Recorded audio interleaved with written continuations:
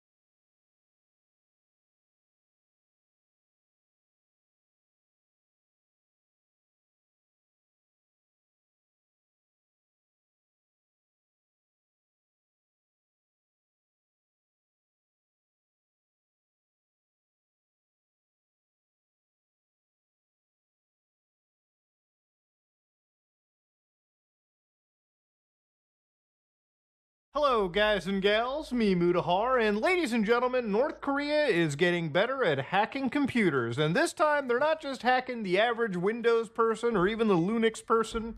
No, today they're actually going out of their way to hack Mac users, and you might be wondering why that's happening.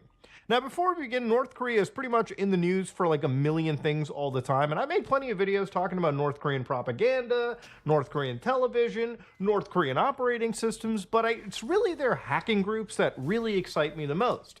If you ever followed North Korea and looked up groups like the Lazarus Group, which is probably one of North Korea or the DPRK's greatest hacking unit that they have, and they've seriously done some real damage to some pretty big targets, then this whole story will make a lot of sense. Now, recently, North Korea was pretty much in the news for sending their soldiers out to fight in the Russian-Ukraine war.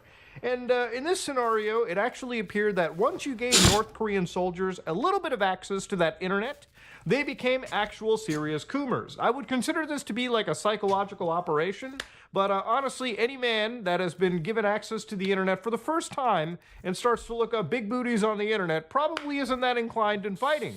I mean, seriously, there's a video right here where allegedly this North Korean agent is apparently, finally, for the first time in his life, looking up big booties. Watch this. That dude is a straight Coomer. You can see him just scroll up through the old TikTok feeds.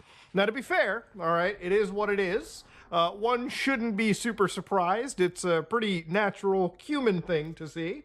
But ladies and gentlemen, beyond all of the North Korean soldiers, it's more interesting looking at their actual hacks. Now, if you ever looked up the relationship that North Korea and Russia have, it starts to make a little bit more sense as to why this occurs. Now, there's a post actually by the US Department of State where they actually have these TIP reports, trafficking in person, where they actually do talk about, countries like Russia and sometimes their involvement with the North Koreans. So right over here, the US government, they say the Russian government does not meet the full minimum standards for the elimination of trafficking, which is understandable. Obviously, these are adversarial nations. I'm sure they have a lot of stuff to say about each other. So one of the things they go into and talk about this is obviously the Russian government operated a sprawling filtration operation and detention system that included the use of forced labor. The government continued to perpetuate the Democratic People's Republic of Korea's imposition of forced labor conditions on North Korean workers. The government did not screen North Korean workers in Russia for trafficking indications or identify any North Korean trafficking victims, despite credible reports in previous years that the DPRK operates work camps in Russia and exploits thousands of North Korean workers in forced labor. Now, this is something that doesn't really shock me. If you ever followed like a channel known as Vice back in the day when they were doing like super hard-hitting documentaries, you could actually have seen like actual North Korean labor camps on Vice themselves, where they actually go down and cover this like as close to the actual thing as they can. I mean, one of them ends up being one of these logging camps where allegedly these North Korean workers are just sent out here to make a crap ton of money for the North Korean regime. And really, they can't run away once they even leave the country because, honestly, if they do, their families are usually going to end up paying the price back in the day. It's a pretty interesting documentary, literally uploaded 12 years ago. So if you ever missed out on this, I highly recommend you go check it out. But obviously, it benefits the North Korean elite to make as much money as they can through basically pimping out their people. Now, this is at one point where like a country can literally operate like a crime family, but still be treated like a full-on country. Now, forced labor isn't the only form of money-making North Korea will make. Literally, as of a few days ago, there was one group known as JAMF. Their threat labs actually discovered some pretty weird computer viruses that were targeting actual Mac users. So according to these guys over here, they discovered samples that were uploaded to VirusTotal. Those samples involved games like Minesweeper.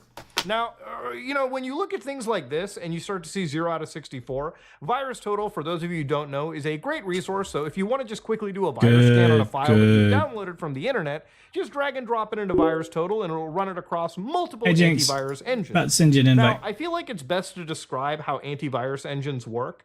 Sometimes, you'll see like 1 out of 64, and if it's usually a unknown antivirus like engine or a vendor that flags a certain piece of software, you probably don't have to worry about it too much. It's only when this number starts to reach like in the double digits that you really have to worry, especially when the vendors are pretty popular ones like Kaspersky or, Microsoft, for instance, the big names in the game. If they're calling your stuff a virus, there's probably some heft to it. So when you see 0 out of 64, that's still not something for you to just completely be okay with. That sometimes could mean that a virus hasn't been detected, or the heuristics don't necessarily immediately flag underneath any of it. So when looking closely into it, it appeared to actually match ARM processors, or more specifically, Mac users. So all right, okay, why are the North Koreans going after the Mac users? Or how are they even targeting them? So according to JAMF, they were apparently targeting in 3 forms, all right? The malware came in 3 variants: a Go variant, a Python variant, and a Flutter-built application. Now, Flutter is actually an open source framework that allows you to build applications and maintain a level of cohesiveness between multiple platforms. You can design things for Mac OS, you can design things for iOS, you can design things for Android, and make sure that things are pretty cohesive. Google are the people that are actually behind this, and it's not even entirely their fault. What North Korean hackers are doing is utilizing a bunch of these tools in order to inject serious computer viruses, raise and escalate privileges, and target applications. So when JAMF decided to go down into it, they decided to show how this actually works.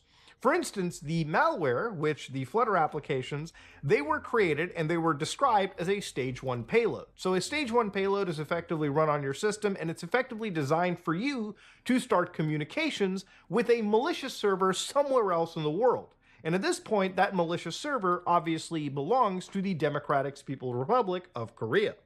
So they identified 6 infected applications, 5 of which were signed using actual developer account signatures. And of course, as they discovered this, even Apple jumped into it and found that there was something shady, in which they removed it. So that Minesweeper that I talked about a little bit earlier that they discovered was actually one that belonged to the Baltimore Jewish Council. At least that's the developer ID that signed it. That has since been revoked by, obviously, Apple, because it obviously was being maliciously used by the North Koreans. Now, when looking closely at the actual Minesweeper game that they were targeting, this game that was built with Flutter, it looks something close to this, okay? So there's actually some footage you can watch of this. So this looks like your standard Minesweeper game. Again, it's just some tiny, small little mobile title, and you might not think too much about it. But within this software, within this, game, at least the version that was floating around, contained a callback to the North Korean servers. So you could just be playing Minesweeper, and all of a sudden your device is starting to communicate with the fucking enemy. So, according to again JMF Threat Labs, when you look closely at it, the actual host that they were connecting to was mbupdate.linkpc.net. Now, LinkPC is not something, completely new. According to Elastic Security Labs, that's actually a pretty legitimate domain address that you can communicate to, right? Now, according to the guys over at Elastic Security Labs, LinkPC, that domain of itself, is actually a pretty legitimate second level domain. So you don't really have to worry too much about just seeing it. But of course, it's pretty well documented that this is used by actual threat actors for something known as C2. For anybody that doesn't know what C2 is effectively the command and control server. So when you get infected, especially with these type 1 payloads, and you start communicating to servers outside, your understood scope, what'll happen is, as you start communicating to those North Korean servers, those servers can then issue commands back to your computer. So effectively, your computer kind of joins a botnet, or it joins, effectively this giant cloud of other infected users. So, for example, if the North Koreans wanted you to send, malicious packets, be part of a DDoS attack to anybody in the world, all that command you can't farm her right now. Relay and command, and anybody that communicates to it will just get the command and start issuing it. So that's effectively what a C2 server does. And of course, in this case, according to the guys over at Elastic, what else did you need to do? There were plenty of these North Korean malicious, command and control servers running, and they would use, innocuous names like job. So let me pause. Mutahar. Okay, so the way that she works is you have to fight Forrid. Okay. So Forrid is an infested boss. Okay. So what you need is an infested outbreak to take over a boss tile on a planet. There are 2 infested outbreaks right now, Phobos and Venus.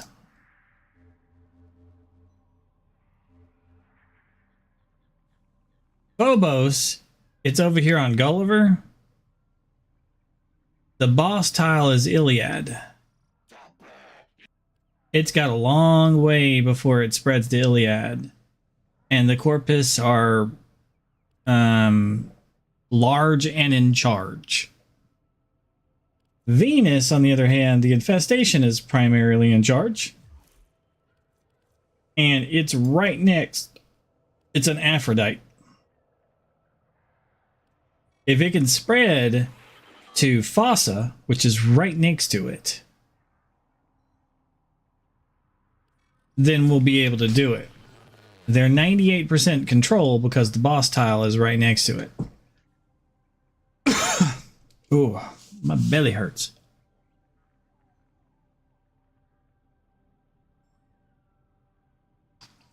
But it's currently not there.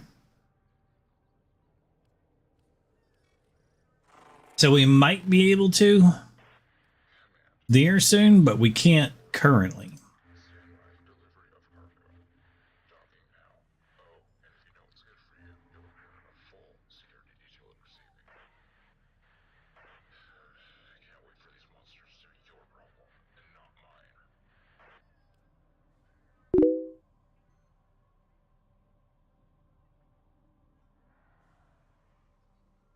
Wasn't there something else you needed?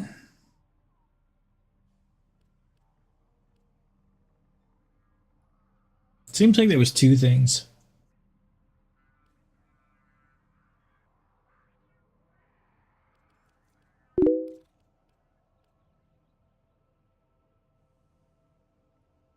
Well, congrats.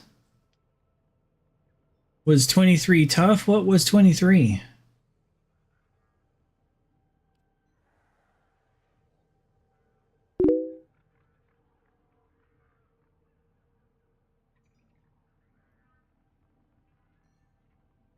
Going and doing who's the what's it run? Have you checked your regular circuit to see if Nyx is in your regular circuit?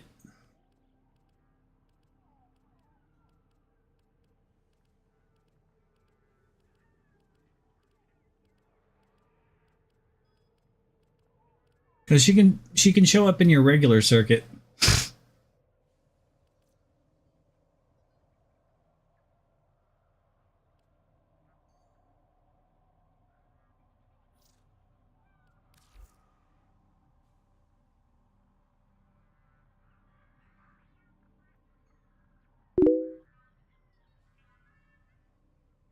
Mm.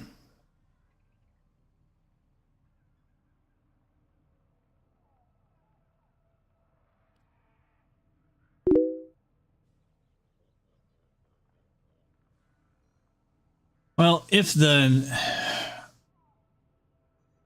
I had a good workout yesterday. My arms are sore, my belly's sore, and my legs are sore.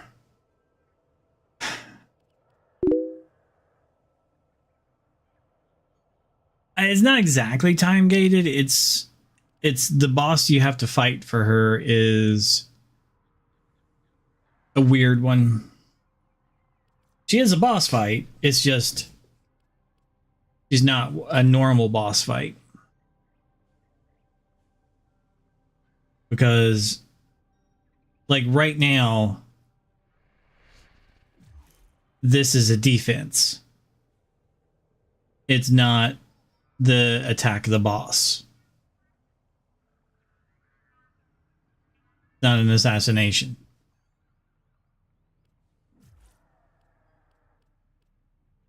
Excuse me. I'm a little doped up on cold medicine.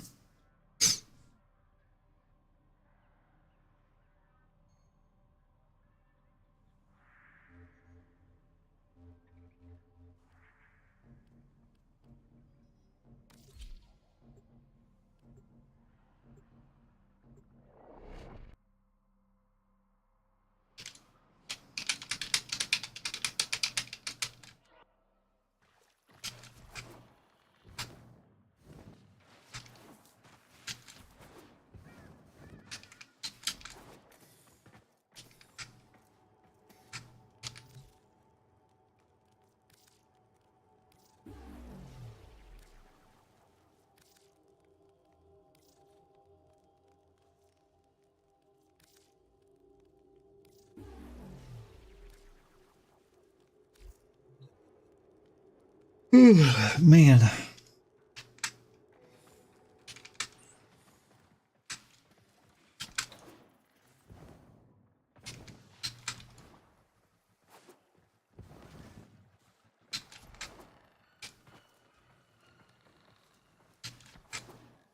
Did you have a good day today?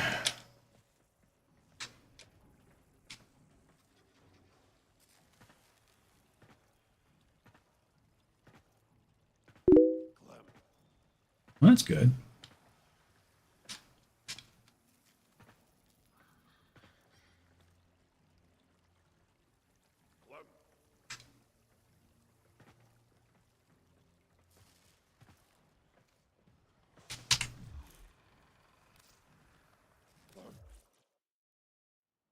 I did not sleep well.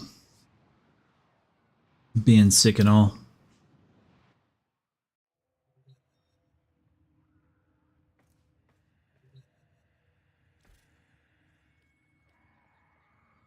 This is pre-registered for Android. Bullshit.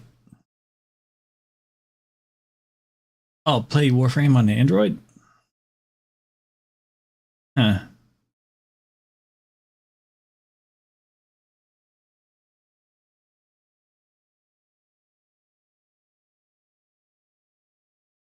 And you receive the Cumulus collection when you log into Warframe on Android. Okay. I'll do that. I'll get something for free.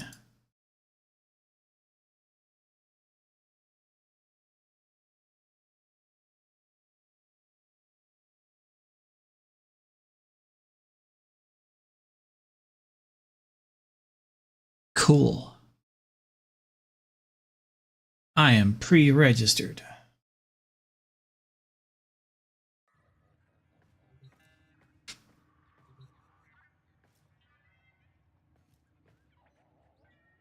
Well, then what am I going to do?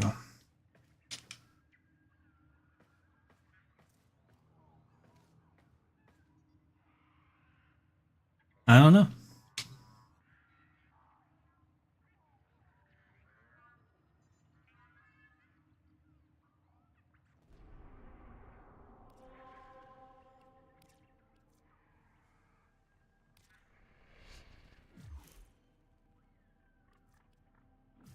Spread, damn you. Spread.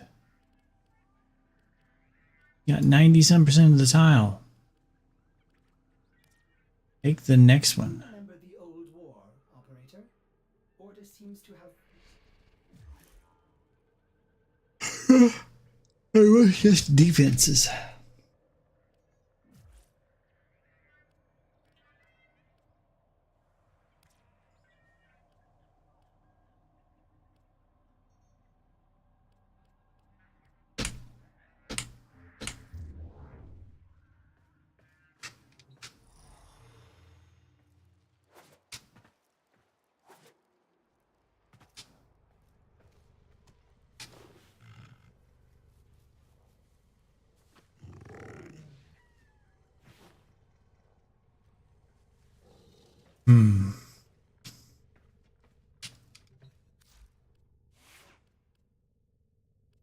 I need someone to give me something to do.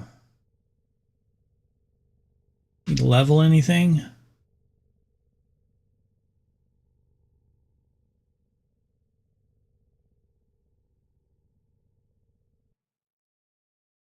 I can find somebody looking for help.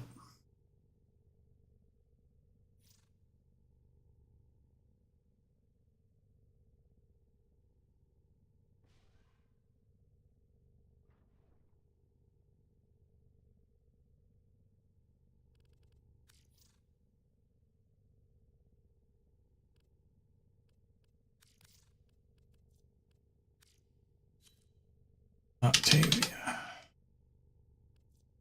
Mobile defense. I'm just going to go Vauban.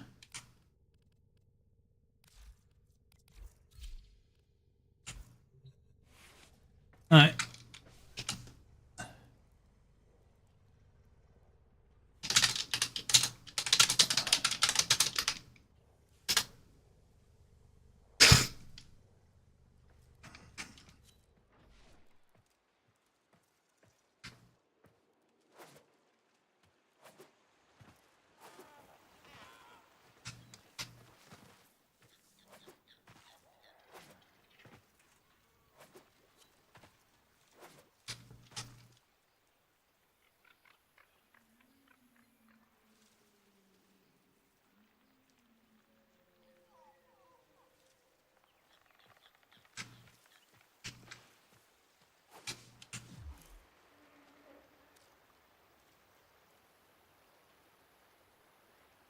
I'm gonna help a random guy with a mobile defense.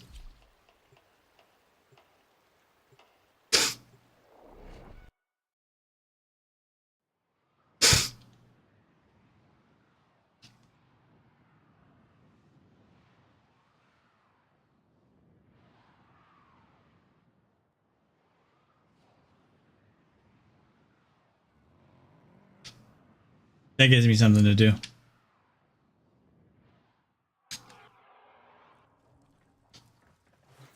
We need to take back this ship one room at a time. That means getting back control of the network.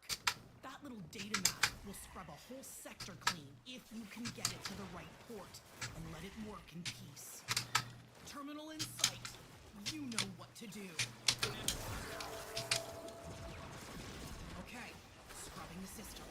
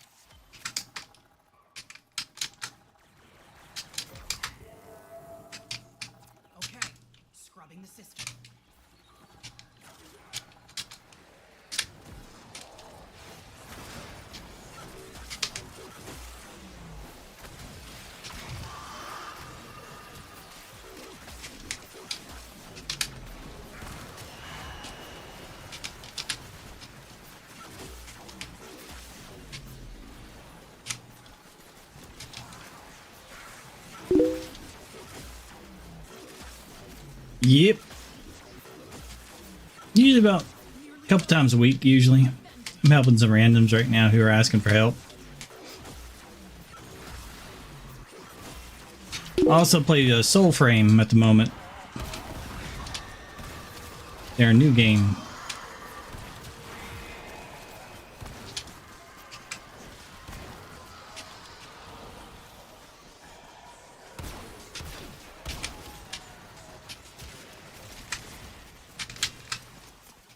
Lots to do in this one. They're always adding more shit to this game. When was the last time you, like, did something in this one?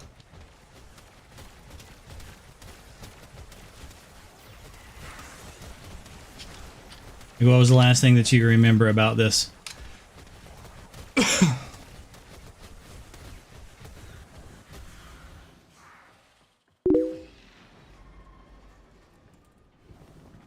Well, they add things like about every 2 or 3 months, so like they're always adding stuff. New areas, new types of gameplay. Like they're getting ready to add Warframe 1999 in Christmas. That's not that long. And if it's August of this year, then there's not a whole lot added. They just added a new Prime. I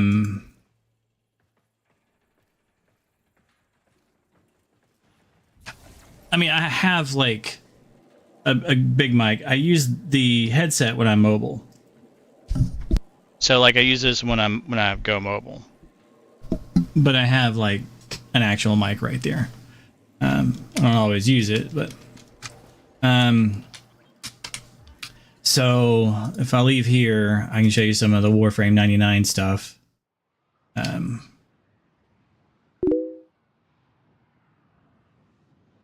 Yeah. So this is the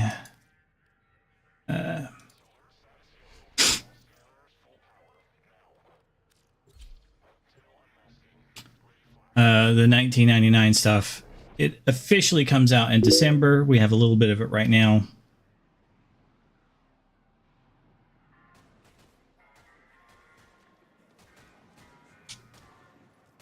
So like the new people that we're getting in this one have like actual faces. Ugh. See, he's an actual dude. Hey, where's the chicks at? There's a couple chicks over here, I think. Quincy thinks he's gonna wake up one night to find me chewing the flesh from his ribs. Maybe he's right. She's the psychic. That's basically Nyx when she was human. Before she got turned into Warframe. So basically you go to the Soulframe site and you set up an account, and then they're inviting like 2,000 people a week to join Soulframe.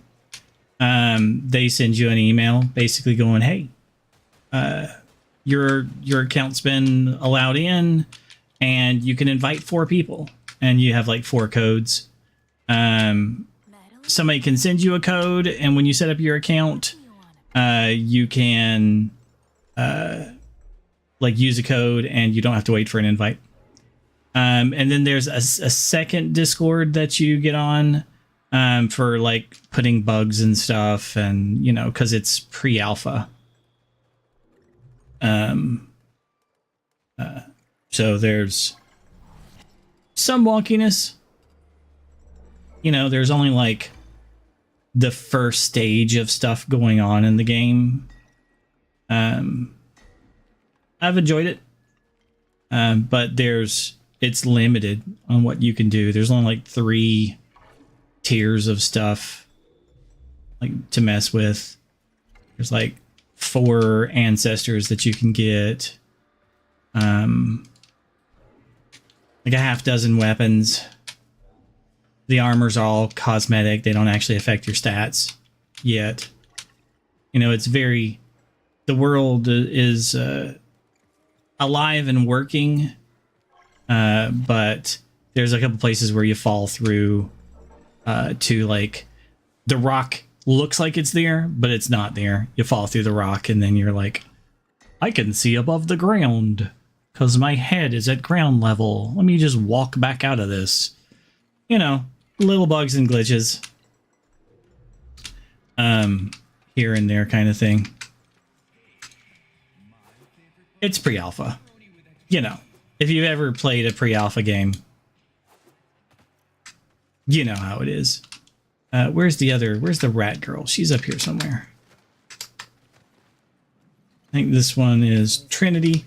Yeah. I care for his sister. As long as you still are his With the badass hair. I'm kind of casting a shadow on her. feel like listening to him. With a pobbler.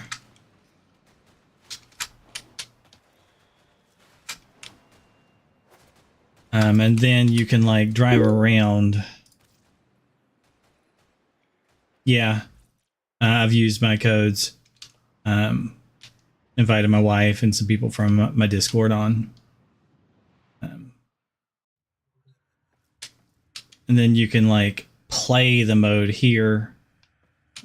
You can play some of the demo for Warframe 1999 here in the ship. I'm not going to go play that right now. But it lets you actually like pilot, because all the stuff for it is in the game. It's just being tweaked and made sure that it's working right. See if anybody else needs help.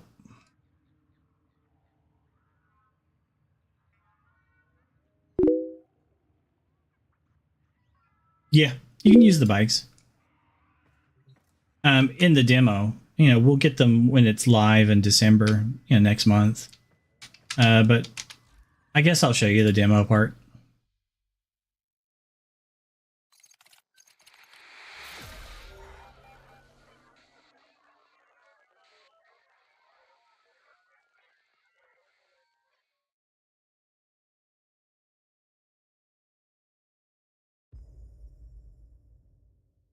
I am headed out. Need you on grid watch.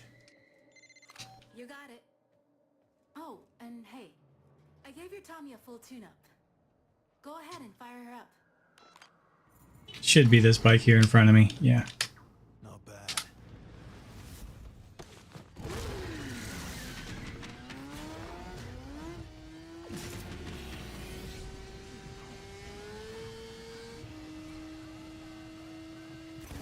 Loading screen. Soldiers systematically pumping a furbomb through this neighborhood.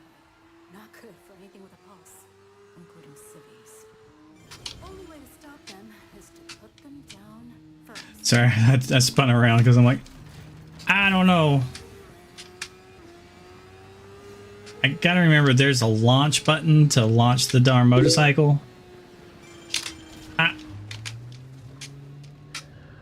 I don't remember what the launch button is. Hold input to select automatic summon to ride. I'm bad at piloting these things.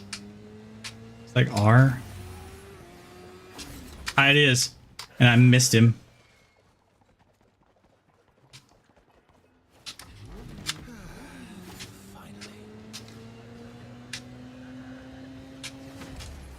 Ah. Well, I just keep missing him. You can launch the motorcycle and hit people with it, but I suck. Let me just kill the guy. Better just to use my sword instead of trying to like, that's a lot easier. I'm basically a Warframe. You know, I have Warframe abilities. Might as well use them.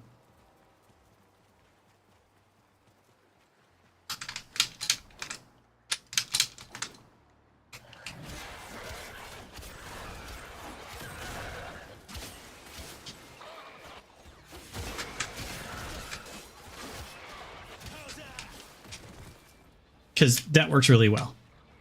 It's worked for us for a long time. It'll continue to work.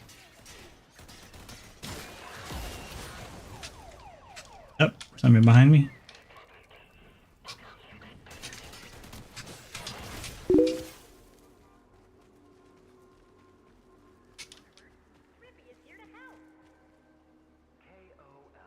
Mm.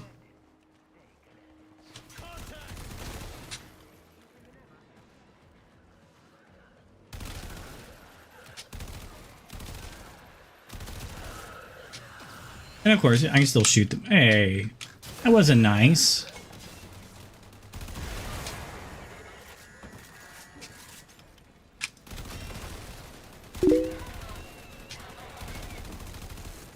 Doors with wings, yeah.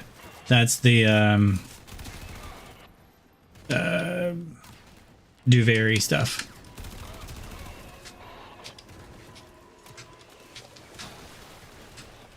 There's angels. Hold on, let's... I don't really need to do the mission. It's an exterminate. You go through and kill all the guys. You get the idea. Your Excalibur with a face, because it's the original Excalibur. I don't know if you've seen the new Gambler chick or the Angel chick or not. So there's a couple new ones there. There is a pregnant Warframe, because Warframe is fucked up in all sorts of ways. That is this one.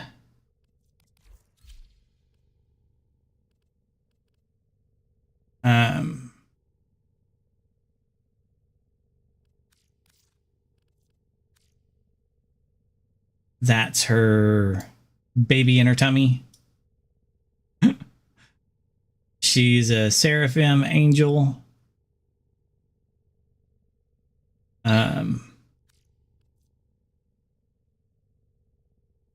Her story is equally fucked up. She was being used as a Warframe factory to create more Warframes.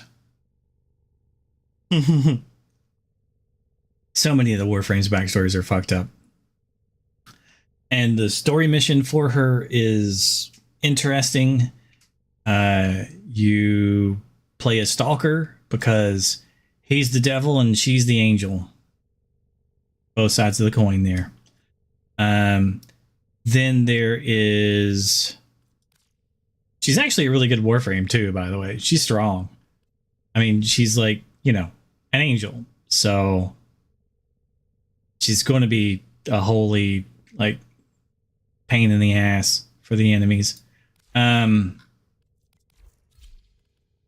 there is the Shrine Maiden.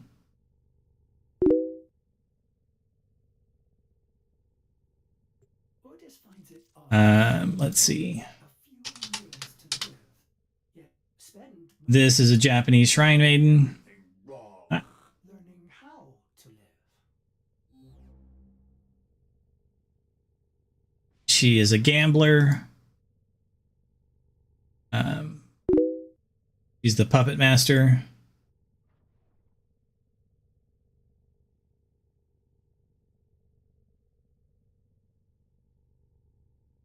Yeah, I can help, Jinx. I know you hate them. She's got an interesting mechanic that she scales like pretty much infinitely. So one of her abilities gives her a decree from Duviri. So no, not gems. She gets challenges during missions. And if you complete the challenge, you get a decree from Duviri. So in Duviri, you can get like crazy, insanely strong because of all the decrees. She can do that in any mission that's just long enough. So in like long, you know, hours long, 2 hours long missions, she can just get crazy scaled up to where like the weakest weapon in the game will one-shot anything because of all of the stupid buffs that she gets, these permanent buffs that she gets from her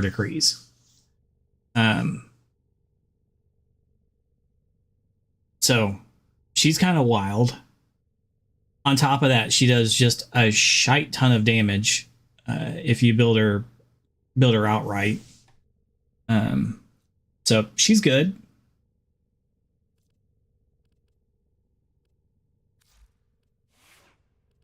So she can be fun. And she's, a Japanese shrine maiden. So that's kind of fun.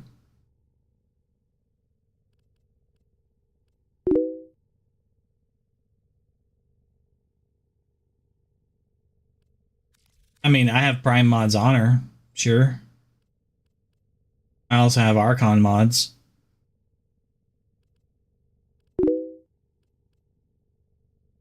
Yeah, there's a bunch of Prime mods. Prime Vigor, Prime Continuity, and then Archon mods. So it kind of depends on where you get to in the game. Because there's, like, one of the most important things in the game is, like, getting the story quest stuff taken care of. Which, like, unlocks a lot of things. Like, there's a dude out here that sells the Archon mods. And they're like Prime mods, but better. So, like Archon Continuity, it does the same thing as Prime Continuity, but it also, whenever you do toxin damage, you also inflict corrosives. So if you get far enough in the story, you can land your ship and have, like, people who do things. Like, this is my boy Call. And I can do missions for Call. As Call, technically. No, I don't want to go fishing later, Call. Sorry. And then I can use the currency I get from doing his missions to buy these things at Chipper. Including, like, Styanax parts. Which Styanax is a really good Warframe. Like, the hardest bosses in the game, I just yawn through them as Styanax. Because he's stupidly strong.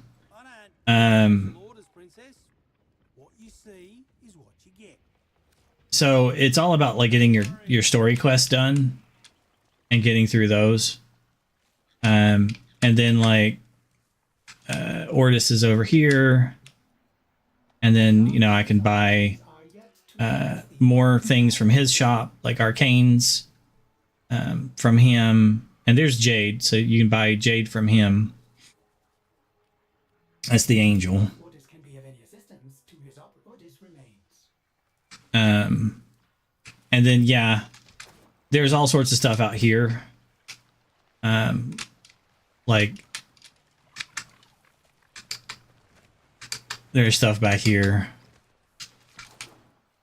And there actually are things that are hidden out here.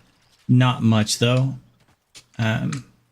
So you'll, in the story mission, when you get this place, you do a whole thing out here, but I'm not going to ruin that for you.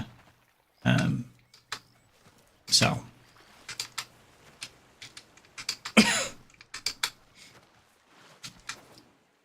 And the thing that's hidden out there, you only get once you have the Warframe that is about it. I think it's Caliban, or I don't remember who it is, but it's one of the Warframes. And then the item gets hidden out there and you can find it. Just check your Warframes wikis, and then they'll be, oh, I have a Prex card or something, hidden out there. But yeah, you can, after a certain place in the storyline, you can choose where you park your ship in between missions. Because of her booty. That's the shrine to Ember's booty. If I think I can stand here and just...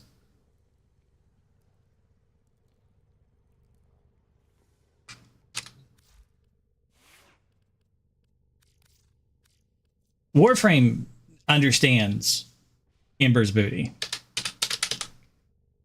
They dedicated an entire skin to Ember's booty. Excellent armaments, operator. Please return covered in blood. I have a lot of things in the way of it on this version, decoration wise. But this skin is basically, oh, it's behind. Oh, hold on. This skin is basically dedicated to Ember's booty. Like, ooh, wait a second. If I go to the, yeah. Well, this isn't the prime. This is a special one. This is a special skin on Ember. This is the Ember heirloom skin. And if I take off the Cyandana, it'll clear some things up. If I take off the Epimeria,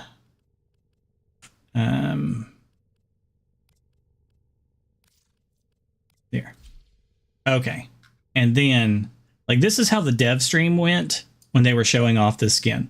It literally was like, look at the special effects on the skin of this. Like, look at the shine. Look at like the, and all they're doing is they're like staring at the ass of the skin the entire time, right? And like one of the girls noticed that it was just like zoomed in and focused on the ass. They're like, that's a lot of booty, guys. Like, oh, okay, yeah. But the rest of the effects, they're like, well, there's you can kind of see the effects here. They're like, but the best place to look at the effects are like,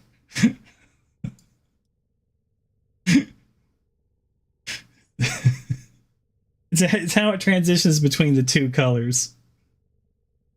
It does a really good job. And then, I mean, she's also got cool boots. Got like high boots, stripper boots. Yeah.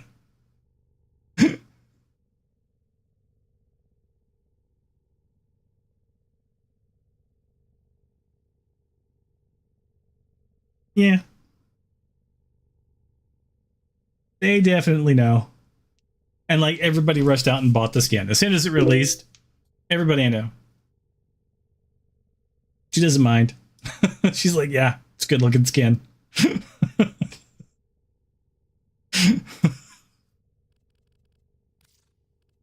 She can appreciate.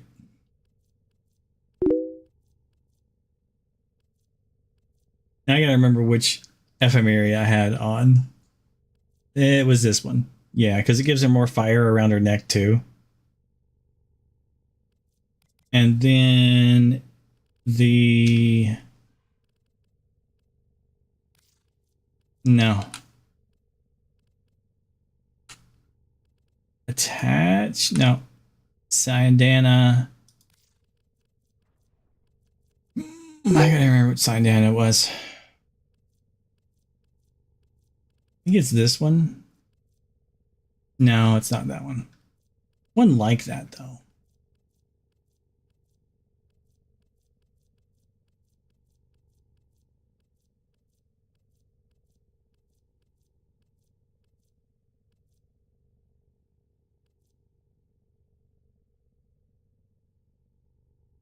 Maybe it was that one.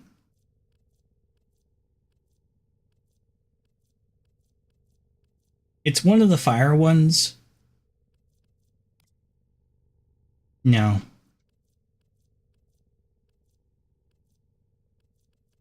Maybe it was that one? I didn't think it was that one.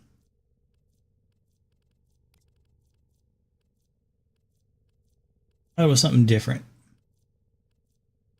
But I'm not really seeing any other ones, so I'm guessing that's going to be it.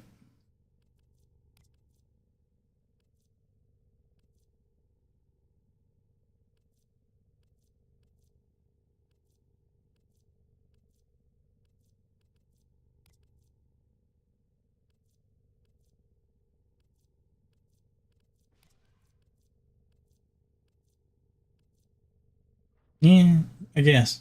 That'll do. The twist on it looks odd, but that should be fine.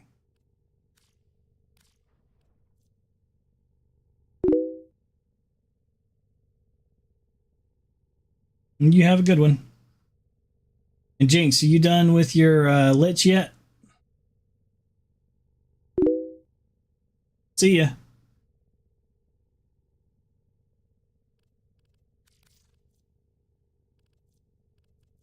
Let's see. Spy mission.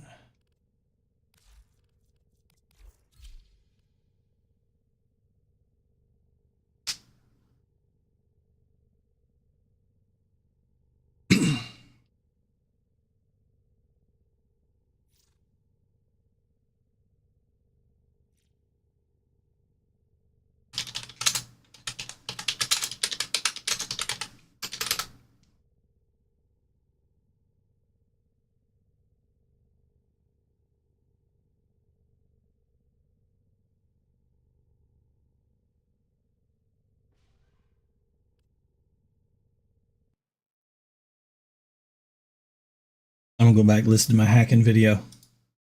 Description or data send or exodus, something that you might actually not immediately recognize if you didn't know what to look for, something that could have floated by your eyes. So you might be wondering, Muda, what was the end result of all of this? Well, according to the guys over at JMF Threat Labs, it actually appeared to show that it probably was a test for a future attack that is coming down the road. So basically the idea for them is that the actor is known for putting together highly convincing social engineering campaigns from start to finish, and the file names here do not align with the content displayed to the user within the Flutter build applications. This could perhaps be an attempt to see if a properly signed app with malicious code obscured within a dylib could get approved by Apple's notarization server and basically slip under the radar of antivirus vendors. So again, what's more important is seeing if they can actually target macOS users and have things fly under the radar. The longer they can stay stealthy and infect more users and then actually weaponize that at once is the really scary part of it, right? It's not about infecting like 200 people before you get caught. It's about infecting 200,000 people as silently as you can and then eventually release your load. That's kind of how it goes. And it's not just Apple. They want to target Linux. They want to target Windows users. They want to target your mobile devices. The more things they have under their grasp, overall, the better. Now, obviously, why would they choose to target anybody, and why would North Korea want to hack? And that's where, again, the closer you look into it, the more it actually makes sense. Now, the United Nations is investigating around 58 alleged crypto heists actually done by North Korea. So apparently, over the course of 6 years, they have been alleged to rake in about $3 billion with 58 different cyber attacks that have occurred. So those cyber attacks include, Terraport Finance for $4 million, Atomic Wallet for $120 million, AlphaPo for $110 million, and of course, even Stake.com, which we even actually talked about, literally, I want to say just last year, the end of last year, for $41 million.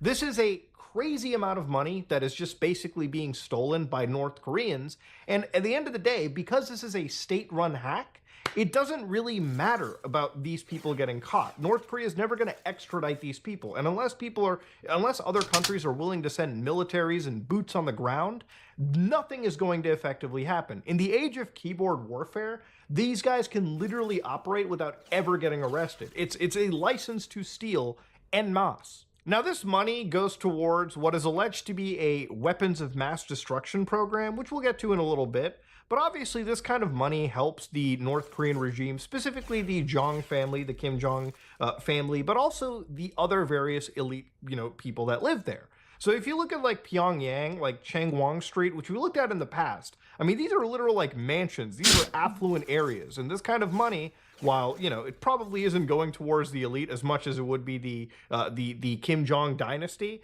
This is effectively a good source of revenue for these people to enjoy their riches. Obviously, this money most definitely doesn't trickle down to the most impoverished of the country, but you can kind of imagine how this works. I mean, you're talking about a country that wants to build their own variant of Dubai and are still not meeting actual deadlines. This is actually them talking about the Wonsan Kalma project, which literally did not even, I think, push forward, and this is back in like 2020. Obviously, I don't think North Korea has the money to develop their own variant of Dubai, maybe a little bit just for the truly rich who live there. But that's the only people that are benefiting. So in reality, all of these hacks that have effectively been occurring are hacks that are targeting actual cryptocurrency people. So now looking at Sentinel Labs, Now, even going to Sentinel Labs, who actually did look at, again, a suspected DPRK threat actor targeting actual crypto businesses with those multi-stage malwares. So cryptocurrency-related businesses have actually been the target of North Korean affiliated threat actors for quite some time, with, again, multiple of those heists we just looked at that the UN are investigating. Even back in 2023, Jamf Threat Labs literally was looking at macOS malware named Rust Bucket and how they were actually, again, even compromising macOS devices back then.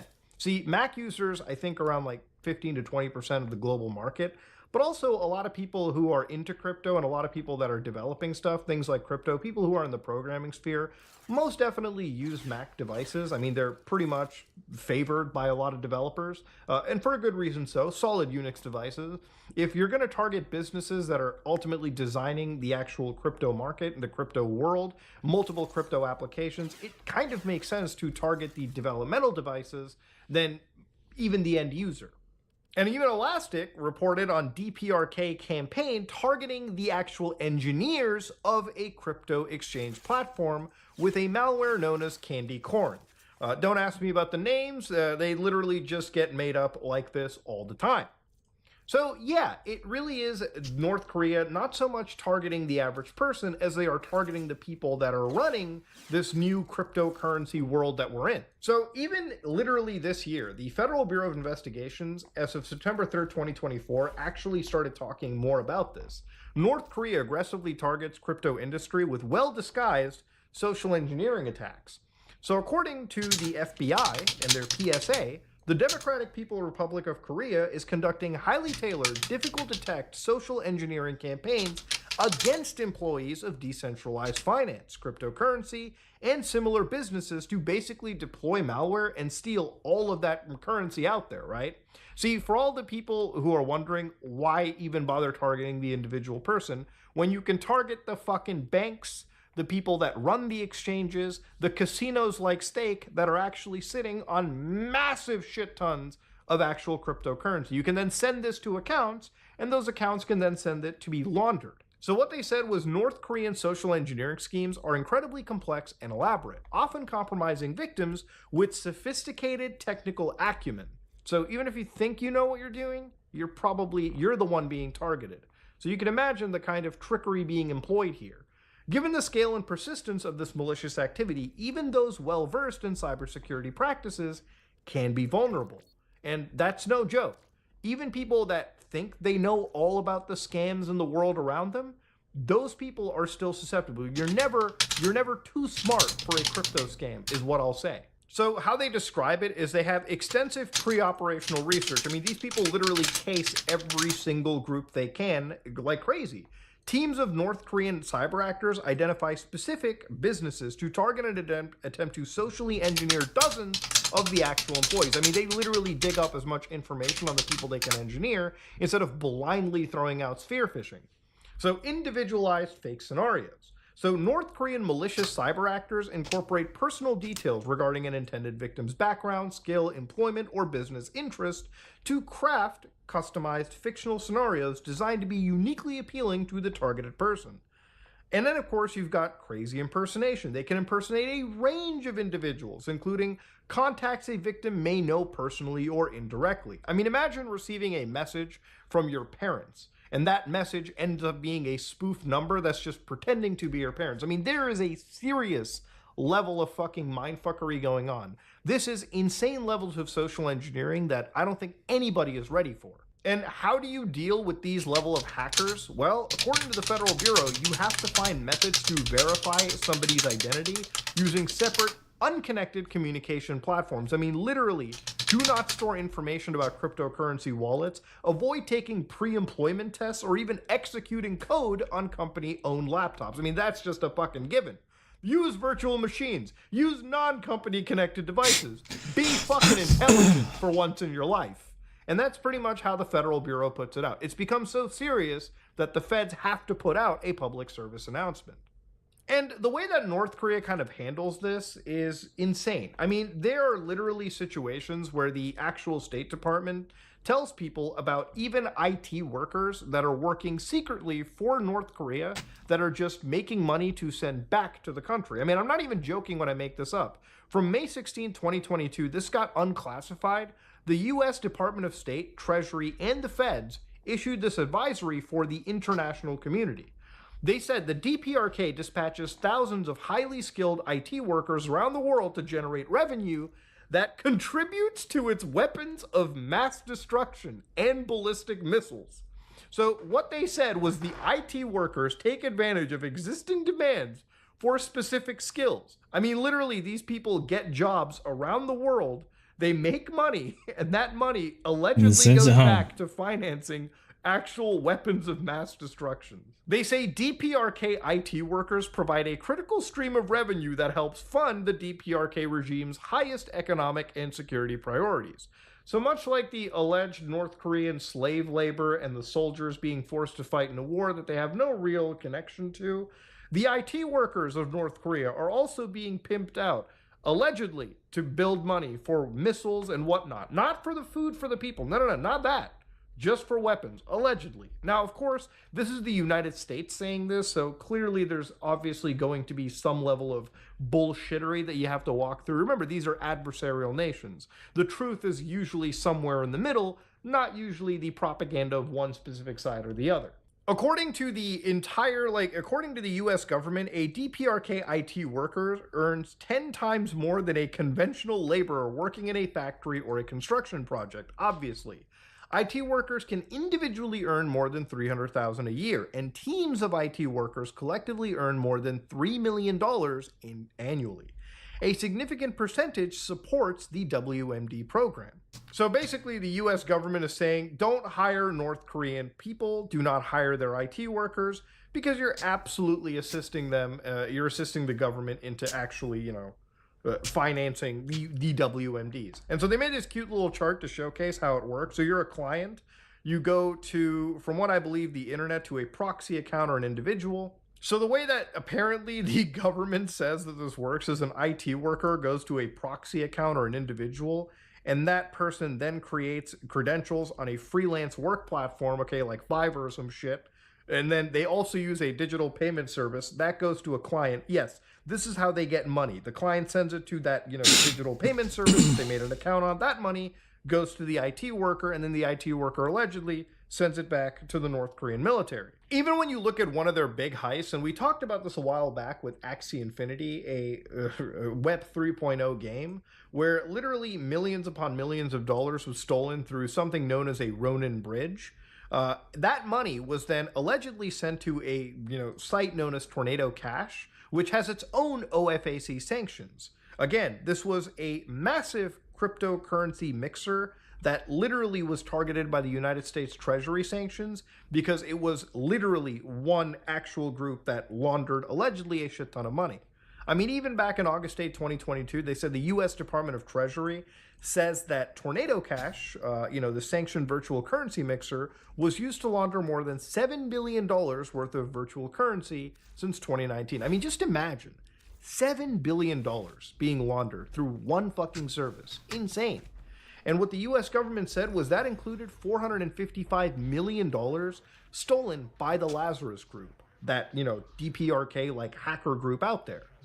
So it's actually insane how much money gets floated around in the cryptocurrency space in heists and laundering alone. In the last few years, it's pretty much evident that North Korea is making a shit ton of money through cryptocurrency. And, these heists that, we kind of talked about a few years ago, it used to be a dime a dozen, but now it really is that, North Korea, if you thought that your favorite influencer was scamming people on crypto or using cryptocurrency for nefarious purposes, be it reminded that North Korea is allegedly on the hook for $3 billion worth of stolen cash, all in cryptocurrency.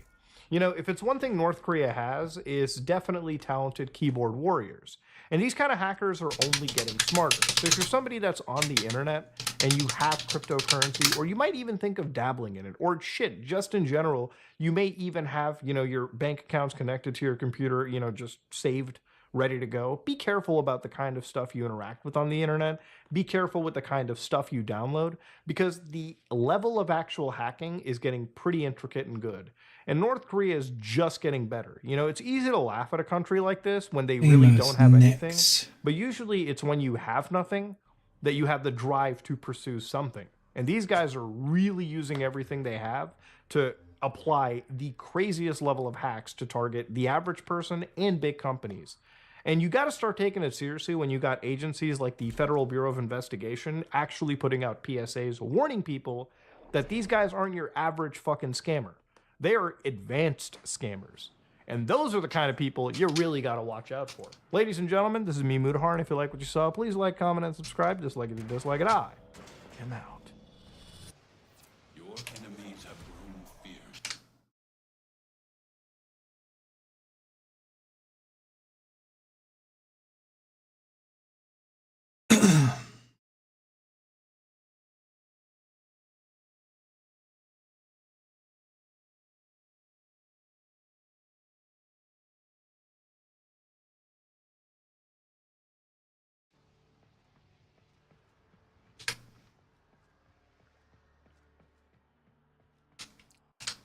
They're already alert. In June of 2000, You the gotta be power kidding shut me. off across much of the San Francisco Bay Area.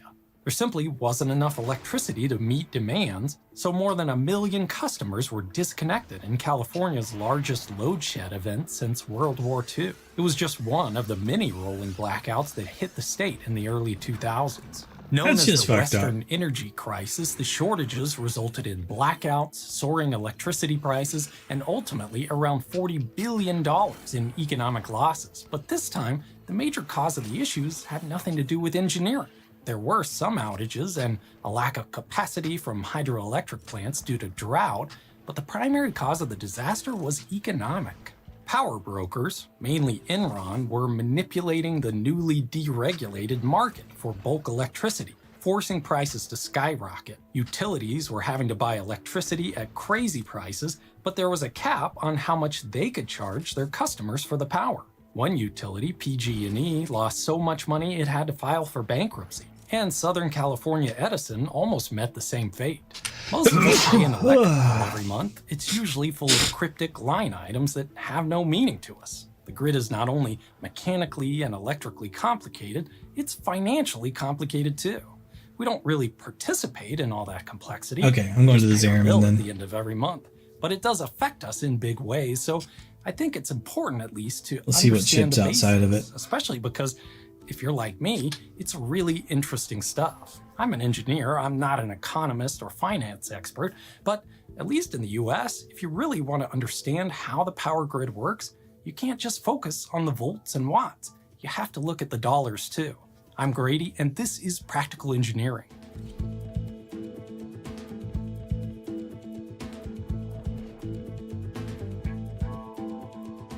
Electricity is not like any normal commodity we buy and sell. You can't go to the store and pick up a case of kilowatt hours. It can't really be stored or stockpiled on an industrial scale, which means it has to be created at essentially the exact instant it's needed. And the demand is fairly inelastic. We want our lights, stoves, air conditioners, and devices to turn on no matter the time of day. That requires the supply side to handle incredible volatility, ramping up or down to meet demands in real time. And the whole business is incredibly capital intensive. You need very expensive infrastructure for pretty much every step of the process. The only reason it can work is that we all share that infrastructure, spreading out the costs. Call me a nerd, but I think all of this creates some fascinating challenges both on the technical side for the engineers Grady, you're a and the nerd. organizational side for the policymakers, regulators, and all the companies But you that also told us to participate call you in the that, electric so. power industry. Don't feel bad. It wasn't that long ago that electric utilities did it all. As the pros say, they were vertically integrated. Each utility owned and controlled the three major pieces of the grid within their service areas: generation or power plants, transmission lines, which carry electricity at high voltage across long distances, and a distribution system, which delivers electricity to most customers at lower voltages. That meant they had a monopoly. Customers couldn't choose where their power came from or how they got it.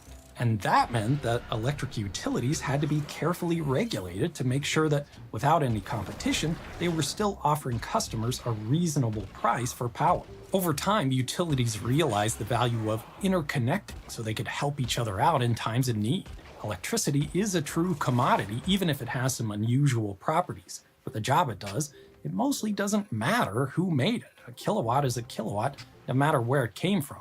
If one utility's power plant went down or bad weather hit, they could work out a deal to share power with That the should be neighbor times and keep 200. demand satisfied. As the practice grew more common, power pools developed where multiple utilities would interconnect and agree to share power. Every system is different, subject to different risks, different weather conditions, and outages at different times. It just made economic sense to spread out that variability and risk. Eventually, huge parts of North America were interconnected by transmission lines, creating the grids we know today. The major interconnections in the US and Canada are the Western, Eastern, Quebec, and Texas. Historically, the wholesale price one utility would pay another for power was regulated just like the rates utilities charge their retail customers. It was usually based on the actual cost of generating that power, so the big utilities couldn't price gouge smaller companies. But a lot of that changed in the 1990s when the federal government opened the door for deregulation. The idea is simple on the surface. If power can move fairly freely on the grid, there's no need for major utilities to be the only ones producing it, and there's no need to regulate the prices for which it's bought and sold. Let's let market forces drive the decisions. It will increase competition and efficiency, driving down prices, and the investment risks will fall to the investors, not the customers. Quite a few states took the opportunity to deregulate the production of power, and quite a few didn't. In fact, right now it's roughly half and half, but there's a lot of variety between states when it comes to who produces power and how it's bought and sold between utilities and other companies, and even big differences within individual states. In truth, the process of deregulation has been anything but simple and actually created a whole new set of interesting challenges. Companies trying to game the system, like what happened in California, is only part of it. In fact, power professionals often say that certain states aren't deregulated, they're just differently regulated. But how does this all really work in practice? Let's set up an analogy. Say I live on one side of a big lake. The water isn't mine, but there is a water company on the other side. If I want to buy some water, they could load it on a truck and haul it to me, or they could just put it in the lake, and I could take out the same amount. It's probably not the same water, but it doesn't really matter. In this analogy, water is water. Let's scale it up. Now hundreds of people need water, and hundreds of companies are selling it. Each person can hire any company they want to provide their water. The distance between buyer and seller doesn't really matter. Every seller puts the amount of water they've sold in the lake, and each buyer takes as much out as they bought. As long as everyone keeps track of how much they buy and sell, It's the fine. lake stays Nobody full, saw anything. and the basic laws of physics will sort out how the actual water flows. In one way, you know exactly where you get your water, the company you paid to provide it. But in another way, you have no idea. All the water from all the companies is commingled in the lake. This is what happens on the grid. In a way, the power coming to your house comes from the He'll power come in plant or upset. plants that your utility I don't want him paid to piss create. people off. But the electrons themselves probably didn't. Just like the water in the lake, electricity flows according to the laws of physics from high potential to low, sloshing and flowing according to what everyone else in the system is doing. This is a lot like how a deregulated grid works. Utilities that supply electricity to their customers don't generate the power themselves. They enter into contracts to get it from wholesale power providers, separate companies who only generate electricity. But you can see a challenge here. If I'm on my big lake wanting some water, I may not want to coordinate with every water company to see who's got the best price, especially if my need for water varies day by day or even second by second, and honestly, I'm not even sure how thirsty I'm gonna be. And if I'm a water company on the lake, it's a lot of overhead work to deal with all these customers and their different needs. It makes a lot more sense if there's a marketplace. So it is on the grid. Like I mentioned, this varies quite a bit depending on where you are, so I'll try to be as general as possible. Outside of those direct contracts between one buyer and one seller, most wholesale electricity in deregulated areas is bought and sold on the day-ahead market. Wholesale purchasers like utilities submit bids with estimates of how much electricity they'll need for each hour of the next day. And generators submit their offers to sell a specific amount of electricity for a given price that's based on their production costs, availability of fuel, and operational constraints. The facilitator at each wholesale market takes all the bids for every hour and matches the supply and demand to get the right amount of energy on the grid at the right times for the lowest cost. Here's a basic example of a single hour of the auction. Let's say 4 generators submit bids to provide electricity during this hour. Weird. Nuclear plant bids 1,200 megawatts for a price of $20 per megawatt hour. A natural gas peaker plant bids 400 megawatts for $100 per megawatt hour. A coal plant bids 500 megawatts for $30 per megawatt hour. And a wind farm bids 400 megawatts for $0. Wind and solar can submit very low bids because they have no fuel costs. There's pretty much no way for them to lose money if they're connected to the grid, especially because many get outside incentives for every megawatt hour they generate. They even submit negative bids in some cases, meaning they're willing to pay money to stay connected to the grid. In any case, electricity generators in our hypothetical hour have offered 2,500 megawatts of power to the market. Let's say purchasers submitted 2,000 megawatts of demand for this hour. We arrange the generation bids in order of least cost to satisfy demand. This concept is known as economic dispatch.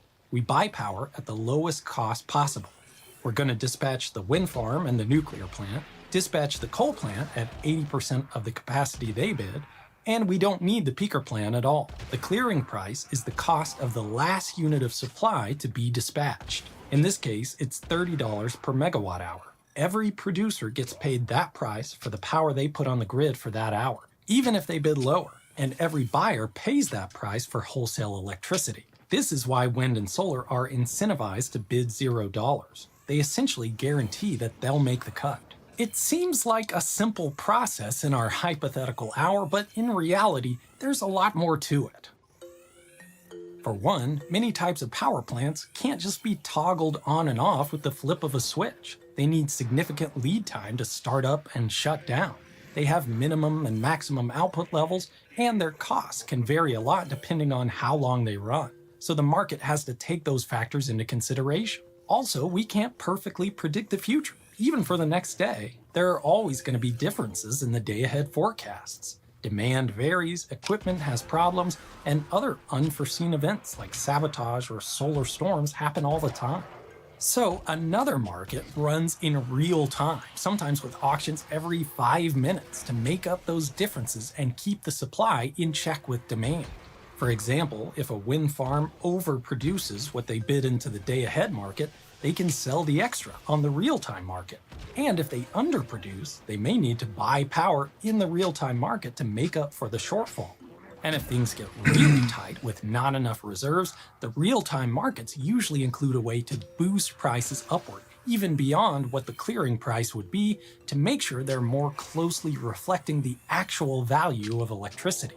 That includes the cost to society if people lose power, or put another way, the cost they would be willing to pay to avoid a disruption in electrical service.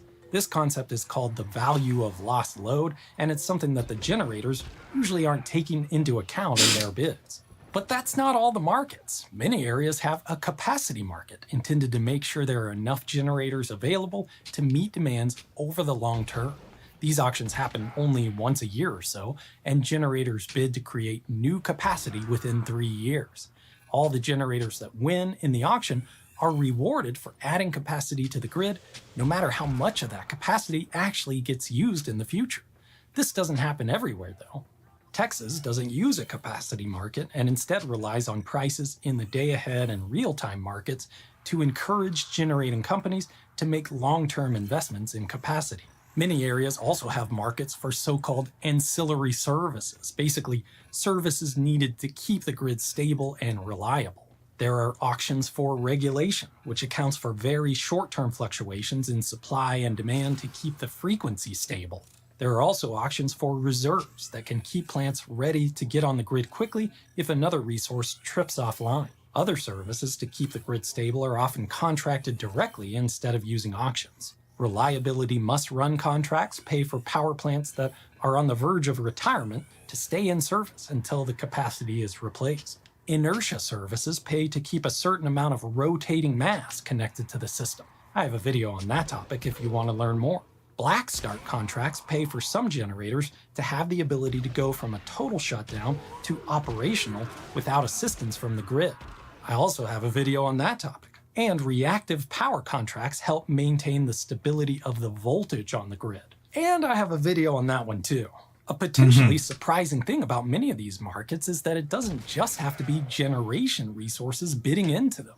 The overall goal is just to get the supply to meet demand, and there are two ways to do that. You can increase the supply or decrease the demand. I said earlier that electricity demand is fairly inelastic, but there are a lot of situations where customers can reduce demand, especially if they're compensated for doing it. Large industrial power users like refineries can shift schedules around or even turn on their own generators if resources on the grid are getting scarce. This is how you get wacky news stories about cryptocurrency miners making more money participating in electricity markets than in Bitcoin. There are even companies that will gather up a bunch of smaller power users who have some flexibility in their demands, package them up, and sell that demand reduction as a service in the wholesale electricity market. And some utilities coordinate similar demand response programs with their customers, offering credits on your bill if you have a smart thermostat. Deregulation of wholesale electricity markets just opens up this world of possibilities in how we manage the grid. But there is one big way my lake analogy from earlier breaks down, because that lake symbolizes the transmission and distribution lines that carry power between the buyers and sellers. And in reality, they're not really like a lake, but more like a series of interconnected canals. And they didn't just appear. Someone has to build them and maintain them, often at great cost, so those costs need to be covered by the rates we pay for electricity on top of the generation. In this case, there's really no way to deregulate those costs. It doesn't make sense to build parallel competing networks of transmission and distribution lines. It would cost too much, and we just have too many wires across the landscape. So regulators oversee the rates that transmission and distribution companies charge utilities to use their wires to move power between users and generators. And of course, there's a whole host of complex financial systems in place to make this happen. Wholesale purchasers not only have to buy the power they need and the power that will be lost along the way, but also reserve capacity on the transmission system for that power to travel, and pay the transmission and distribution system operators for the privilege. Confusingly, the flow of power isn't really controlled on a line-by-line basis, or sometimes even a system-by-system basis. Power flows where it flows once it's released on the grid, and there's no simple way to keep track of who made it or who bought it at individual points on the network. Transmission reservations and tariffs are the law of the land, but the actual electrical power follows the laws of physics. So unlike at your house, where you pay 1-to-1 for the actual power that flows through your meter, payments to transmission operators aren't always a perfect reflection of how each buyer's power moves through their system. Still, it's the best mechanism we have to ensure electricity moves reliably across the grid and that the owners of the transmission assets are fairly compensated. The other thing is that those canals don't have infinite capacity. They can only move so much water, just like the transmission system can only move so much power. So in managing the wholesale electricity market, you don't only have to consider what's the next cheapest source of power, but also whether you can actually get that power to where it needs to go.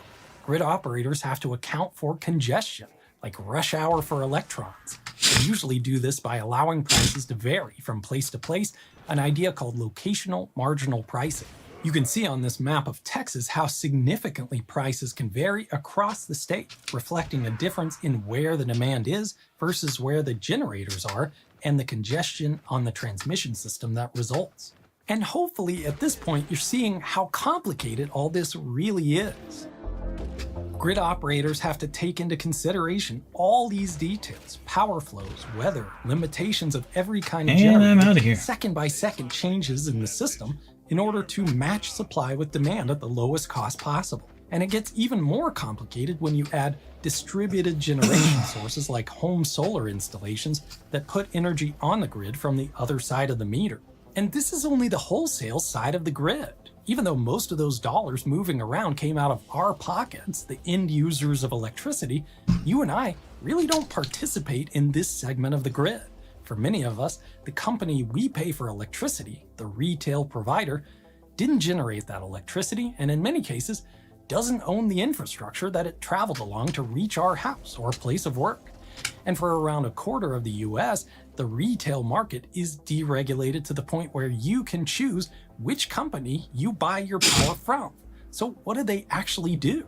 In essence, retail providers just buy power on the wholesale market and sell it to you. They're middlemen, the car dealerships of electricity. They navigate all that complexity we just discussed so you don't have to.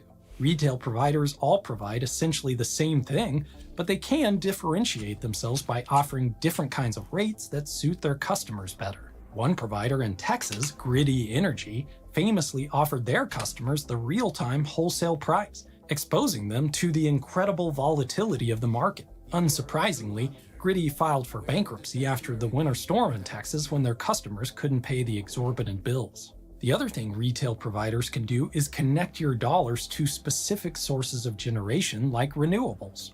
Instead of buying power in the auction where you have no control over the sources, they contract directly with wind, solar, and other generators to purchase it directly on your behalf. So the next time you get your power bill, take a look at those line items. Maybe there's a base rate set by your provider that covers all the various costs of operating the grid from generation to transmission to distribution. Or maybe they're broken out according to all the various costs that it actually takes to run the bulk power system. Do you pay a separate rate for the distribution service? Does your bill have an adjustment for the variability in the wholesale market? Is there a charge for the Public Utility Commission or whatever agency oversees this whole financial web of complexity?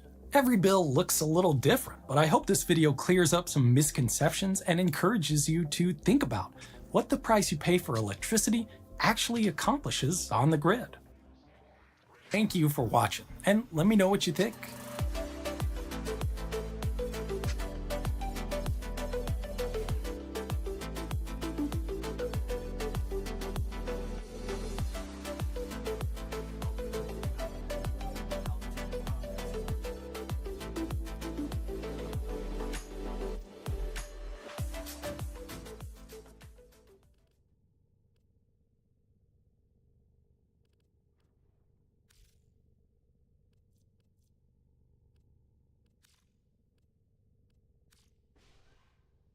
That was a whole lot of information, Grady.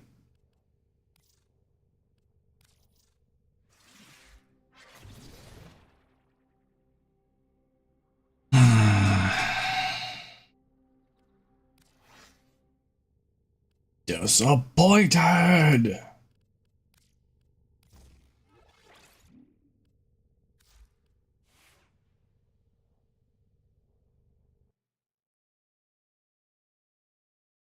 Sup, you beautiful bastards. Welcome back to the Philip DeFranco Show, your daily dive into the news. It is Tuesday. There is a lot to talk about today, so you just hit that like button, you buckle up, and let's jump into it. Now, first up today, Diddy is back in the news, and that's because he's being accused of witness tampering from jail. With this claim now coming from a recent filing from prosecutors who say that Diddy has made, quote, relentless efforts to contact potential witnesses, including victims of his abuse, who could provide powerful testimony against him. Which may then have you wondering, how could Diddy be doing this while he's stuck in a New York jail cell? And well, according to prosecutors, they say he's been using the phone access codes of other inmates to contact several people, including his sons, and that he's made three-way calls to others. They've also accused him of using a third-party service to contact people who are unauthorized, and the filing arguing that the calls to his sons and others provides the clear inference that the defendant's goal is to blackmail victims and witnesses either into silence or providing testimony helpful to his defense. Now, for his part, Diddy's lawyers are fighting back against the prosecutors here, with them filing a motion yesterday saying that the the information investigators obtained was attorney-client privilege material, with them then going on to argue that prosecutors violated Diddy's 4th, 5th, and 6th Amendment rights by seizing these materials. Also, the timing with everything in this situation is very crucial, right? In that, because this week, a judge is expected to decide if Diddy should be granted a $50 million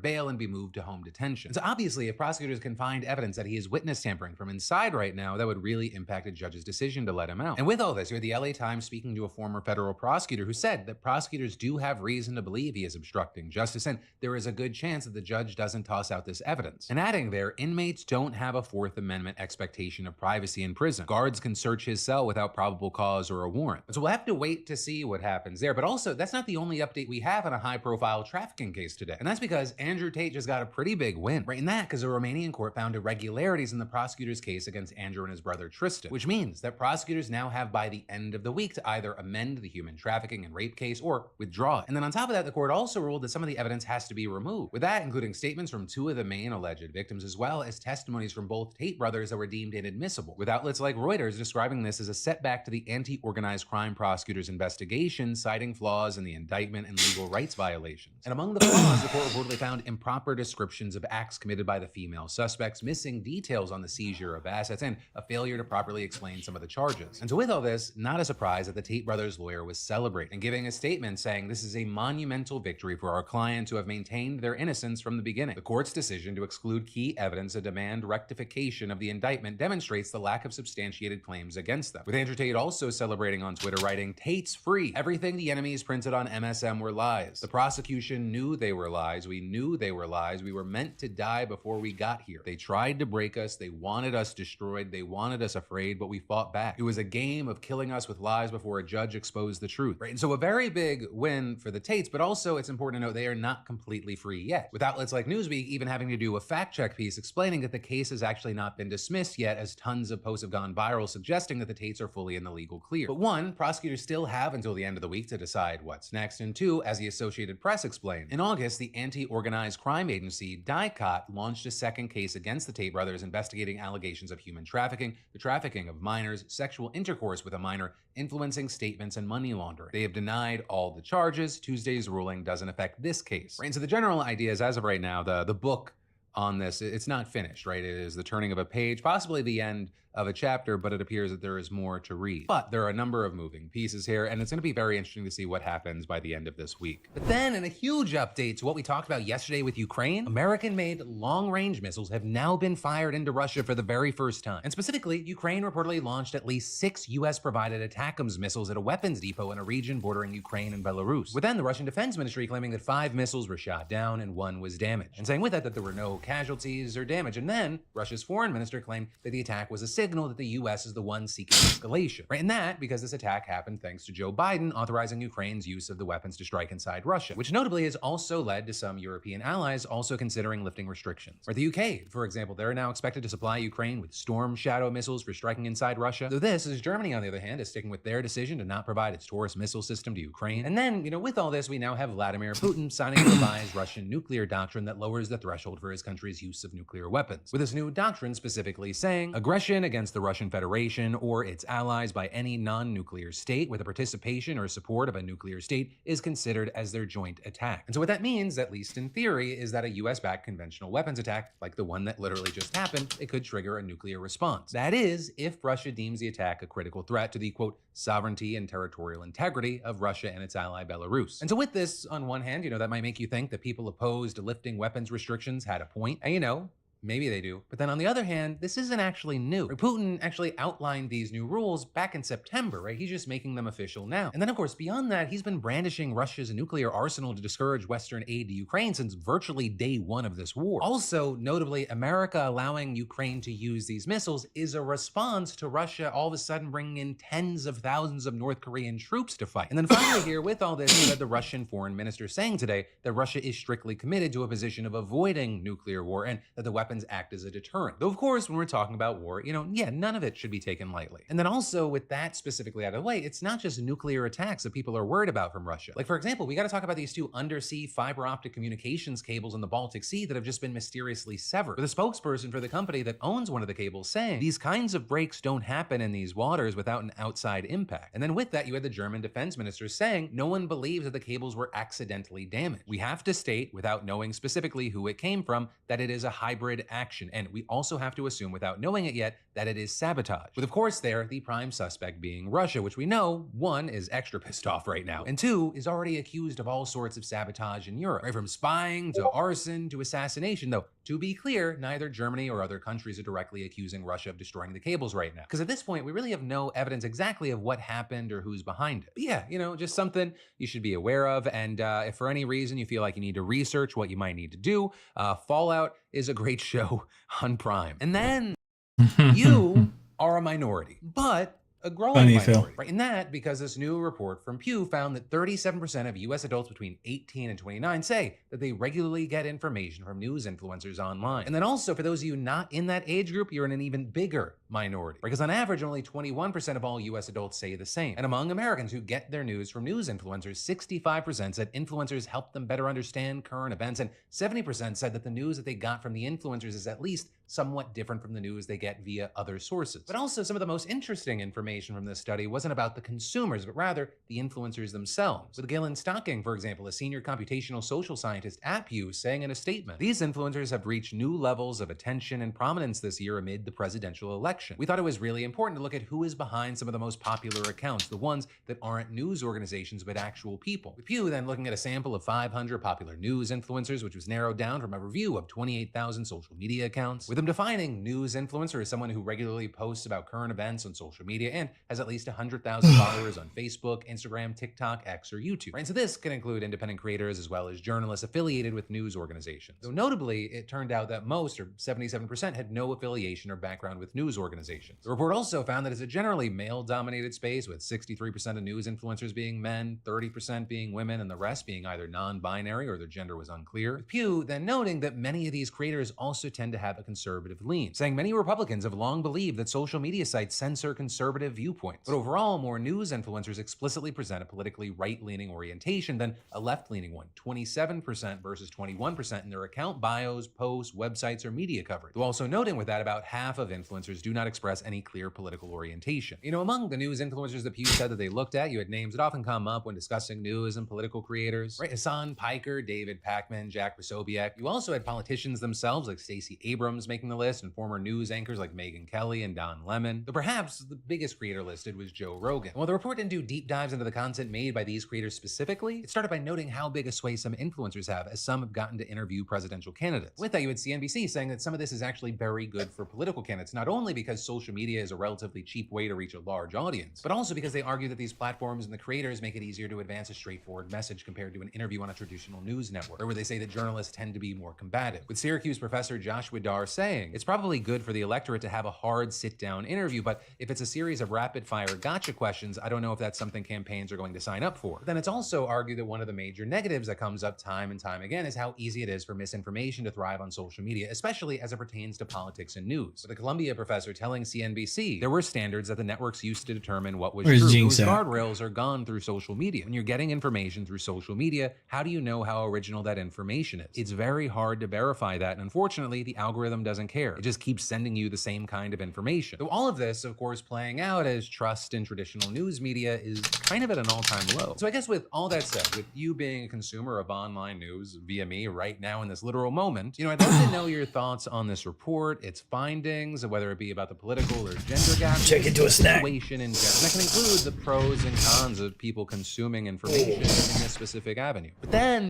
officials on every level, from local leaders to the president of the United States, are openly condemning the neo-Nazi march we just saw in Ohio. Because as you may have already seen, there's a video circulating online showing a group of masked assholes waving swastika flags while marching down a street in Columbus. Reportedly, about 10 people were involved, 3 of whom were carrying the flags they paraded past local businesses while shouting the N-word. And according to local authorities, the group was armed and there may have been a physical altercation before the police arrived, with one outlet saying someone may have pepper sprayed them. But with everything, you had the police going on to say that while many of the neo-Nazis were temporarily temporarily detained. No one was arrested. And as you'd expect, we've seen different reactions on the local level. We saw community leaders doing a march of their own in a demonstration against the neo-Nazis and their hate. Columbus's mayor, Andrew Ginther, posting a statement on Twitter condemning the, quote, cowardly display and adding, "We will not allow any of our neighbors to be intimidated, threatened, or harmed because of who they are, how they worship, and who they love." But then the city attorney posting his own statement saying that this is not who Columbus is, and they won't, quote, tolerate or normalize this disgusting ideology in any form. And adding, "Take your flags and the masks you hide behind and go home and never come back. Your hate isn't welcome in our city." Then moving up a bit, you had Ohio's Governor Mike DeWine saying the same things in his statement and adding, "There is no place in this state for hate, bigotry, anti-Semitism, or violence, and we must denounce it wherever we see it." And then all the way up at the top, you had the White House condemning the neo-Nazi march, calling it a sickening display and adding, "President Biden abhors the hateful poison of Nazism, anti-Semitism, and racism, which are hostile to everything the United States stands for."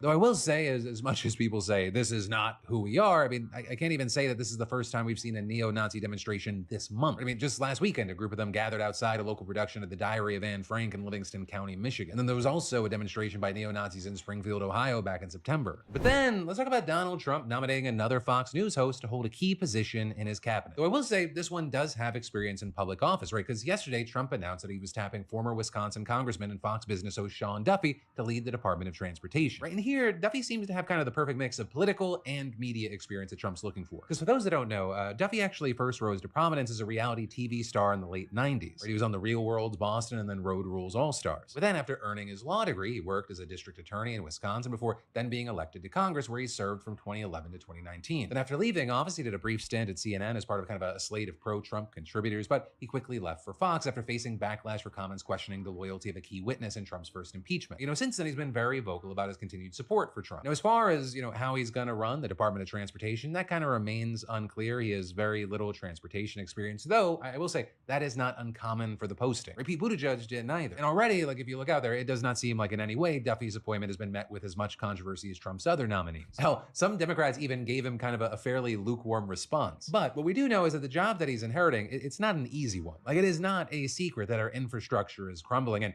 if confirmed, he'll be the one responsible for deciding how to rebuild it. Duffy will also be tasked with oversight of the Federal Aviation Administration, right, the FAA, which that just continues to struggle with air traffic control and remains at the center of hot-button air safety debates amid the ongoing Boeing scandals. And then beyond that, he'll be in charge of the Federal Railroad Administration, which is under pressure to make safety reforms after the high-profile derailment in East Palestine, Ohio. And then, on top of that, there's kind of the whole Elon Musk of it all, right? Because the Department of Transportation plays a huge role in regulating Tesla and SpaceX. And Elon Musk has made his displeasure with the department very clear. He's openly and repeatedly clashed with regulators at the FAA over its launch practices. And then on top of that, the traffic safety arm of the agency is actively investigating Tesla over its full self-driving system after the company reported multiple crashes, including one that killed a pedestrian. And of course, all of this as Musk himself is playing an increasingly larger role in the administration, not only being tapped to lead the so-called Doge Commission, but also just generally being very close to Donald Trump. Also, regarding a connected story with Musk, we saw Trump making another notable appointment that Musk stands to benefit from, with Trump over the weekend choosing Brendan Carr to be the chairman of the Federal Communications Commission. Right, and for some context here, right, the way the FCC works is that there are 5 commissioners and the president designates one to be the leader of the agency. So Carr is actually already serving as commissioner, a post that Trump appointed him in 2017. And unlike Duffy, Carr has made it abundantly clear what he plans to do with his new position of power, because Carr has publicly said that he will fulfill Trump's goals of slashing regulations and going after big tech and TV networks that the president-elect views as being biased against conservatives. He's also notably yet another appointee who has deep ties to Project 2025, despite Trump repeatedly claiming that the blueprint wouldn't be part of the official policy of his administration. People noting that Carr literally wrote Project 2025's chapter on the FCC, with him there arguing that the agency needs to focus on reining in big tech, accusing the companies of trying to censor diverse political viewpoints.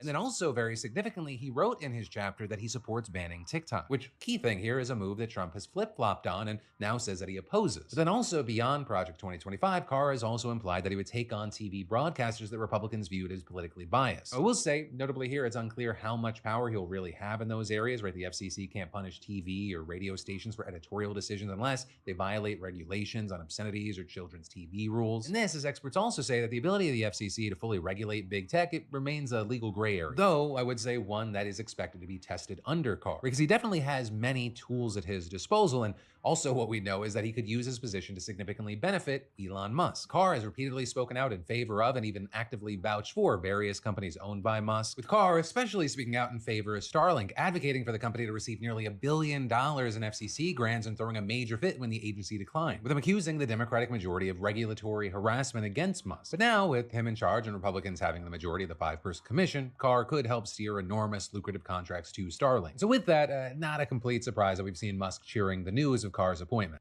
Then we've got to talk about one of the largest ever protests supporting Indigenous rights in the history of New Zealand. With us seeing today tens of thousands of people marching in the capital of Wellington, specifically against a proposed law that would reshape the country's founding treaty. Right, and that's a treaty that was signed by the colonial British regime and 500 Maori chiefs in 1840. It basically laid out the principles guiding the relationship between the Crown and the Indigenous population. But notably, they signed 2 versions of the text, one in the local language and one in English, and that's long sparked debate over how the treaty should be defined and interpreted. And of course, as you'd likely imagine, for a long time, the colonizers ultimately got their way. But notably, over the past few decades, the country's parliament and judicial system, they've come to interpret the treaty as promising Maori significant decision-making powers and special protections. And then with that, along came a man by the name of David Seymour. He's the leader of one of 3 parties forming the country's conservative coalition government. And he introduced something called the Treaty Principles Bill, with him and his supporters saying that the way the treaty has been interpreted over the years has given Indigenous people special treatment. Though notably, Maori, who make up 20% of the country's population, they're still behind when it comes to almost every social and economic metric. And that's actually despite attempts in recent decades to deal with inequities caused in large part by breaches of the treaty. And so with that, you have people like Margaret Mutu, a professor of Maori studies, saying it denies the fact that the statistical reality of Maori is that we are way behind the rest of the population because we have been colonized. We've had everything taken off us. With then another Maori legal expert saying, if those principles are redefined and significantly weakened, there will be fewer legal mechanisms for Maori to have their rights recognized. And, that's why the backlash has been so strong. Because before today, you may have seen this viral moment from a session of Parliament last week. Right? You had a Maori lawmaker symbolically ripping up the controversial bill and being joined by some of her colleagues in a traditional dance called a haka.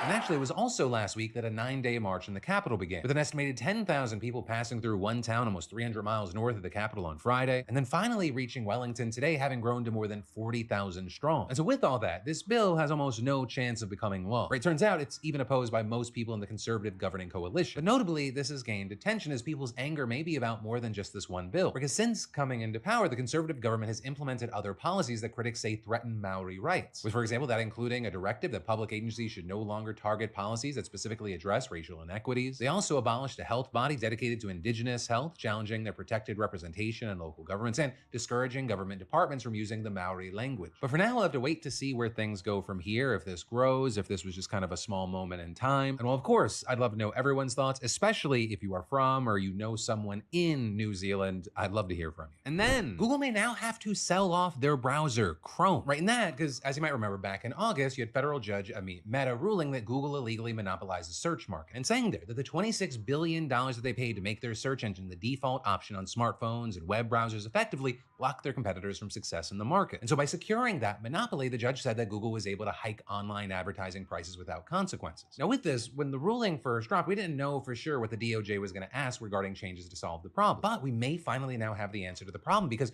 Bloomberg's reporting that the Justice Department plans on asking Meta to force Google to sell off Chrome. A sale that would be both huge generally as well as what the price tag is, right? It could reportedly fetch as much as $20 billion. And as far as why sell off Chrome, you have Bloomberg citing sources saying that the DOJ knows that Chrome is a key access point for people to use the Google search engine, right? And losing Chrome, it could be a serious hit for Google. I mean, it's the world's most popular browser, and owning it's a key part of Google's ad business. Through Chrome, the company's able to see activity from signed-in users and use that data to more effectively target promotions, which then makes up most of its revenue. And that's without mentioning that they've been using Chrome to direct users to its AI product, Gemini. Now, unsurprisingly, with all this, Google has already promised to appeal and certainly doesn't have anything positive to say about this latest development, or with their vice president of regulatory affairs saying that the DOJ, quote, continues to push a radical agenda that goes far beyond the legal issues in this case. And adding, the government putting its thumb on the scale in these ways would harm consumers, developers, and American technological leadership at precisely the moment it is most needed. But also, an important note here is that this isn't a done deal yet. This is technically just one of several recommendations from the DOJ that Judge Mehta will be considering, with some of the others being things like requiring Google to uncouple the Android operating system from its other products like the Play Store or search engine, as well as requiring them to give websites more options to stop their content from being used by Google's AI products. Especially because there's also the matter of finding a buyer for Chrome, right? Not a lot of companies have $20 billion lying around. And then even there, the companies that could afford it and would want to buy it, like Amazon, they're already facing their own antitrust scrutiny. With, for example, one Bloomberg analyst saying that he thinks Chrome's sale is, quote, extremely unlikely, but that maybe OpenAI could take an interest, saying that would give it both distribution and an ads business to complement its consumer chatbot subscription. But fortunately or unfortunately, depending on who you are, it appears that it's going to be a while before we actually know what's going to happen. Right? And that because the judge scheduled the hearing for April of next year to decide what changes are going to be required and planning to issue the final ruling next August. But ultimately, that is where your Tuesday evening, Wednesday morning dive into the news is going to end, though. Quick announcement for tomorrow. One, you will be getting your regular Philip DeFranco show at the regular Philip DeFranco show time. But two, there might not be a morning live stream over at twitch.tv/DeFranco Live. I've got a family thing, but I might be able to squeeze in an earlier morning live stream. We'll see. Best bet is just to follow me over there to make sure you get notifications. But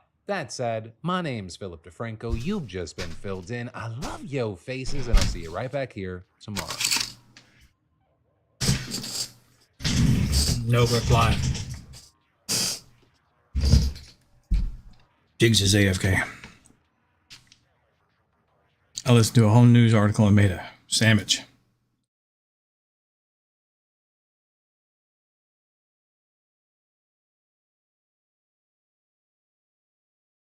I don't know, Jinx.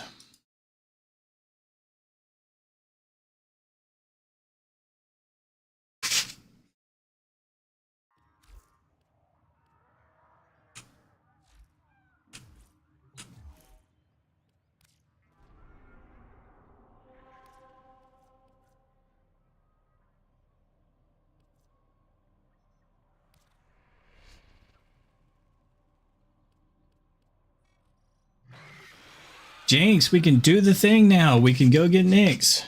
It's hit the boss fight.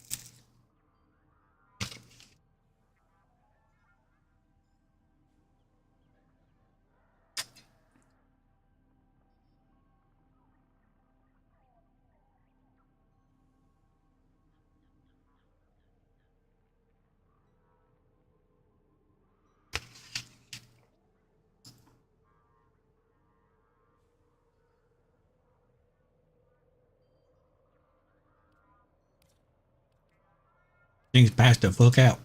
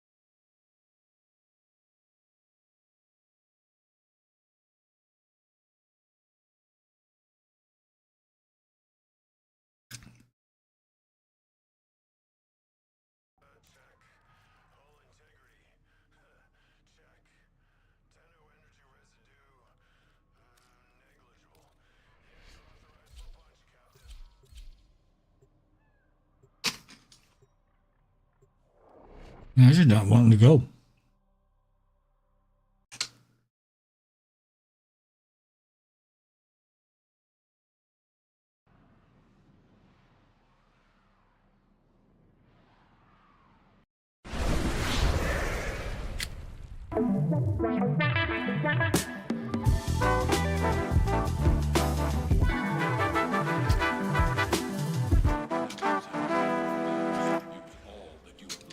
Full disclosure, I've been toiling away for the last couple weeks on business stuff for Second Wind. It was our first birthday celebration on Saturday, so I had been planning that event, working on end of the year wrap-up ideas for the team, and doing a bunch of other stuff you probably don't care about. Couple that with not a whole lot of interest We can get topics to Knicks unpack now. this week, and generally being exhausted, I decided to write about one of my favorite games that is both relaxing and nostalgic. A franchise that I honestly cannot believe has been allowed We can to get continue Knicks now, on by the in way. current market. You could break me open and take my candy, but wouldn't you like something better? Viva Pinata is a weird game for me. I'm not big into the life sim or farming genres, but the I series gotta is one finish that this I mission, fell in though. love with when the original game was released in 2006. If you've never played the series, it's a cross between Animal Crossing and a creature collector, where you take a rustic garden and make it a home for the many pinatas across the land. Each pinata has its own set of needs and wants, so you're constantly working to make the garden inviting enough for them to decide to visit and then become residents. As you unlock new items, expand the garden, and add residents, more and more pinata creatures begin to appear and want to make your garden their home. The simplicity of the farming gameplay, coupled with the constant drip feed of new items, mechanics, and creatures to attract to the garden, was intoxicating for me. Even today, when I play the game, this little sound cue and cutscene that announces the arrival of a new pinata makes me feel like a kid again. There's a heavy unit approaching.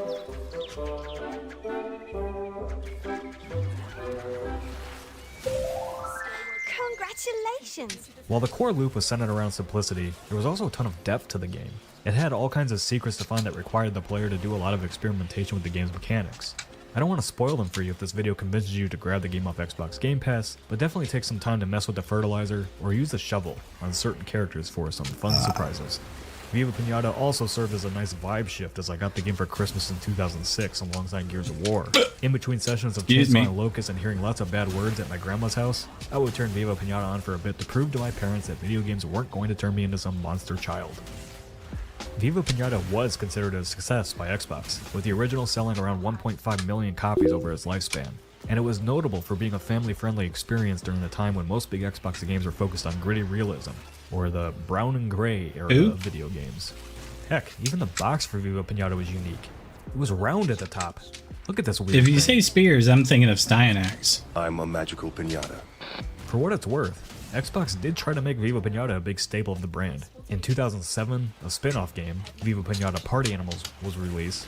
In 2008, Rare released Trouble in Paradise, which was more of an expansion or definitive edition of the original game than a true sequel. but it's Neja. received well Oh, regardless. it's The series even made its way to the Nintendo platform. Divine- With a release on the DS called Pocket Paradise in 2008. I don't and know. There was a TV show. It's- too it that is managed for to his somehow get 2 spears, but seasons it's- before being canceled. Never personally. I forget what seen it's it, called off but the it top of just my goes head. to show Xbox did put quite a bit of effort and backing into the Viva I have to look at the Pinata build IP. to remember And it. if you get me down from here, I'll grant you all your wishes. Sadly though, that's where things ended for the franchise, as Trouble in Paradise didn't sell well enough to warrant a third mainline entry, and Party Animals and Pocket Paradise weren't sales success stories either. I truly believe that Viva Pinata was a franchise that was just well ahead of its time, though, and if reintroduced today would be a massive hit considering the current market and the absolute deluge of cozy farm sims and creature collectors that are currently available and upcoming. Not to mention it's a franchise, and stick with me here as I put my business shill hat on, that would be very viable as a live service game today. Introducing new biomes to build farms at, new creatures over time to collect, new items to the game world, cooperative gardens. Yes, I have thought about this many times now, and I am sorry for putting the idea of another live service game into the world. Anyway, the current rumor is the new game Rare is working on, Everwild, may in fact be heavily inspired by Viva Pinata. So that's something to keep an eye on, as the game's original trailer signaled it might be some sort of survival-like experience, but Video Game Chronicles Andy Robinson indicates that's not the case, and it's more Viva Pinata-like. Almost done with Everwild this. may still be a ways off, I'll be able to though, get as that it was information originally to you. revealed in 2020 and completely rebooted in 2021. The last time we heard about it was potentially targeting a 2024 release, but clearly that's not happening. Thankfully, as of last month, Windows Central's Jez Corden, who is a reliable source for Xbox-related news, said that development is going well and that its gameplay loop has been nailed down now. Just get me down and it's all yours. Come on. Come on. Viva Pinata is one of those games that I return to quite often, as it has aged extremely well and really just hasn't been replicated by any other game series yet. There are some indies that scratch the itch, like Horticular or Wildmender, but nobody has quite nailed the utterly addictive gameplay loop that Viva Pinata had for me yet. If you have Xbox Game Pass and need a cozy game to play this holiday season, give Viva Pinata a shot. It truly is a very unique game that I think a lot of people missed out on over the years. Just so we're clear, kids, I'm not magical. Giddy up! Yeah! Yeah! That was acting, children! Bravo for me! Thanks for watching this episode of Unpacked. It's not my typical video I would make, discussing industry topics or breaking down some big news story, but I had a good time making it regardless, and I hope you enjoyed it. This past Saturday was the first anniversary of Second Wind, and I'm extremely proud of this team and everything that we've accomplished over the first year. If you haven't already, do consider joining us over on Patreon, as it helps make sure we're sustainable for the years to come. And we get to keep making cool content like this, and stuff like the Animal documentary, Metal Gear Untold, and a bunch of other cool things they haven't seen yet, like Adventures Night Season 4. Goodbye!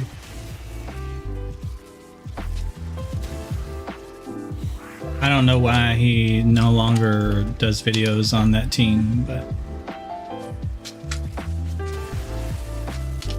I liked his videos.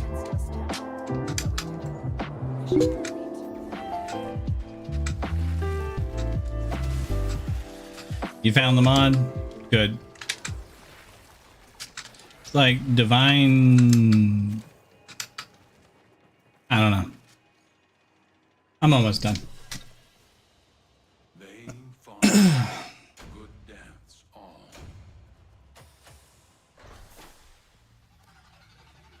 69% of the damage. Nice.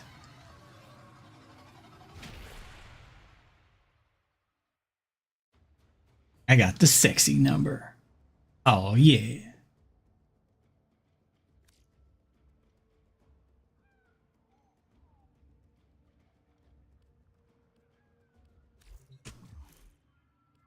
I was laughing this morning and I was telling the wife about me confusing the name of the song.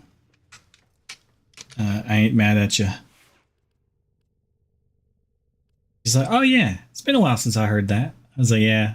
I said you'd be like, yeah, I used to listen to that all the time back in the day.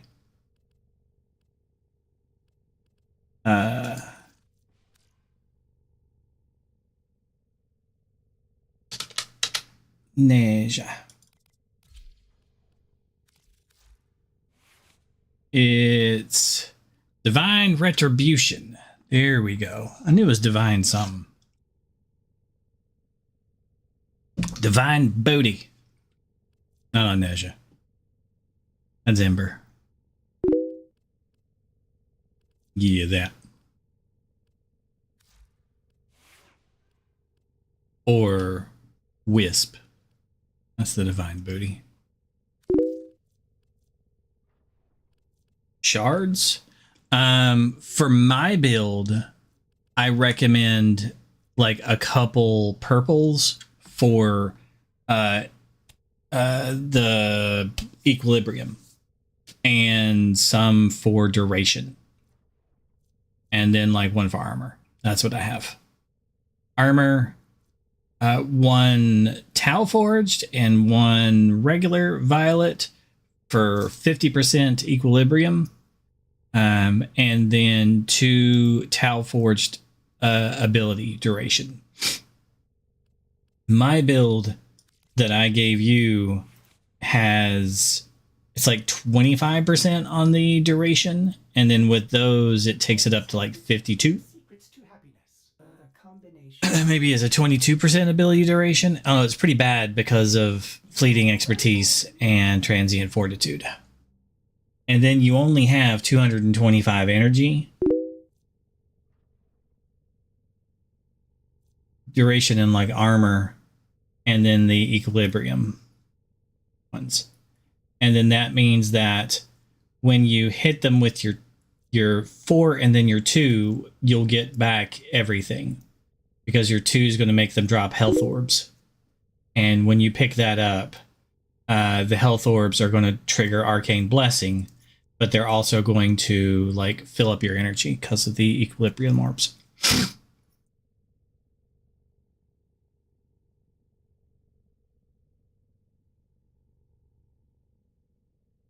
And you should get back enough to completely refund hitting your 4 and hitting your 2 again the next time around. Because half of the health that you bring back in will be converted to energy. And you'll get the occasional energy orb too in that, but it should be enough to refund you each time you do it.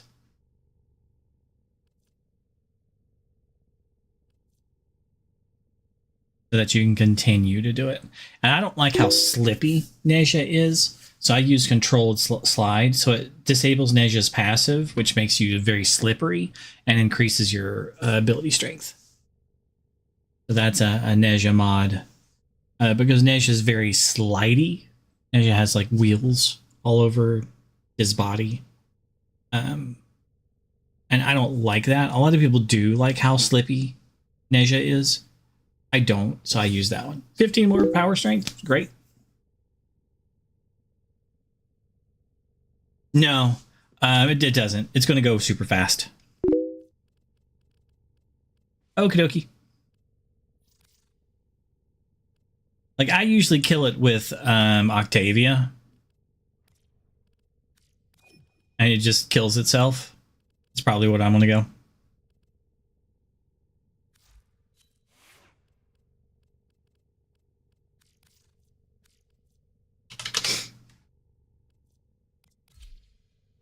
It's a boss fight, so bosses... Octavia usually causes bosses to kill themselves. Ishlag, would you kill yourself?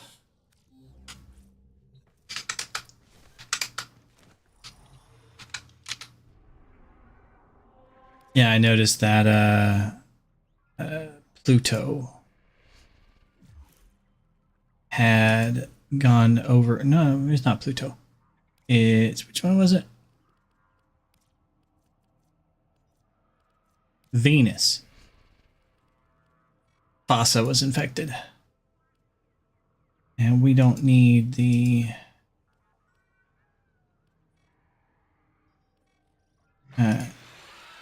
assassination. There's the forehead. Yeah, that's fine. We're just going to repeat this a bunch of times.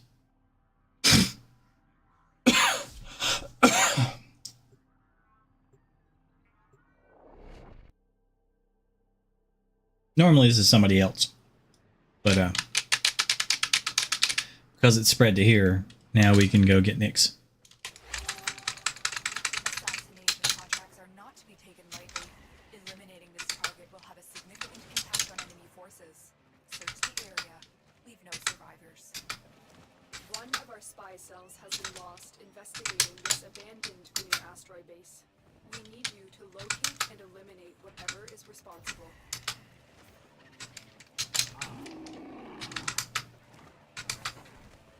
It's just a race to the end. Kill the guy as quick as possible. Rinse and repeat.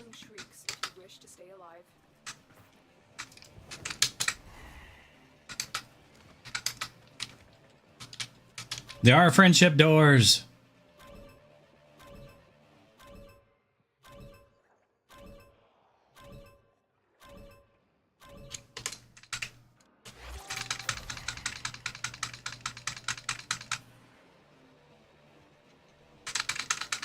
Come on, Scrappy Doo.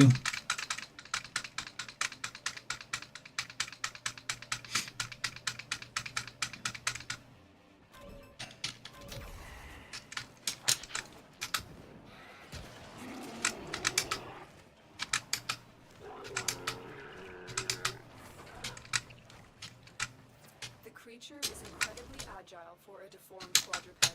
Keep moving to avoid being crushed. And he's dead.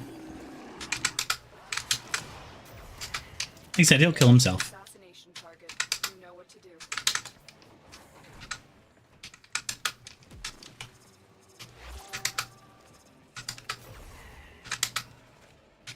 They won't be bothering us anymore. Let's get out of here. Stay focused. There's a heavy unit approaching.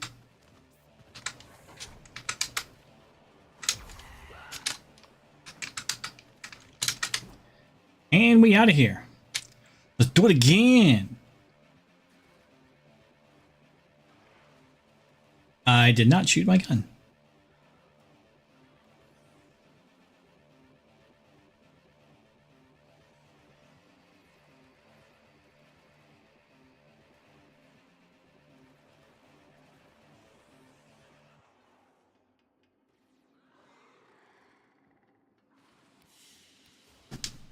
Target down. Assassination contract complete. Great work, Tenno. 2 minutes, 35 seconds. Nick's chassis blueprint.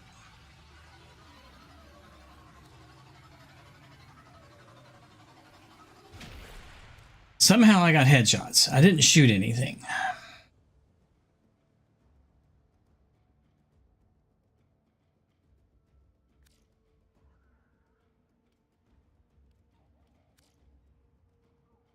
Firing accuracy is 0% because I shot nothing, but I killed something by headshot somehow. Let's repeat. Check your inbox, operator. Maybe Ordis will get a message someday.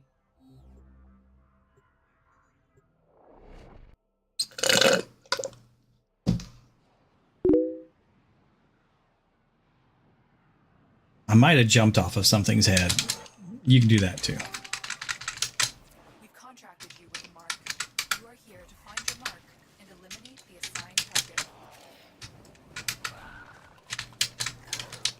This place is crawling with infested.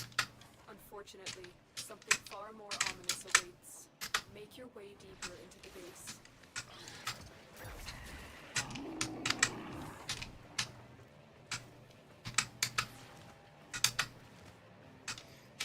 Listen for its screams. This will mean you are getting close. Jump up when you come out the little platform and turn around. Avoid the creature's spine strike. These razor-sharp quills will rip your warframe to shreds.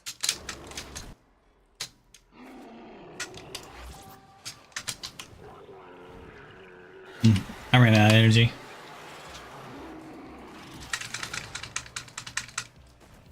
The assassination target is here. Wipe them out. Here we go. Didn't have to deal with a friendship door. Target down. Assassination contract complete. Great work, Tenno.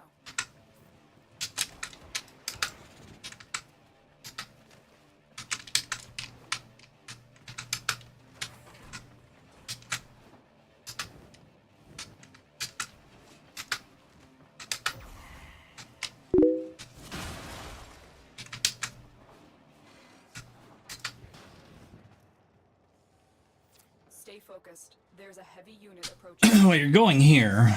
Maybe that might help. I doubt it.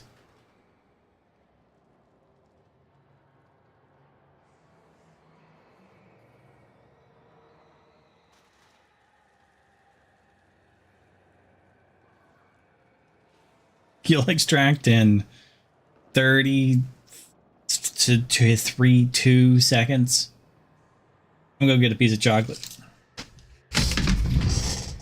I got time.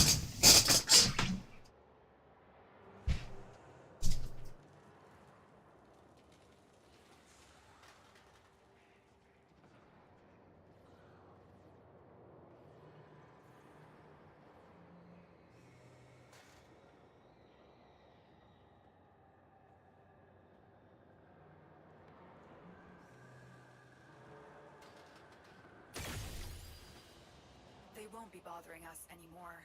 Let's get out of here.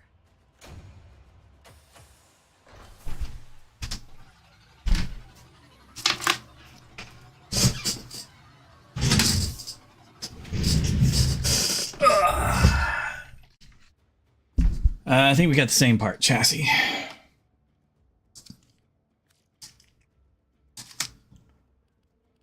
Repeat. I know, I have a message in the inbox. It's probably Stalker, being upset that I killed an infested. Ugh.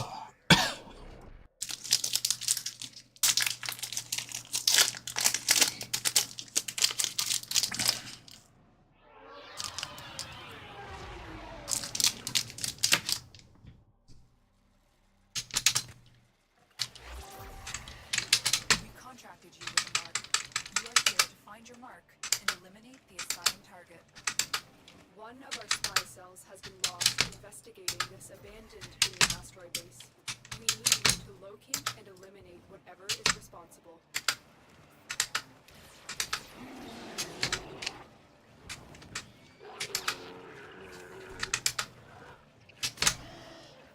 Listen for its screams.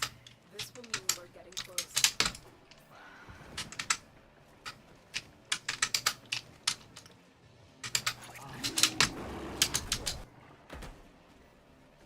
Avoid the creature's spine strike. These razor-sharp quills will rip your warframe to shreds.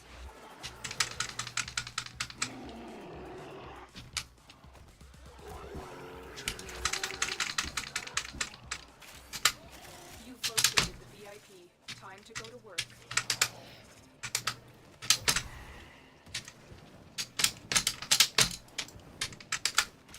Ah, I'm stuck on a railing there for a second. Get out of my way, bad guys. Let's get out of here.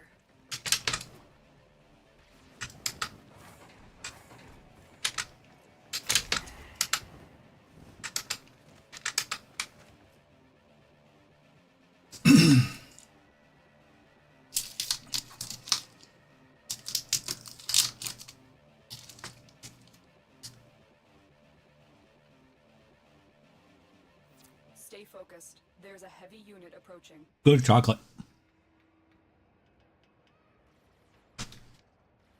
There's a little like, I think Ghirardelli or something. They're the caramel squares. Let's get out of here. Hey, Neuropics, got some head from Nix. Good job.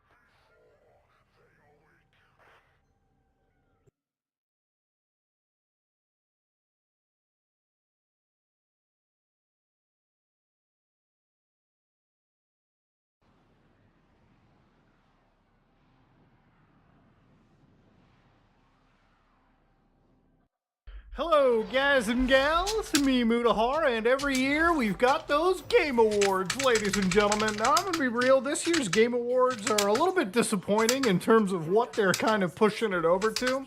But I feel like every year it's kind of been this huge thing where people watch massive reveals.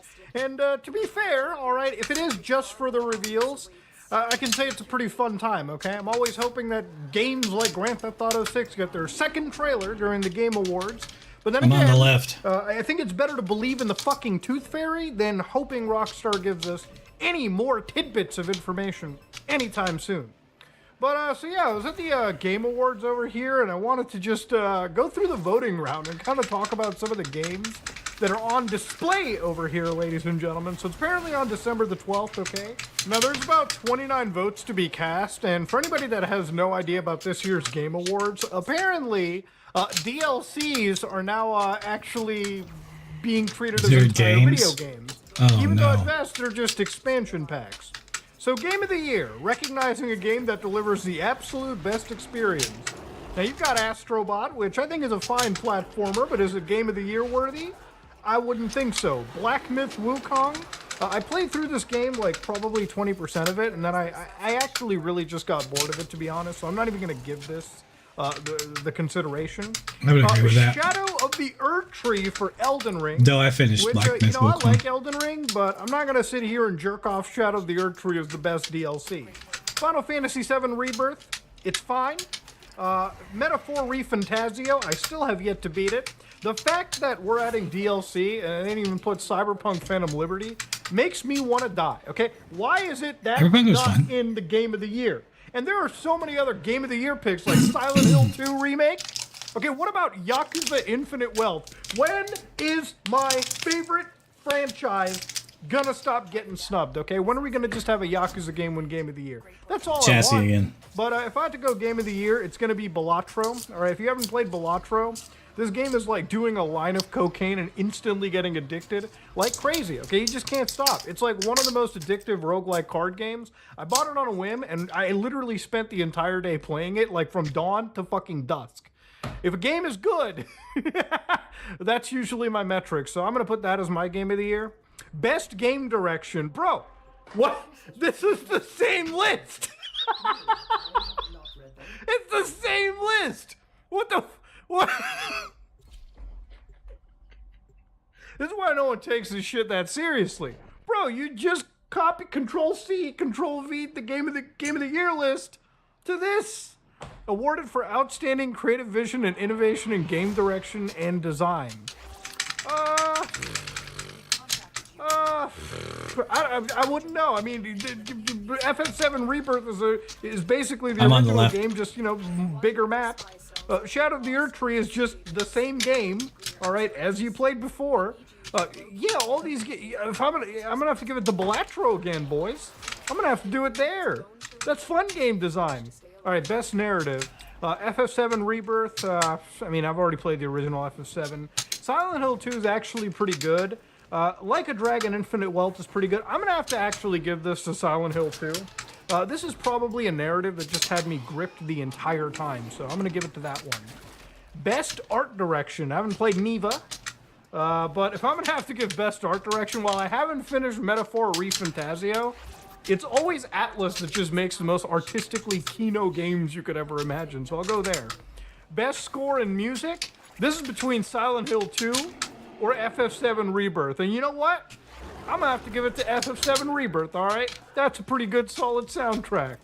Best audio design. Oh boy, recognizing the best in-game audio. That's gonna be Silent Hill 2. That's not even a question. That game is absolutely, you know, half of the horror in that game is actually the sound design. So best performance. FF7 Rebirth by Brianna White, Hannah Tell. I actually have not played Life is Strange. Star Wars Outlaws was okay. I wouldn't really, you know, fawn over it like crazy. I'm gonna have to probably give this to Luke Roberts for Silent Hill 2. Game is solidly well delivered. Innovation in accessibility. Recognizing software and or hardware that is pushing the medium forward by adding features, technology, and content to help games be played. Well, once again, I say if Diablo 4 is somehow a playable game, then realistically, it's an innovation in accessibility, because only truly those who are completely disabled in every mental faculty are playing this game. So if you're managing to play Diablo 4, you probably win accessibility. But in reality, my mom I plays guess Diablo. I'd probably say like Black Ops 6. Like if you actually played around with the accessibility settings in that game, I would say that when it comes to customization and modifying the experience for your play style, or like how you want to play, probably the better example.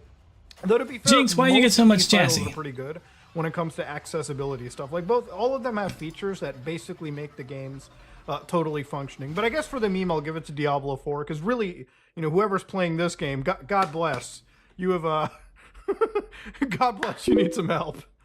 For a thought-provoking game with a pro-social meaning or You message. just need one systems. Come on.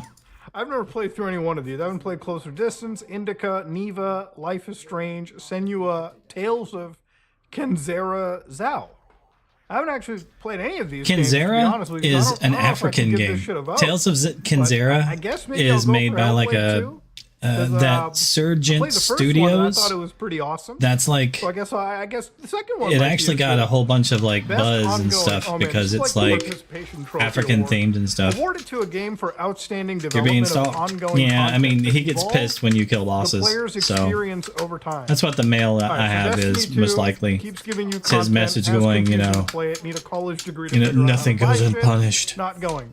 Once again, I think you all have understood how much I love Diablo 4, so I'm going to skip that option. I actually had stopped The buzz playing about Tales of Final Fantasy, Kenzera 14 was online. I because actually like got a World of it's such a Warcraft. rare thing to have like This didn't capture me as much as I thought. African theme and mythos and all this other stuff. Honestly, being I've put played into so a many, video like, game. Fortnite, like, custom creative It's got a matches. really interesting I'm like art probably gonna have to design give it to Fortnite, dude. and like Probably, unironically, I ideas put more behind hours it. into Fortnite It's kinda than cool. Any of those other games in that list in the last year. Best community support, recognizing a game for outstanding community support, transparency, and responsiveness. So again, you got Baldur's Gate 3, which is it's fine. I don't really know that I engage much with the community for this. FF14. No, don't engage. Fortnite. No. You know what? No Man's Sky gets this. Everyone in this goddamn game is some of the nicest people you'll ever meet. Okay, seriously, join any expedition. This is one of the nicest gaming communities. They get a vote just for that. Best independent game. Oh, dude. Oh, dude, that's obviously it's Balatro, dude. Clear sweep there. Best debut indie game. Well, I think you guys know where the No, fuck that's it's just because going. It's you're Balatro. biased. Best mobile. Balatro is Wait, good. Balatro's on cell phone? No way. No shot, bro. It's on iPhone? Oh, well, you know that's getting a vote right there. Oh, clearly the best mobile game. Best VR AR. I actually played one game out of this list, and I really fell in love with it. Batman Arkham Shadow. So this game, VR-wise, is probably one of the best examples of like if nobody has ever played virtual reality, give them Batman Arkham Shadow. Like, they will actually love it beyond belief, because it's not one of those VR games that like requires like so much prior knowledge of playing VR. It actually tutorializes you pretty well. And I would say the immersiveness of it pretty much matches that of like Half-Life Alyx, right? I've also heard Metro Awakening is pretty good, but I haven't played that yet. But Batman Arkham Shadow, absolutely one of the best VR experiences of like last year. It's kind of a shame that it's literally just lost to the Oculus Rift. But then again, I guess they're really putting in tons of money into their exclusive games. All right, so best action game. Black Myth Wukong is pretty good. Helldivers 2 is pretty good. Warhammer 4, I haven't played Warhammer 40k. Black Ops 6, it's fine. If I'm gonna have to give any game in this the best of the list, it's probably Stellar Blade. Like, that is actually a pretty stellar game. All right, best action adventure. Let's see, Astrobot, Prince of Persia, Silent Hill 2. Good luck. Star Wars Outlaws, or Moorhead. if you're combining combat with traversal and puzzle solving, dude, honestly, Astrobot's no. To be fair, the new Zelda Echoes of Wisdom is pretty good there too. So it's really a toss-up between this Zelda game and Astrobot. Silent Hill 2, I don't know if I'd consider it the best action adventure. Honestly, like the puzzles in Silent Hill 2, at least the remake, are pretty easy to figure out. And honestly, it's nothing that's going to blow me away. I would say out of this list, probably going to have to go with The Legend of Zelda. Best RPG. Ooh, oh man. Best game with rich player customization. All right, we got Dragon's Dogma 2. Not giving it to that one, that's for sure. Shadow of the Earth Tree. I mean, that is... That's weird. You know what? Best RPG. I don't think RPG is rich player customization. I think of it as role play game. It's so hard on the JRPG stuff. So if you don't play Like a Dragon, there's the Yakuza franchise where all the way from Yakuza 0 to 6, it's like a beat 'em up. That's just weird. Here's somebody classify an RPG as rich player customization. These are Where do you get that from? Kind of rebranded Yakuza titles where they're turn-based JRPGs. This is literally like the best modern day interpretation of like old school Dragon's Quest. This gets it. This absolutely wins the best RPG. So best fighting, I don't play much fighting games, but I have played enough Tekken with the boys, so I'm gonna give it to that one. Although I've heard Dragon Ball Sparking Zero is pretty good. But yeah, I'm gonna go for Tekken 8. All right, let's see, best family game. Oh man, the best family game. That one goes to Astrobot because that's the only one that I've really played in that list. That I would consider playing with like kids if I had them. Best sim or strategy game. Ooh, all right. So it's either Frostpunk 2. I think somebody lied to him on what RPG meant. And I have played a little bit more of Manor Lords, so I'm gonna go with this one, just for my pick. Best sports or racing game. Oh yeah, the one field I don't play. Let's see, which microtransaction slop do you want, boys? I'm gonna go with WWE 2K24, because all I remember from the WWE franchise is basically playing the cage match as a kid, and then when me and Charlie were beating the shit out of each other, because Champ Chong made a video out of it, and I thought it was Yeah, pretty it can't be awesome, so I'm gonna go with customization. that That's a one. C. And yeah, that's as far as my sports games go. Best multiplayer? Oof. Well, basically this comes down to which one has the most wild onset community. And I'm going to go for Black Ops 6 here. Actually, yeah, I'm going to have to give this one to Helldivers too. I haven't played it as much as I should have, but generally I like this experience just because it's more co-op oriented. Best adaptation, recognizing outstanding creative work that faithfully and authentically adapts a video game. Systems. Woo! You know, I There you really go. wish I could give this. I think vote, you get but the, this is so bad, and I'm actually so triggered. The like watching main that thing from that the I'm going marketplace. to now add it into my script of videos to make, because this Amazon show, like a Dragon Yakuza, is like so bad that I swear to God, the Halo TV show looks like. Oh, you're fucking welcome. See, it's not that bad. gangbusters It's in pretty comparison. quick to like I'm gonna have to go farm with up. Knuckles on this one, just because I gotta give my Because boy like Sonic some credit. as long okay? as the My mission Sonic is franchise available, gotta get some it's a credit here. super Most quick kill. anticipated Like I said, game. you just let it kill itself. Okay, so for me, this is gonna be a bit of a curveball to some people. Okay, you got You get the blooper from login reward. Nice. So my most anticipated game out of every single thing on this list is actually not GTA 6. I'm actually more excited for Death Stranding 2 on the beach. I have a bit of a personal connection to the original Death Stranding. Like, it came out at a time when I was seriously depressed. And, like, you know, I had a lot of, you know, there was just, like, there's a lot going on. And it was the only time where I got to actually go into a world, start new, and just get lost in something that, like, let me learn to feel by myself and just learn to be, like, just be myself. No. I like the story. Did you want I to like do the that? world, I like the premise. that, I don't care if people say it's a walking simulator. I Spy? actually am really hyped to play Death Stranding 2 on the beach next year. Like, I'm excited for GTA 6 and Metroid Before you go Prime 4 AFK? and Monster. Like, every single game on this list is awesome. I'm more Thank you. excited for Death Me, Stranding I'm 2, sick, I'm just so gonna give you that know. vote there. I have time off, so I'm Content always sick during my creator time of the off. Year. Well, out of everyone that seems the most wholesome, it's probably going to be Queso, so I'll give it to him. Best esports game. Oh man, you know, I haven't played anything in this list. The last thing I played a month ago was some Counter-Strike, so I guess I'll give it to that one. And it's the one that works underneath Linux, so it gets it. Best esports athlete. Ooh, let's see which one is awesome here. They all look like gangsters to me, but I'm gonna have to go with Alex Sib, dude. That hair's just Alright. got it going on, so you get that, pal. Best esports team. I don't know FaZe Clan, but I'm gonna have to give it to Billy Gaming here, just because I like BillyBilly.com. And notify me when voting opens with more rounds. So apparently there's more voting that goes in. But yeah, those were all the votes that I wanted to cast. And that's pretty much what it came down to. So yeah, at the end of the day, this Game Awards, it's not something that I really think is that great. Like, out of all the awards that we've seen, of all the nominations, they've really missed a whole lot. Like, okay, Silent Hill 2 should have probably went up for Game of the Year nomination, as should Like a Dragon, like Infinite Wealth, as should Cyberpunk 2077 Phantom Liberty. So yeah, I feel like the list for Game of the Year is a Phantom little bit Liberty was restrictive. good. I enjoyed it. But overall, you know, I think what most people are going to be watching this for is probably not the awards. They're probably going to be looking at the Game Awards for the game reveals. And I think hopefully, if God willing, we might get something more for Grand Theft Auto 6, maybe something for Death Stranding 2. No problem. But yeah, Just let me moral know of the story, if you okay? need Game something. Awards, they're kind of getting shitty year after year on a personal level. But at least Balatro might win.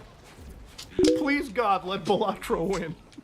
Let my addiction mean something. If you like what you saw, please like, comment, and subscribe. Dislike it, dislike it. I'm out.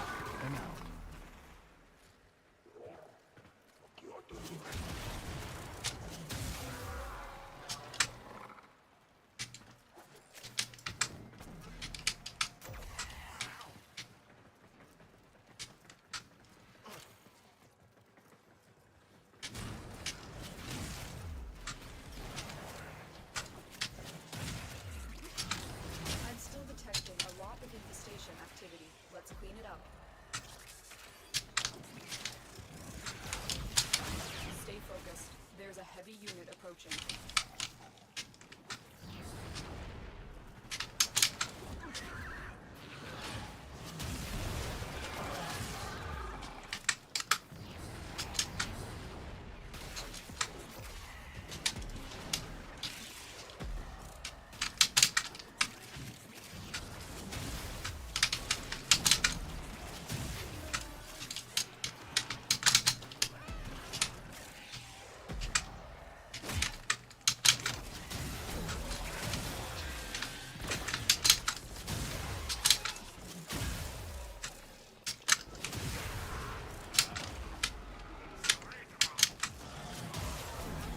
The enemy is broken. Well done. Now get to extraction.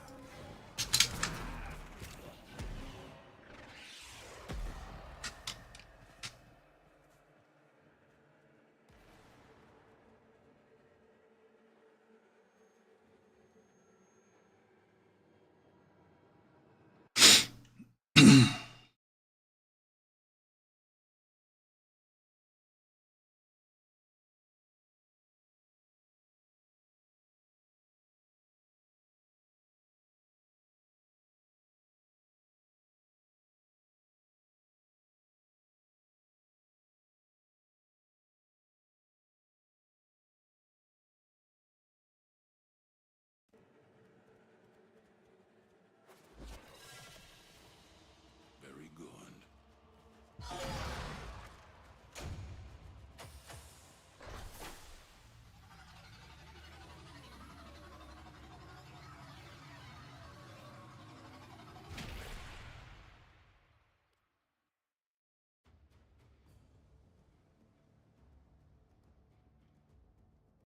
Oh, look at that. TikTok is getting sued by 14 U.S. states claiming it's responsible for decline in teen mental health. Hashtag where were the parents? If anybody uses hashtags anymore. I always like the, I'm not a big fan of TikTok. Again, it's a lot of nonsense and misinformation. I post to it and I leave. It's like Twitter. Thought TikTok was getting banned still. I don't know. I think they're fighting that still, but apparently they're getting the bipartisan coalition asserts TikTok is responsible for teen depression, anxiety, and even death. My drink is out. Imagine teens being anxious, depressed, and some of them dying. All because of an app. I do like that, Tom. Tom. The issues in school. It wouldn't be the parents stressing their kids out. I've always liked his art. Stressing them out. And then being depressed because they're never actually going to be able to progress in life because the economy is actually shit. And they now understand that, and now they're depressed. Imagine. I feel like TikTok is the only place that they're actually getting a reprieve from reality. But again, always blame the platform and not the parenting. And the news media. Dude, it's everything. Half the stuff in the news that's really bad and you don't want anybody seeing ends up on TikTok. People react to it and they make a clip out of it. And, everyone gets more and more sensationalized so they can get more and more views. And, young people are struggling with their mental health because of addiction. Addictive social media platforms like TikTok. And probably everything else. Oh, God. Again, it's like, why doesn't anybody ever just say, monitor what your peeps are doing? I guarantee you they bring up like, well, TikTok was responsible for encouraging all these challenges.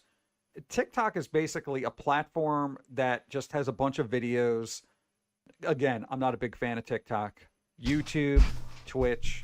It's all an algorithm that says, hey, I'm on you Twitch. like watching this, here's more of what you like watching. That's what it does. I'm playing video games, So, and if then nobody's I'm also ever listening to taught this, but I anybody of a figured certain age since to I say, just said I like the top you're that gonna she's wanna cut wearing, I down on like his that. art. Yeah, but Ma, I figured I'd I'm put a larger literally- version up for a don't minute turn while I off the went and got a phone, drink. I'm taking it away from you, and I'm driving a hammer through the screen. I'm putting okay? the large version down now since I'm going back to video Give me your games. Yeah, you gotta be the bad parent. You gotta be the bad parent. Nobody wants to be the So I'm bad just running parent. some Everyone missions. wants to be the Yet Doing the there's steel also path. Facebook, you know, and platform known for using psychologists to addict people to the platform. Well, they ain't working on me. Literally, no platform. I'm got legendary into for. my brain where I got to be like, I got to be on here all the time. No, not Vampire Hub. It's got no effect on me. Jeez, weirdo. Okay, I know there's that psychological thing getting. I played for a long addicted to time. The drama, the dopamine, the quick fix, the little boo, kind of thing that goes on in your brain when you're on these things. And maybe because I don't have a lot of interest in a lot of what humanity does, it's probably why I'm not addicted to most of this crap. Because generally, most of the stuff that's out there, I look at as being garbage. So I just, it's like licking a dumpster. I don't find it. That's pretty appealing, good, so I don't honestly. do it. I generally even You're coming stuff along that at a I good do pace. like, I'm not sitting there like, okay, Beetlejuice. I like Beetlejuice. I'm not going through all the clips, all the remixes, all the reaction videos. What we know about this? What the? Do I care? I watched a movie. I enjoyed the movie. My life goes on. That's it. I'll go back and rewatch the movie. I like the movie. I'm not going to sit there watching clips all day. What the hell am I doing? I got better things to do. Chances are, here's the thing, and let's put this in perspective. Beetlejuice as one of the things. If you do like Beetlejuice and you're on the internet and you're watching all these clips, right? Yeah, that's the way to do probably it. spend Like, take a more break time watching so you don't clips get of the like movie totally burned than out and stuff. If you actually sat down and watched the movie again. Let them they come out with Movies new like what? stuff like every Little couple under 2 months, hours? right? So that gives you some Guarantee time to people build spend up 3 hours some new watching it. content, right? And then you come back. Little remixes and all this other stuff about a Yeah. movie that they actually liked. That's a Even good way after to do the it. fact. And they're just like, I could have just watched the movie again. I play Why a didn't I just little watch the bit. movie again? Um, You know? Yeah, it's kind of weird. I I'd rather watch usually a get 7-hour everything done breakdown on like my videos Monday about a movie nights, instead of watching a movie. and this is what See, I that's what I like mean, play on right? Monday. But Dude, like trailers. You ever Jinx see had those asked me to breakdown- help 30-minute get breakdown of a trailer that's 2 Nyx minutes?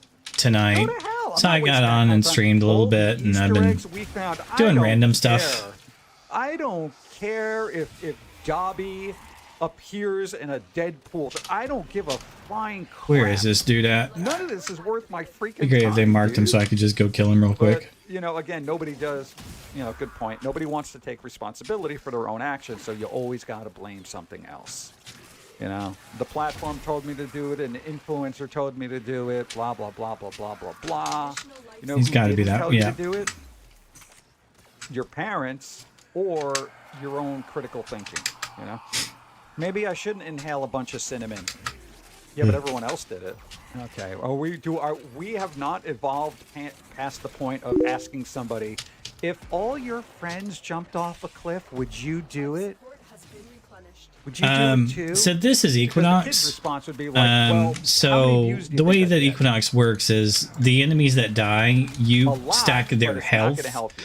onto your Every- 4. everyone So their maximum in the health gets world stacked likes on to your be 4. A boogeyman, And TikTok's so the boogeyman right now. And I'm before that, there was overkilling music them. and That doesn't movies get and stacked, video but games their maximum health the do. boogeyman changes. So what happens every so is when I often. release the So, floor, this year it'll be an all app, that next year damage it'll gets be done movies, to the enemies in my area. Video games. Every couple of weeks. And so It's like I can wipe the boogeyman map chameleon.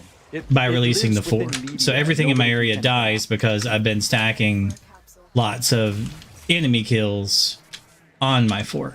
So like right now I have 1.82 million damage, 2.9 million damage stacked on my 4.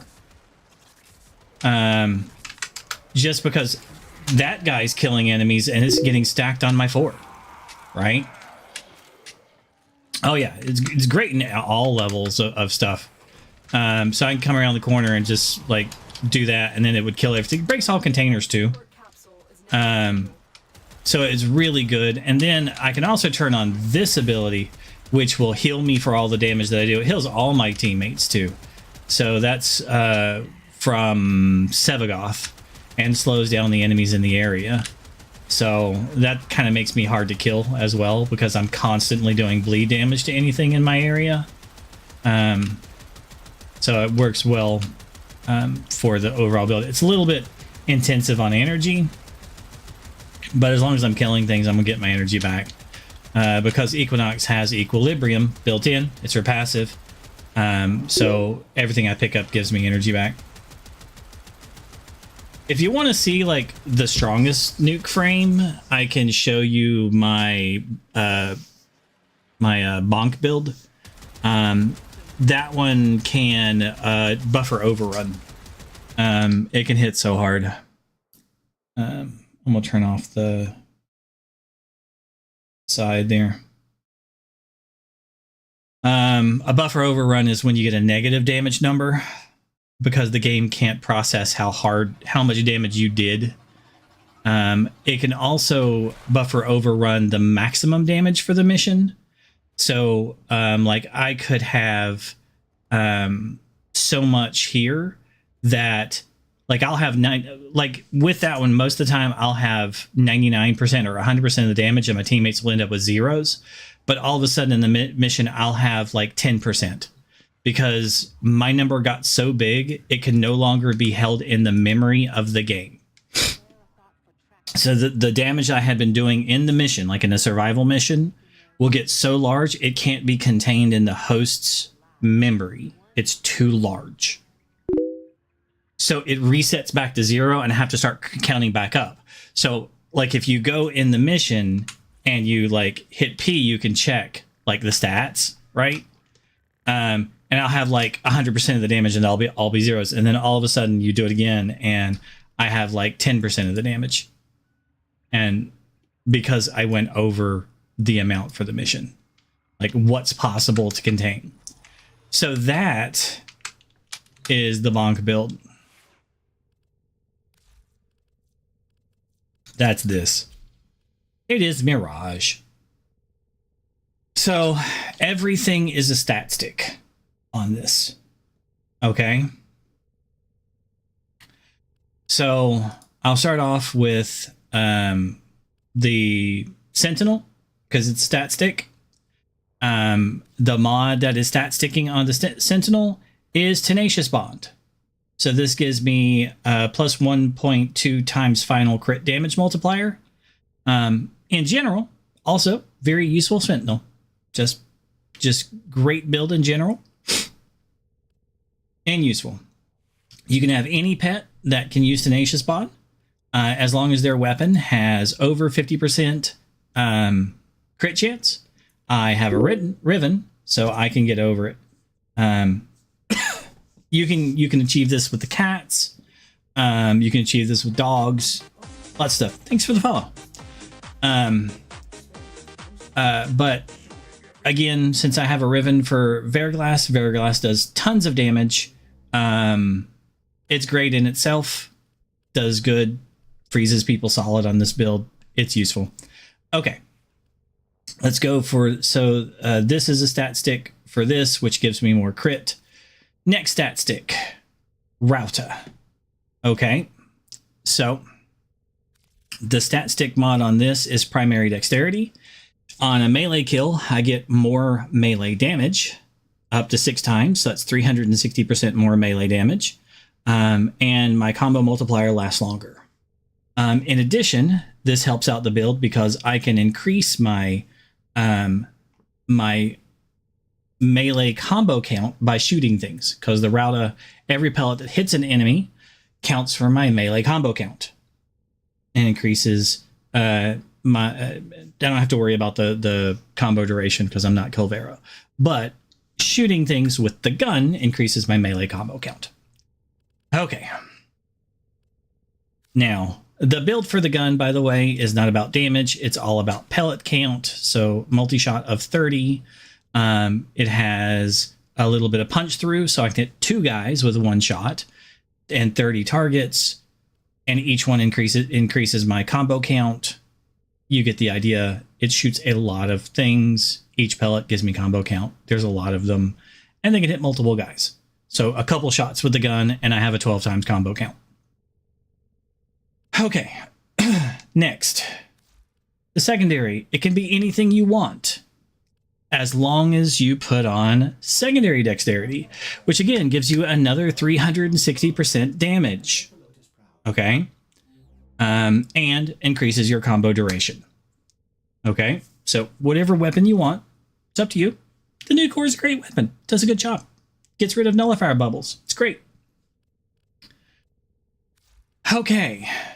The build for Mirage has Nourish, which is going to give me, increases my damage by 96%, increases damage by 42%, yada, yada, yada, gives me additional, I don't know, gives me some additional viral damage on my weapons.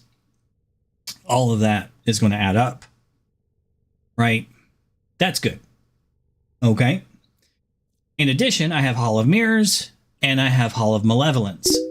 So, Hall of Mirrors means that instead of having one melee weapon, I'm going to have 5 melee weapons because every one of your clones has a melee weapon. Now, only the front 2 clones have guns, but all of your clones have the melee weapon. Okay? So instead of having just one melee weapon, I have 5 melee weapons. In addition, since I have Hall of Malevolence, the clones' melee damage go up 5% as I kill things. Okay? So they're increased by 5 every time I kill an enemy. 5%. So remember, we're stacking lots of things on top of each other. Now, I also have on Nira's Anguish, which is going to increase my slam attacks by 100%, but I also have Nira's Anguish, which adds another 100% to yield a 200% increased slam attack damage. Arcane Fury means if I get a critical hit, it's going to give me a 60% chance to increase my melee damage by 180%. Okay. This is more stat sticks on these. Now, we're also going to look at Eclipse. Eclipse increases my damage by 428%. Now, all of these numbers, these increases, go up as Molt augmented. As I get more kills, I get more power strength, so these numbers actually go up to like over 500% during the mission. Okay.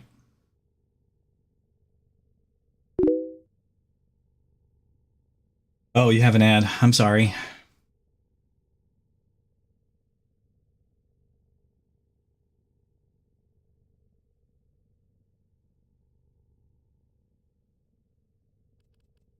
Let me know when it's over.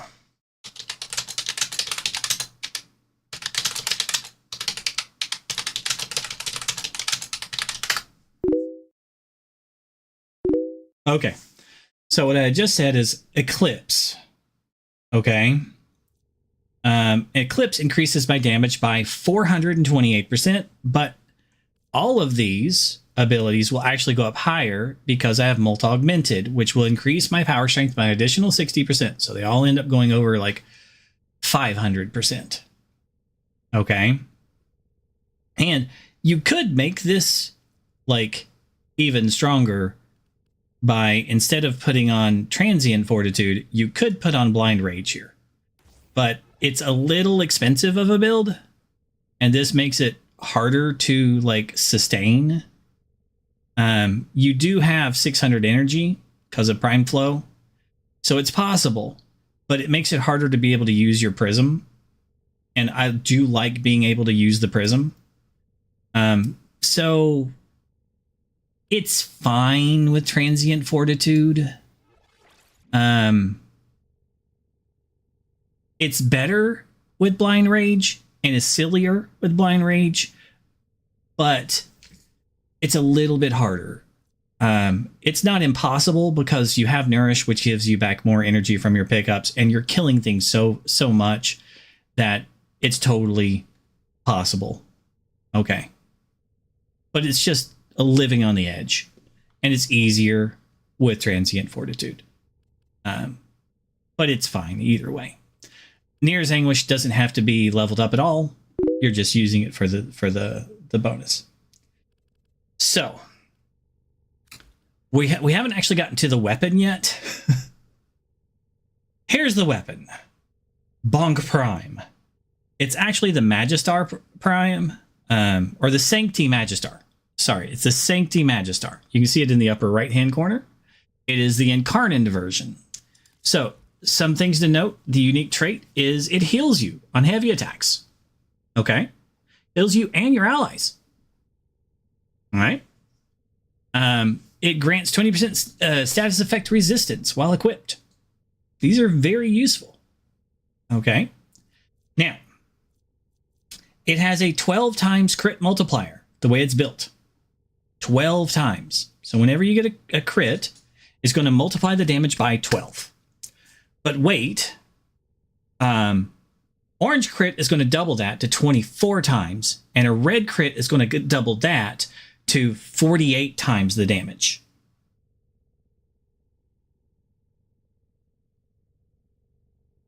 So it's going to take your damage and multiply that on a red crit. Now, it already crits for 200% chance, so everything by default is going to be an orange crit. But wait, heavy attacks are going to double that because of the way I have this built. So it's going to hit for 400%, which 300% is a red crit, right? And it's going to hit for 400% on a heavy attack because heavy attacks double the crit chance that it has. So that's 400% guaranteed. Seismic Wave is 200% slam damage.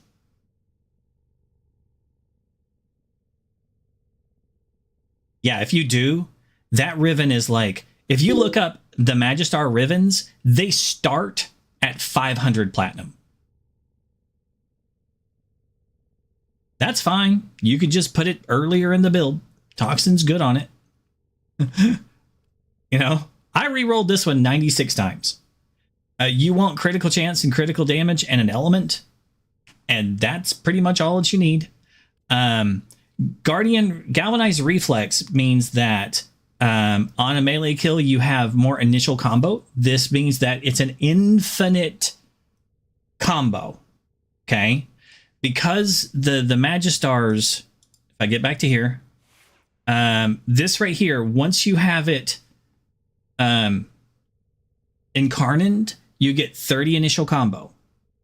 With the Galvanized Reflex, you get 4 kills, gives you 80. Plus that 30 is 110. At 110 combo, you have a 6 times combo count. To Incarnate the weapon, you need a 6 times combo count. As soon as the Incarnate wears off, it screens, you heavy attack, and it's Incarnate again. It always stays Incarnate once you get it Incarnate. Yeah, that Riven, if you have a Magistar Riven, if you look up, I'll show you what I mean. So, I'm going to show you a website. It's called warframe.market.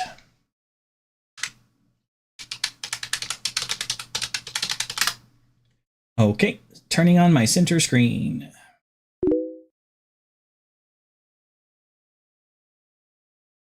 Yeah, it might be worth that much. So if I go to contracts up here and I put in Magistar,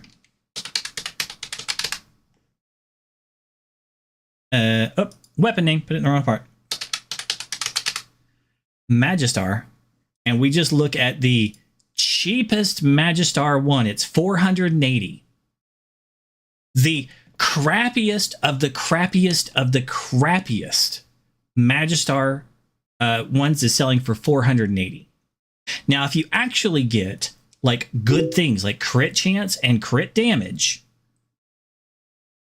okay, so if you actually get crit chance and crit damage, so I'm going to rearrange this to the high ones, okay, so this is damage, crit damage, and crit chance. 3,500 is the starting price. So this is attack speed, crit damage, and range. They want 10,000. Nobody's bidding on that.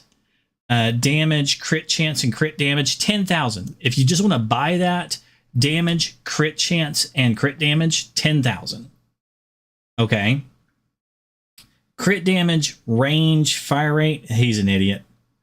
Crit damage, crit chance, and damage, 9,000, right? So yeah, you've got a really good one. This one, somebody's bidding 700 on a crit chance, crit damage, and negative status chance. Somebody's bidding 700 on that one right now.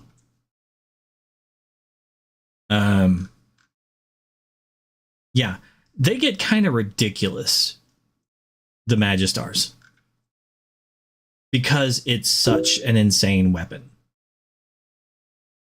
Yeah, you can auction them. You can you can like starting bid, starting price 1,500. You can start it at like 100, 500, whatever. Yeah, you can auction them off. Yeah, there's all sorts of stuff. And the Magistar is a really good weapon. I don't want every Tom, Dick, and Harry to know, because I don't really always want it to get nerfed so much. So I disguise the name of my weapon, because when I'm in a mission and somebody has like, when a Mesa has like 300 kills and I have 150 and I zero out their damage, they have 0 damage and I have 100% of the damage in the mission. And I have half as many kills as they do. I don't really want them to know how or why I did that, because it's kind of the definition of overpowered. But it's because I've stacked up so many bonuses. So I'm going to turn off my center display. Okay. So again, I want you to see the amount of damage the weapon does. It's because 2,000 doesn't look that crazy. Look at the Incarnon form on the Slam. Okay. So the Slam attack. Hold on. Is 48,000 damage. Now, if you take that 48,000 damage and then you're going to multiply that by 48 times,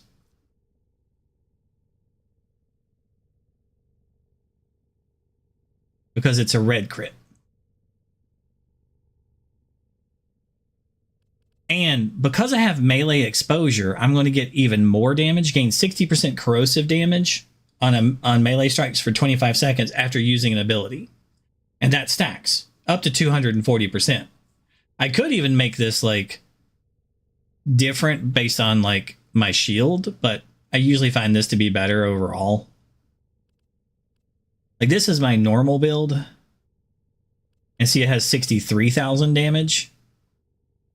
But this is the one I use specifically for Mirage. And the difference is Fever Strike, because this is a corrosive, where this one has Killing Blow and Focus Radon.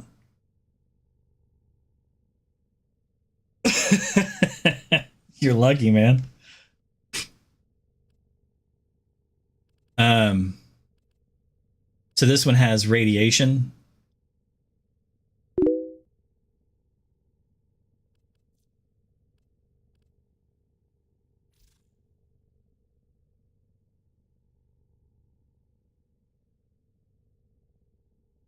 Should I go with the Mirage build? Should I go with the main Slam build? I think I might get better damage with the main Slam build.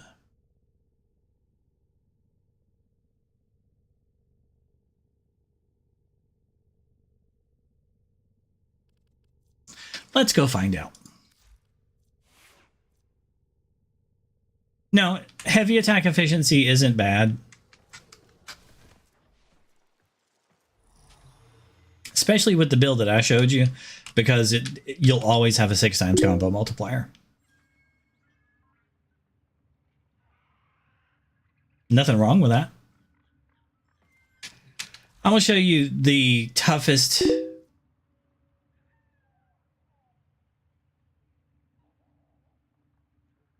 melee can be really strong. I'll show you like some of the... Are you in game right now?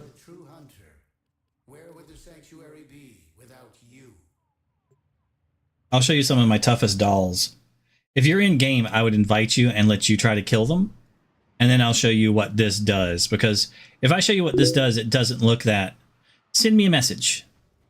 Just /w /w space Aurelius.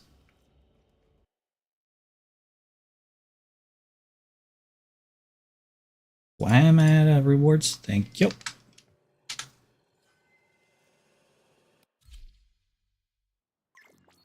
Yeah, there we go. And now I'll invite you here in a second. And I'll show you the toughest dolls that I have.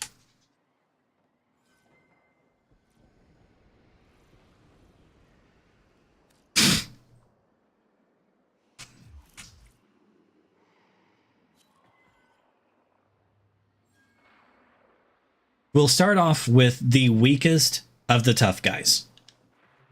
And you can bring your toughest thing. Okay? These are the weakest of the tough guys.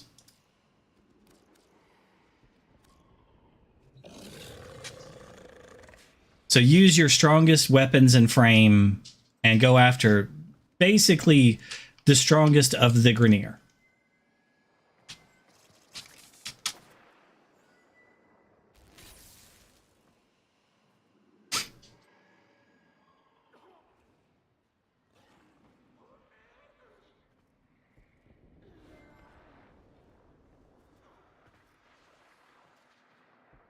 They're kind of normal guys, right?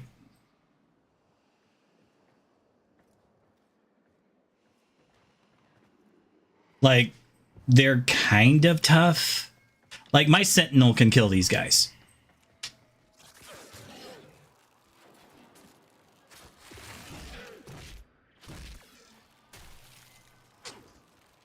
Might take him a minute, but my Sentinel can. Now, if I wanted to use the build itself... Okay. I won't even charge it up into the Incarnate mode. I didn't even hit them. I hit next to them. And it's not even in Incarnate mode. Okay, so now I'm going to charge it. I'm going to bring in some actually tough guys.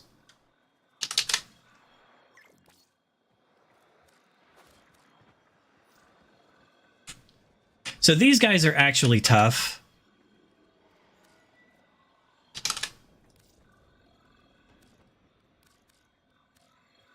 Have at them. Use your strongest shit that you got. Have at those guys.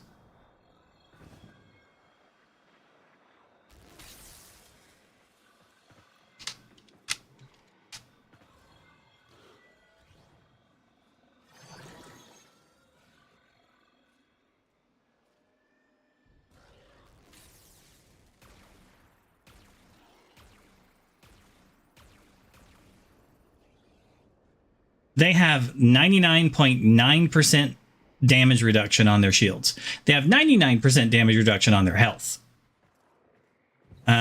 You can barely get any status effects on them. Like, you can get some status effects, like they can be frozen, like you just saw. But most status effects aren't going to stick on them. So they can take cold procs. Now, I'm not going to incarnate my weapon. I'm just going to use my abilities.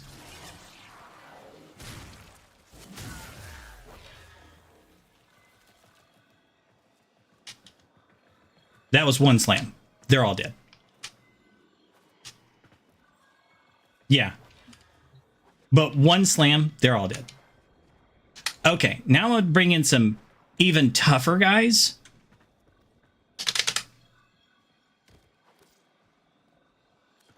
These guys only have one weak spot, and that's their belly, and you can't access it.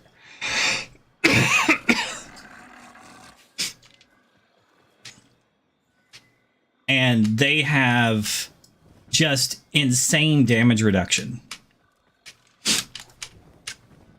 Again, you can't really put status effects on them either. So, have at them. That's the Juggernaut Behemoth from the Jordis boss fight. That's the guy that guards the door before you go out into space.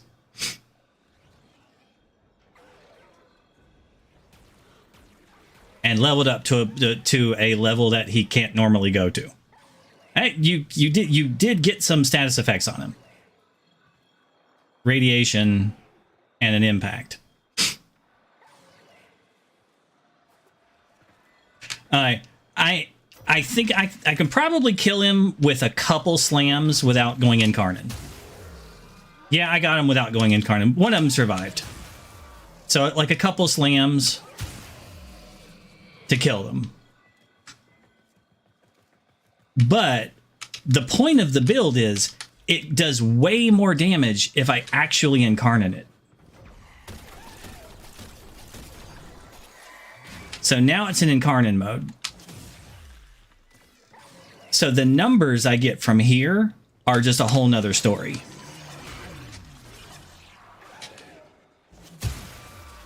So it's 20 million damage to them, and they all just died in one hit. And I didn't hit any of them. I just got them with the AoE. So it's lesser damage with the AoE. And yeah, the range on it is insane.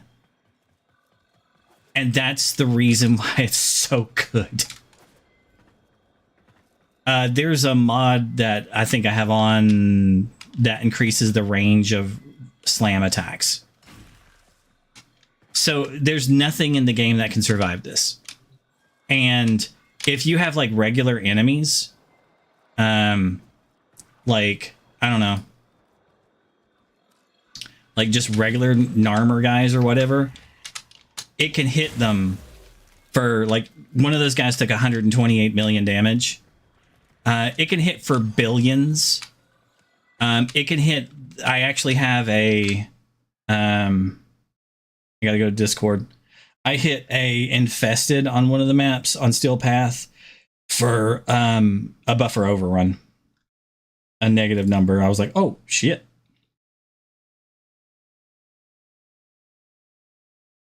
So this right here. Let's do this one.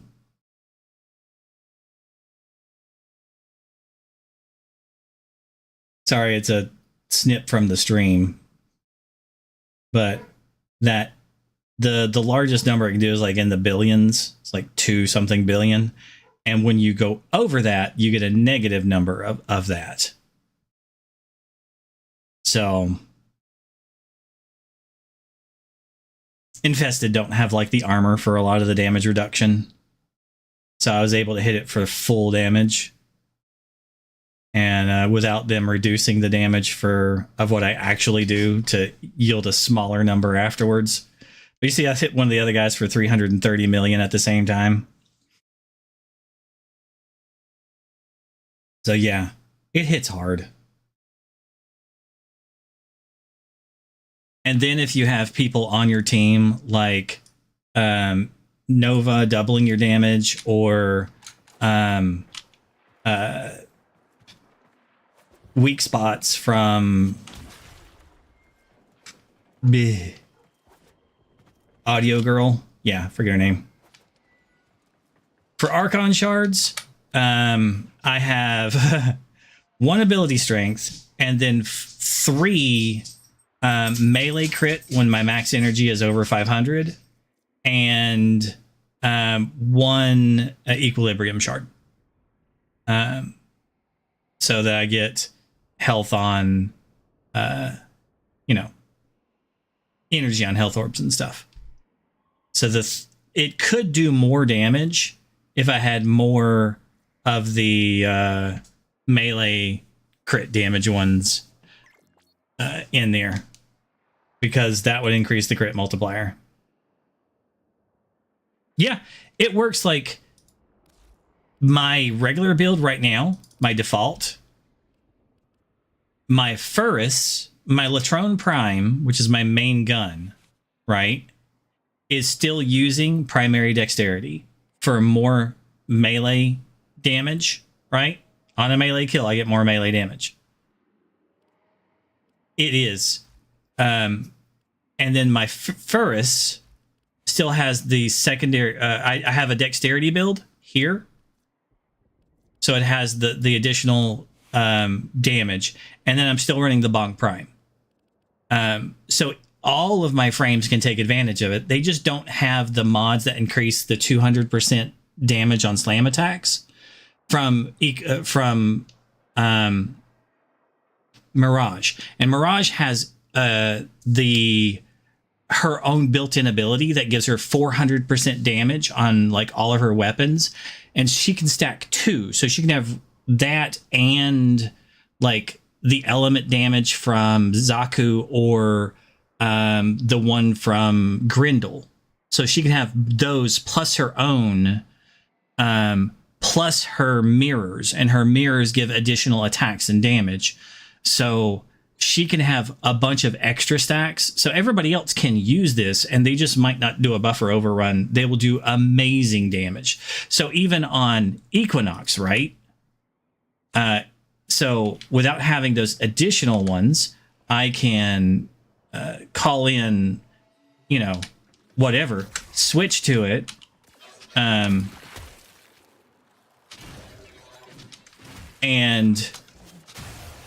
that's without it being charged up, right? And if I charge it, now it's charged 2.4 million damage. Right? Now this is in Incarnate mode.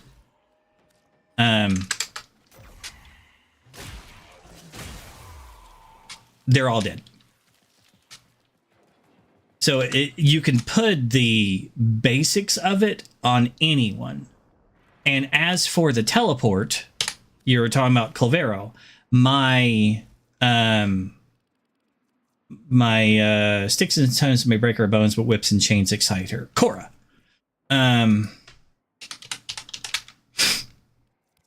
My Korra build uses the teleport.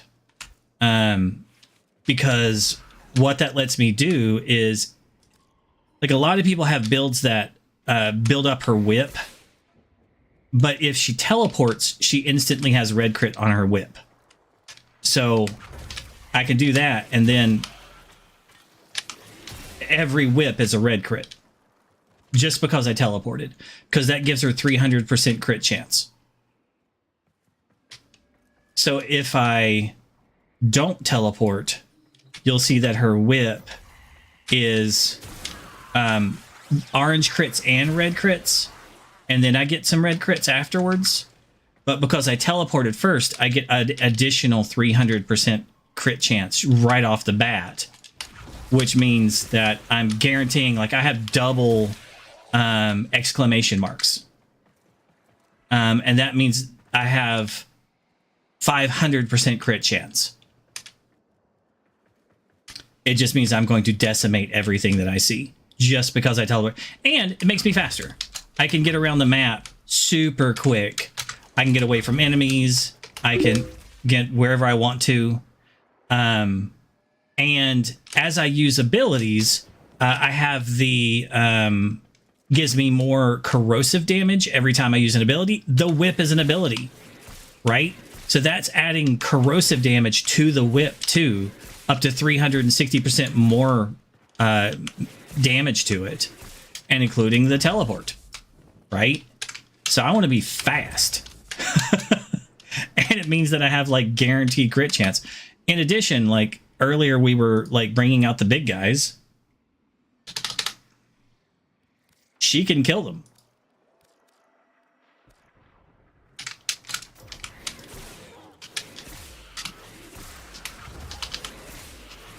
I'm doing like 800 and some 1.3, 1.6 million damage to these guys.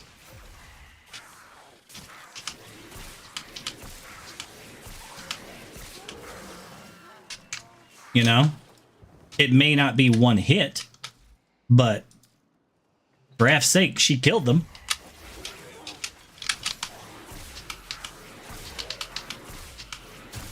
And that's without a teleport. If I teleport, it'll make it even stronger. You gotta admit, she's a beast. You know?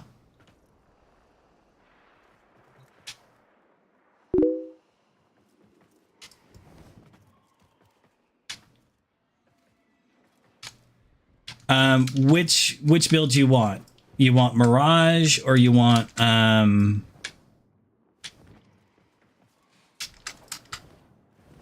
like what frame do you want for? And yeah, I'll send you over the parts and pieces. The bonk build Mirage, yeah. Yeah.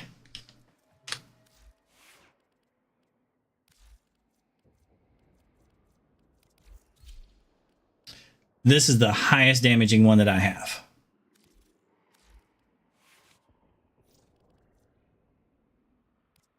So I'll just send you all the parts and pieces to it.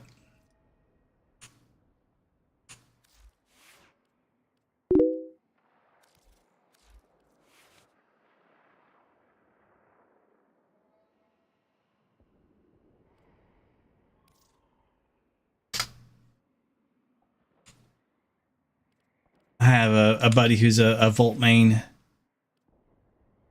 I tick him off from time to time the way I play Volt. I don't use the speed.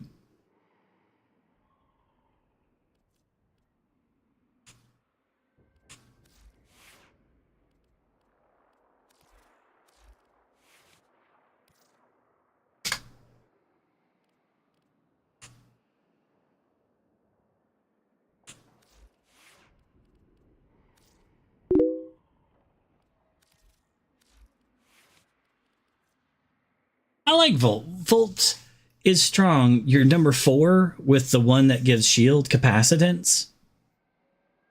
That makes very good. You can shield gate your entire team.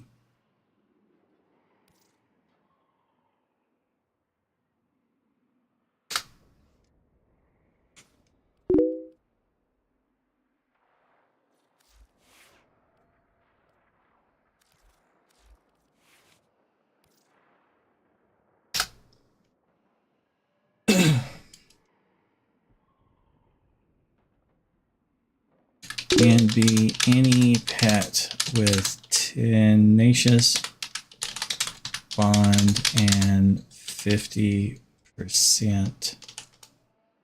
crit on weapon, and can be any secondary as long as it has the arcane.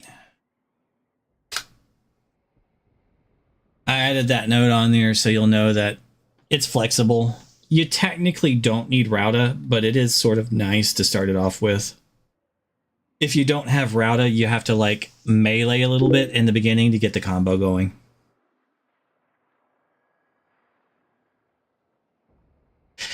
Here's my problem with the electric damage ability mod.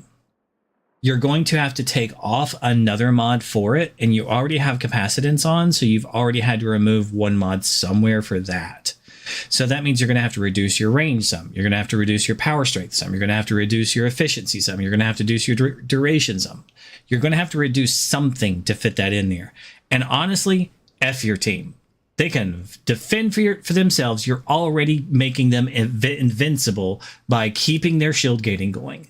And if you can...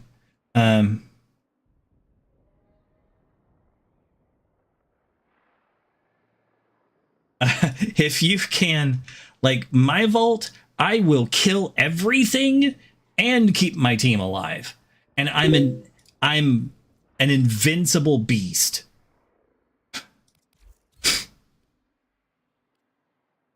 Yeah, I want as much damage as possible. Like, hold on a second. My Volt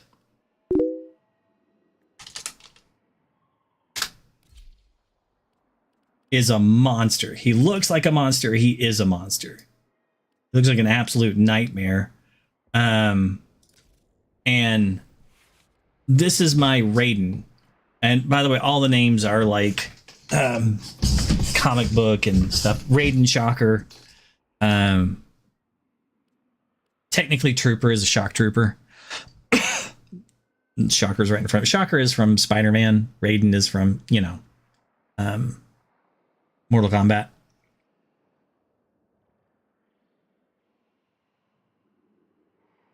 Okay. You never liked Shocker? He's not the best character. No, he's not. But the build isn't the best either. So I mainly go with Raiden. Because he's the God of Thunder. Or God of Lightning, whatever. So with this build, Equilibrium, Precision, Intensify. So my 4 is going to do the most damage. It has 99 more. Marvel villains, yeah, it's not that great. You're missing a few upgrades.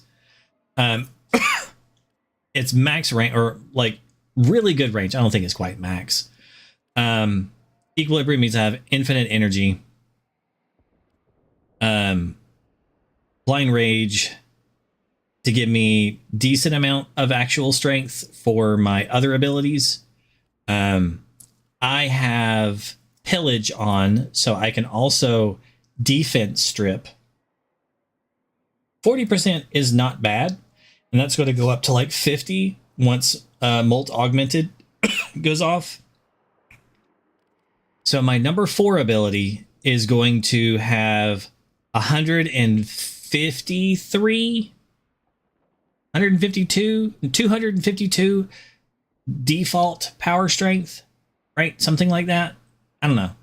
Because it gets 90 more there, right? Yeah, no, 253. Buh, math. I can look what I run. I don't really... I would probably go with one for casting speed, maybe. I don't know.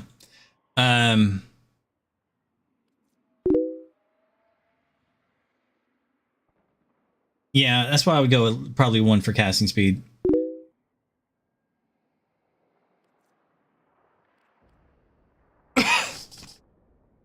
And I kill most everything with discharge. And in between discharge, I can pillage. I get up into a good visible spot.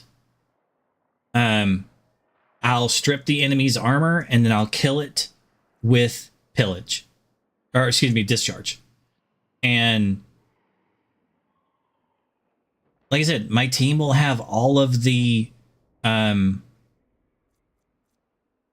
shield gating that they ever need. And because I have Equilibrium on, I'll be refunding all of my like uses of the ability. Arcane Blessing gives me a good health pool to where like I don't go down because of a toxin proc or something. Molt Augmented means that I end up having 300 and some power strength. Like 323 power strength for discharge. So it does good damage for a really good long time.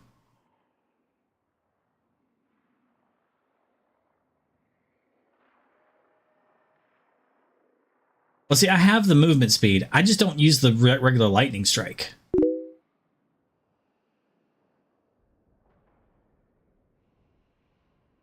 Yeah. Well, you have to remember my my pet is going to be flying around, finishing off and dropping lots of health orbs and stuff. So my Sentinel, my Nautilus, is literally like with Synth Deconstruct. I have all the health orbs that I need. With Duplex Bond and Synth Deconstruct, I'll have all of my energy refunded, and I'll have all the health orbs I ever need to max out my health, so that I don't have to worry about it. And I have like 2 builds. I've got a Fired Up over here, and I have a Heat Weapon if I want him to actually kill everything. And if I want him to like freeze everything, I have this one here.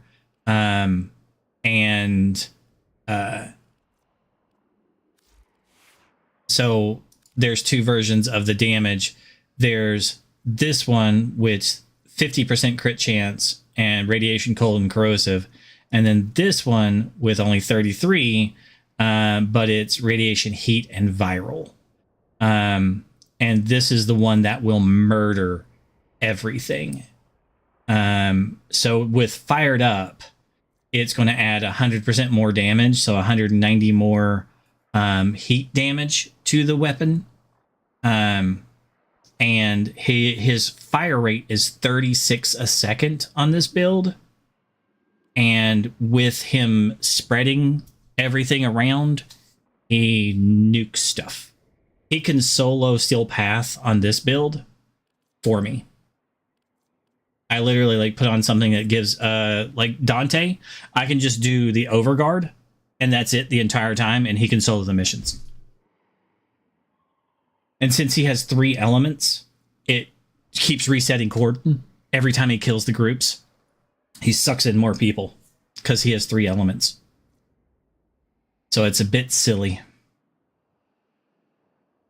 And Lord help it if they get any Eximuses start walking in his path, because that'll just keep adding his random elements onto it and makes him even more powerful.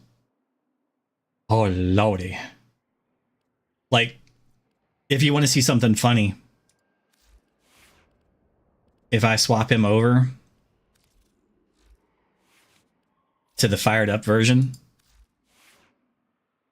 and then like, I don't really need to do anything special. And then let's summon Bombards. Eximuses.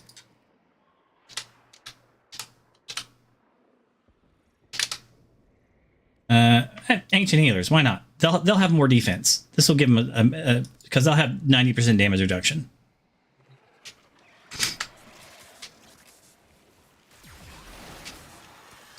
That's one down.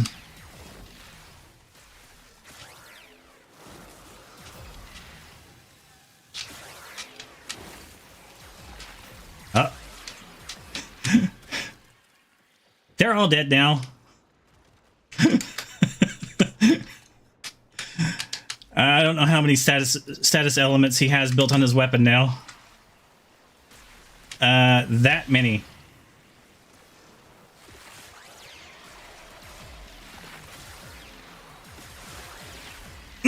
Yeah. First one died. The rest of them are dead. And he still has clones that will come out if I use any energy that will still get to shoot with his weapon. Like I said, if they have any Eximuses, he starts going silly.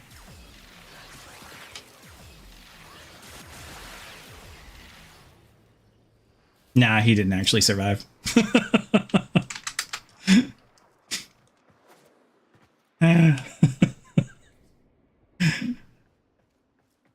That's just fun.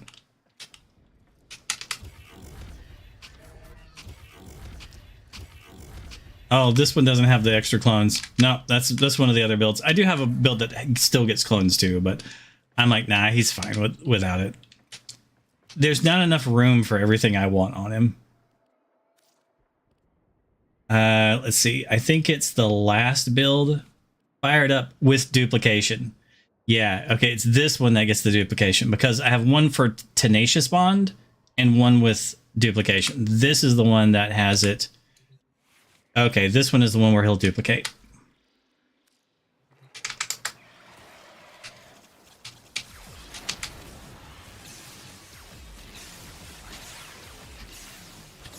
There we go.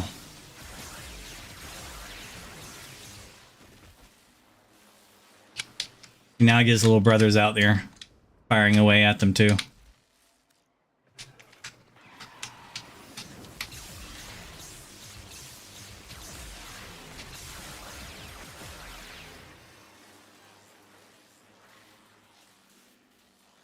I was trying to use some, ability that wouldn't like armor strip them or anything, or defense strip them, or do damage so he could do it. But you get the idea. He's a murder machine.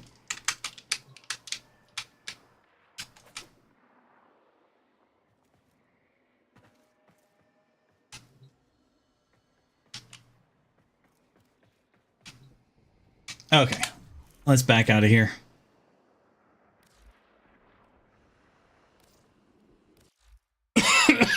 How you doing, Kira?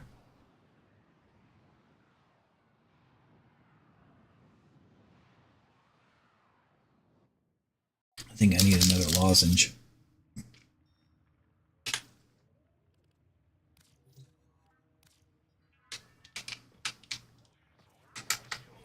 I took time off, so I immediately got sick as soon as I took time off.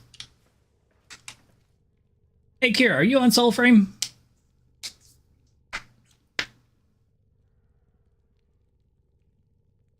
I'd imagine you are.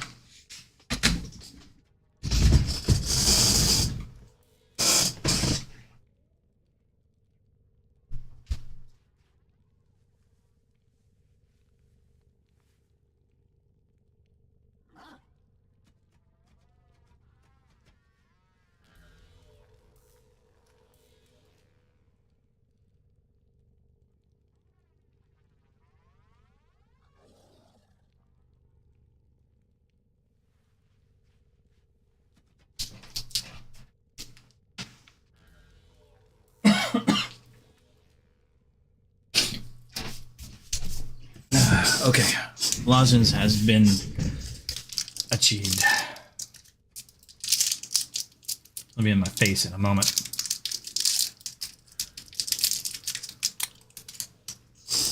It's now in my face.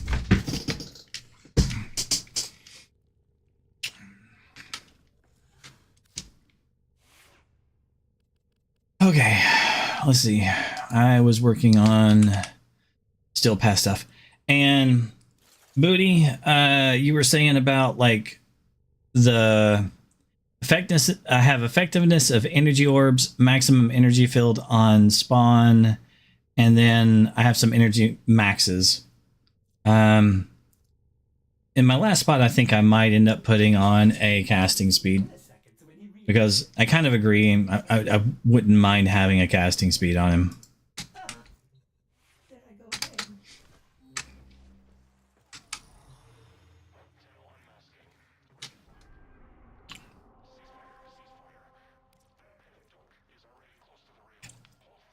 Void Flood.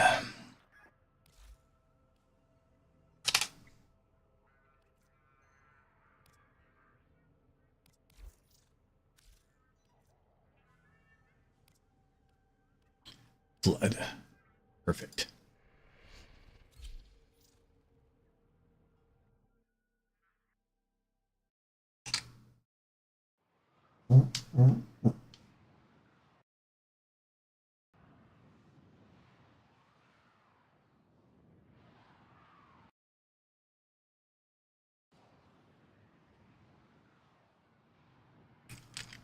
I didn't join my chat room.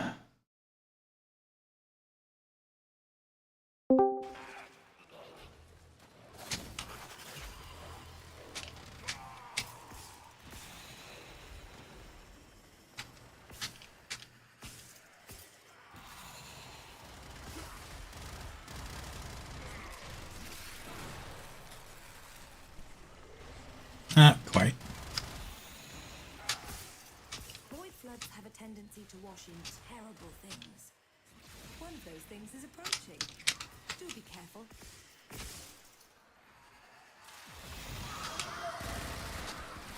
Well, that's one less void abomination to worry about. I have opened an escape lift for you. Use it when you need it.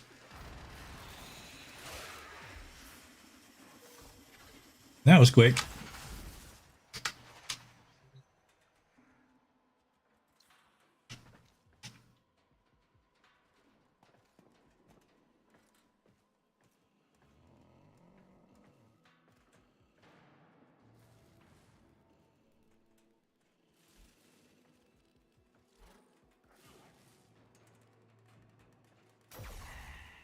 One less border.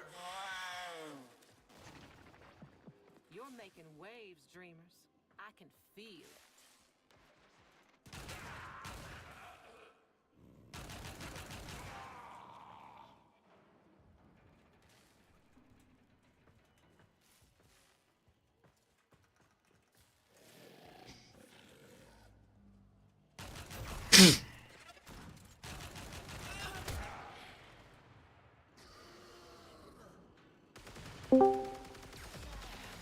Hey, Amelia. Hey, Rallies. How are you doing? Not bad. Just got to do some hunting in Old Valis. Mm. Other than that, I've done everything. Mm.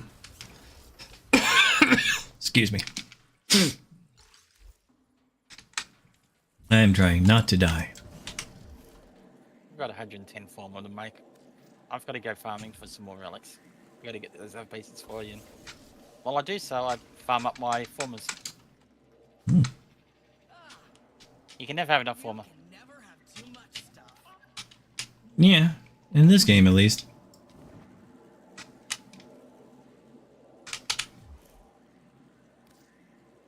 That was a nice and quick mission. I've been doing my syndicate missions every single day.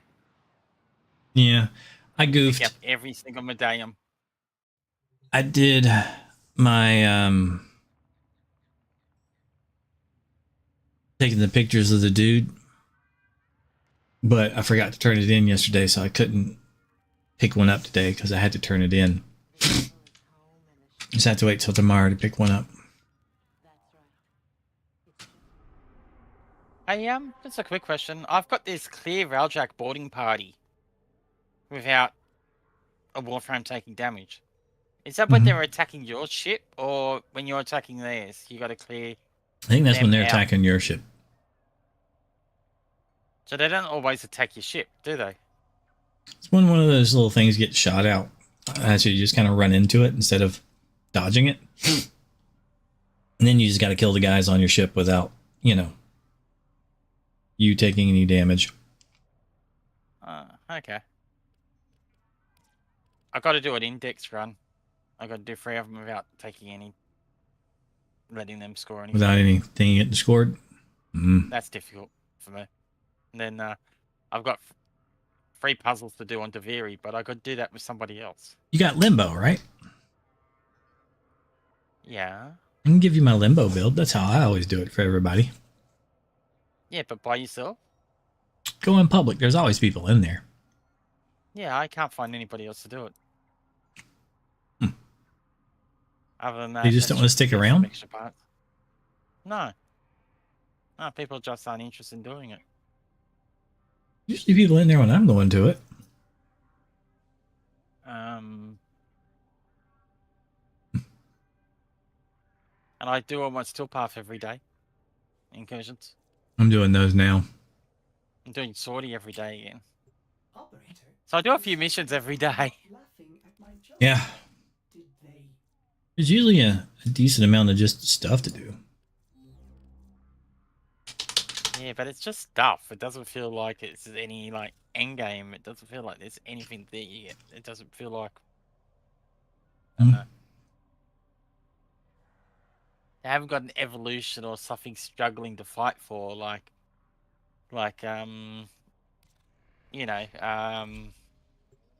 build this weapon, but it's an obscene amount of struggle to get there. They haven't got that. I think it's because whenever they do that, people complain about it. Because they're whiny little bitches. Well, that's what a human does. We complain about things. My God, what do you mean I've got to play 1,000 games to get that ultimate gold weapon? That would be awesome. Play 1,000 missions, get this, almost unattainable item. Jerks. Yeah, make it a cosmetic score. That you're not holding people back from getting something decent. You're holding people back from getting a cosmetic. Get 1 golden warframe or 1 golden weapon color cosmetic, but not. Yeah, you know what I'm talking about. Yeah. It just sometimes the short-sightedness of DE just astonishes me. I didn't realize I didn't put this on. Play 500 missions, say, and get this, or get the ultimate glyph or something, just something that people can't normally get without putting in some real serious effort all the time.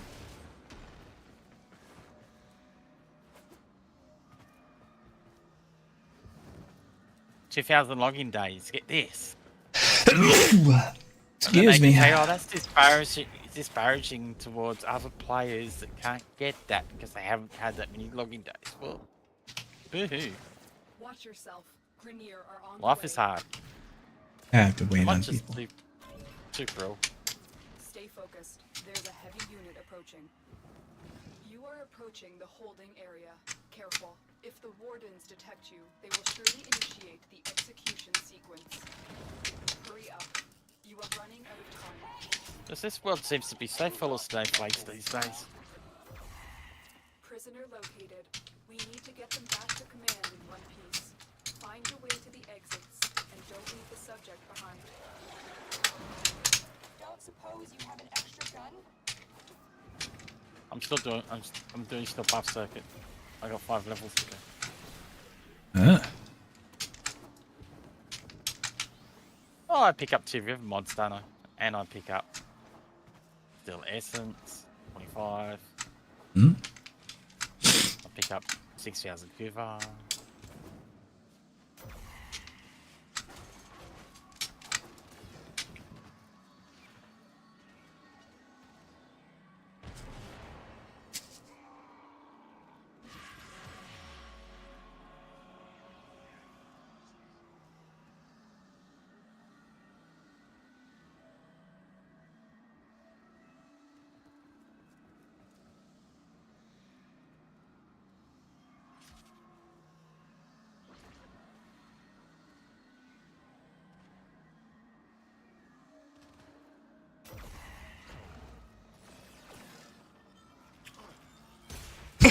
Excuse me. And so we learn the importance of clarity and purpose.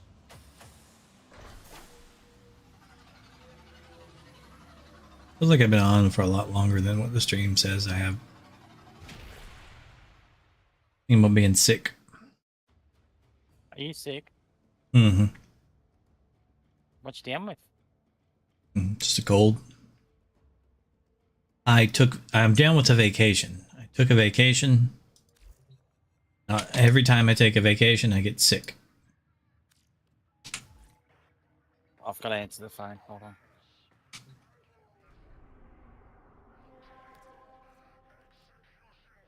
Excavation. Limbo.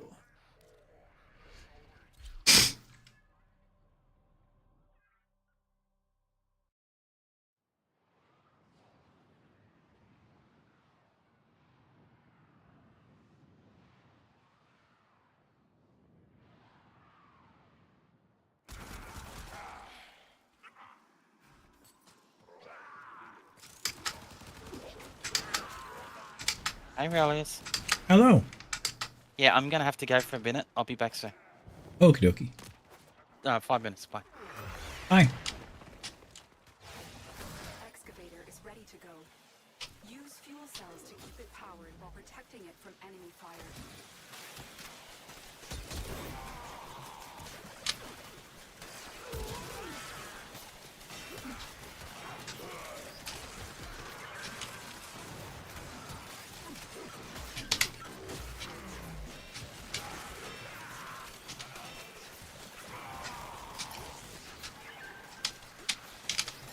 This excavator is fully powered. Additional fuel cells will be used to restore its shields. Excavator destroyed. That artifact is now lost to us.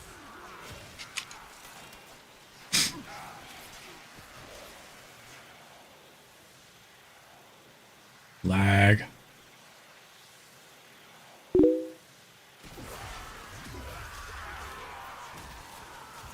Yeah, that can happen. And the enemy calls for a song.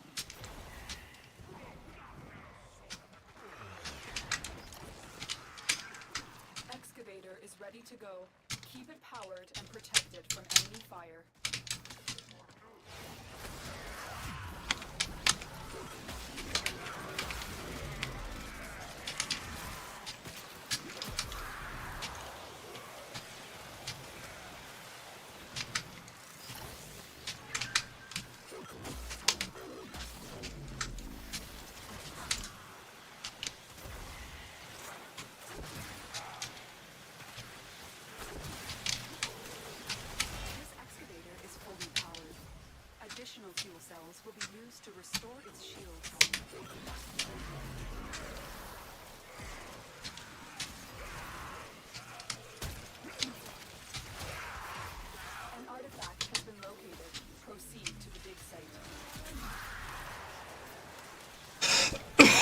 Excuse me.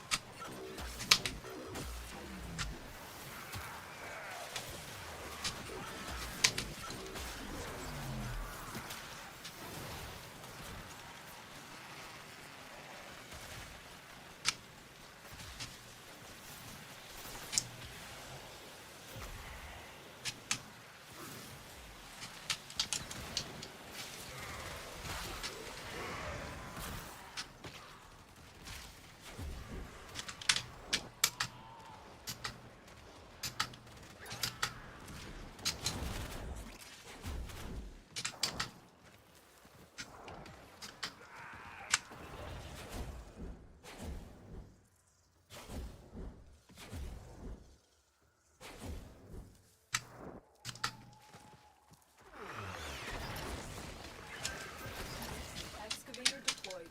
Protect the unit while it extracts the Excuse me. The scanner has picked up a target. Go to the dig site.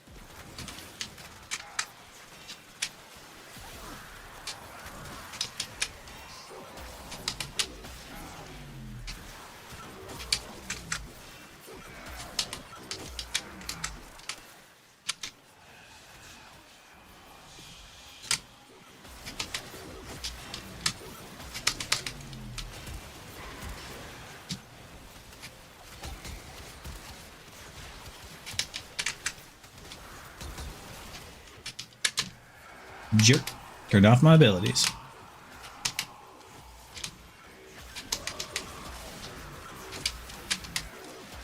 Excavator is fully powered. Additional fuel cells will be used to restore its shields.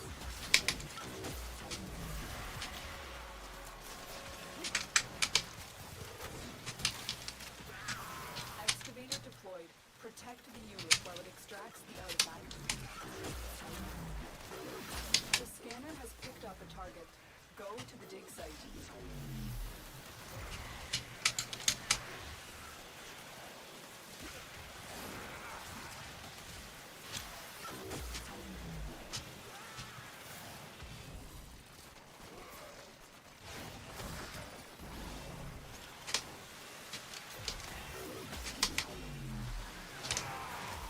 Extractions available.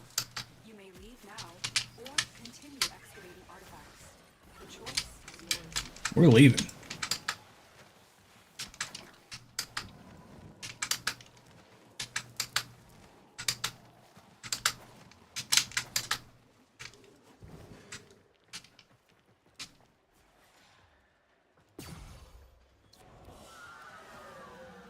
Excavator stalled.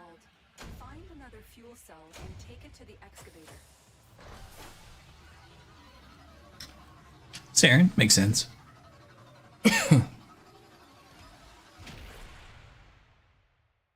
But I had 29,000% accuracy.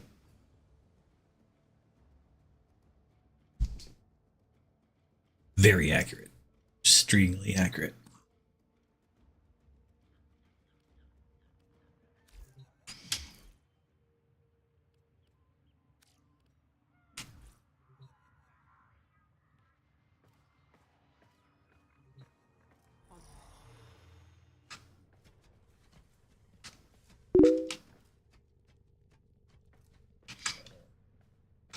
Roger that, booty.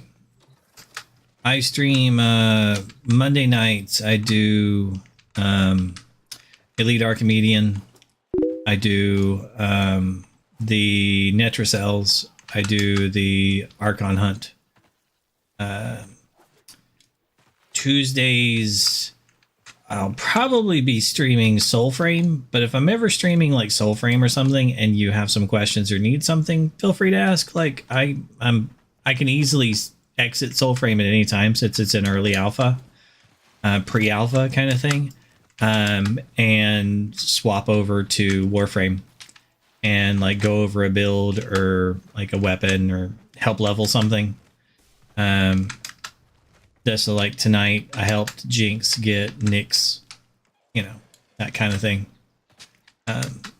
Sometimes I'll just end up doing a little bit of work on like Steel Path or something.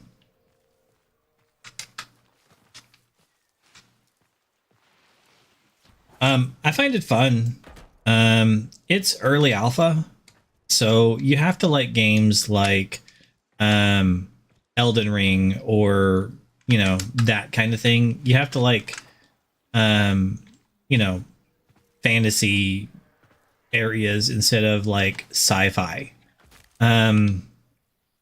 If you have a minute and you're not ready for bed, I'll switch over to that and actually show you some like live gameplay of it. Because I want to check on some of the things I have in it real quick.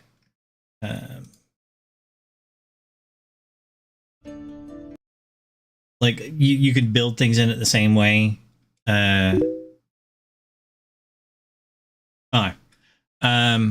But it's like I've enjoyed it so far. But I enjoy kind of like running around and doing things on my own and smacking the crap out of stuff. So I like my build the way I have it in the game.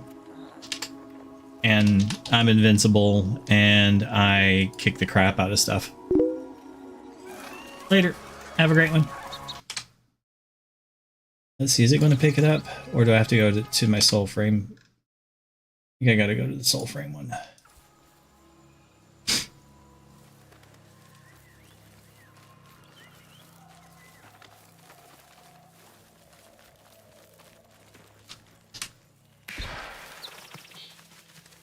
Nothing nearby. Okay. Let's check on what I have built.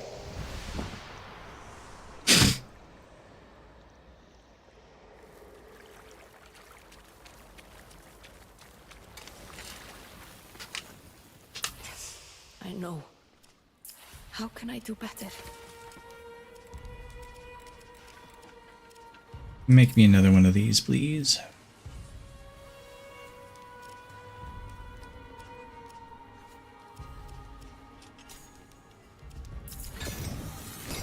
So we begin.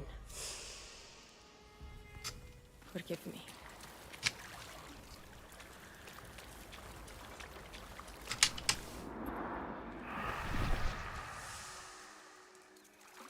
If I'm going to keep playing this, though, I'm going to have to change my game title around.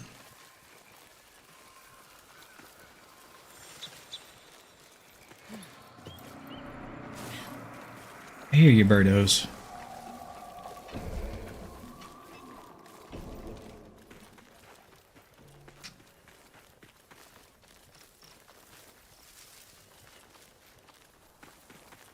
Hey, big guy. Got any friends around?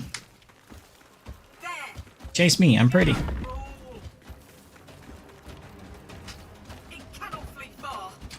You don't.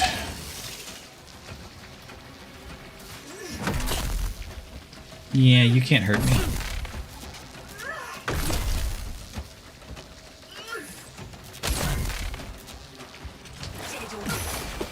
Let's have you kill yourself by trying to hurt me.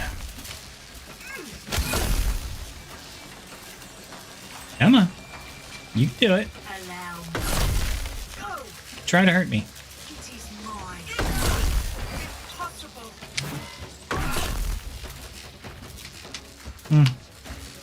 Good night, bad guy.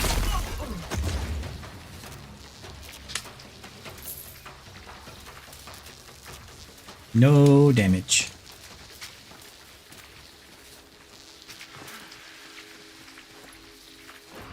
Oh, that took some damage. Right as my ability wore off.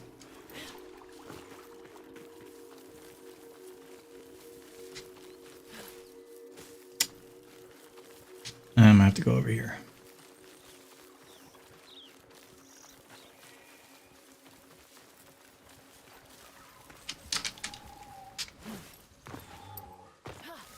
Should be able to train a nice group of guys up here. Hey, bad guys. It's good to see you. Follow me. Oh, took a little bit with that guy. Hey, bad guys. Come on. Chase me. I'm cute.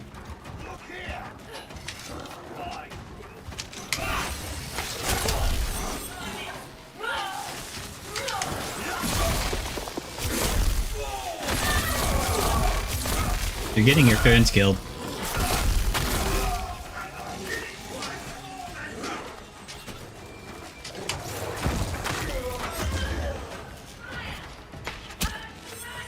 Oh, I missed you?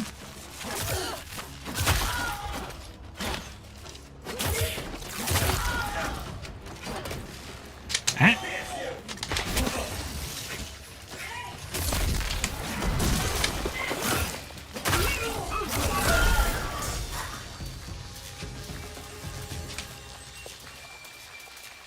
Everybody did?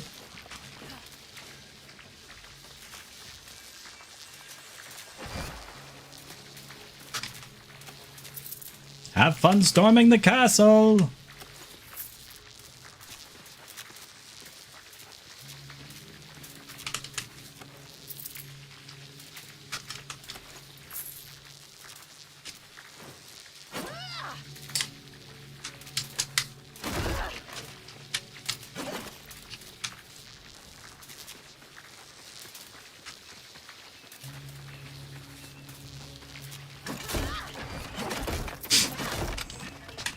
I should have done this before I picked up all the stuff. Oh well.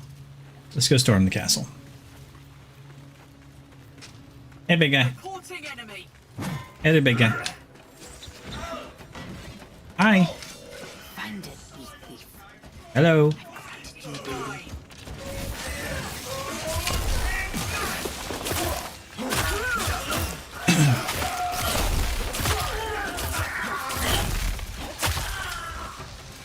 You're still alive. And you're still alive.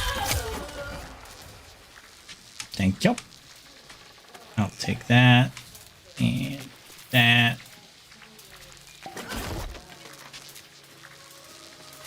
Treasure for me.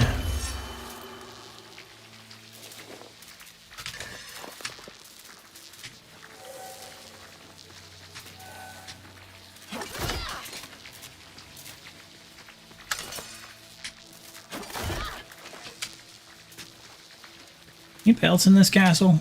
I kill you all.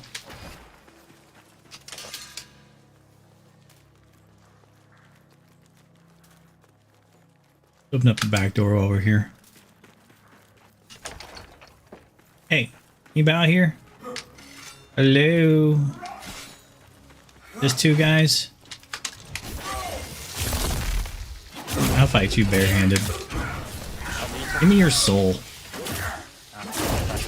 Give me your soul too. Was that Amelia?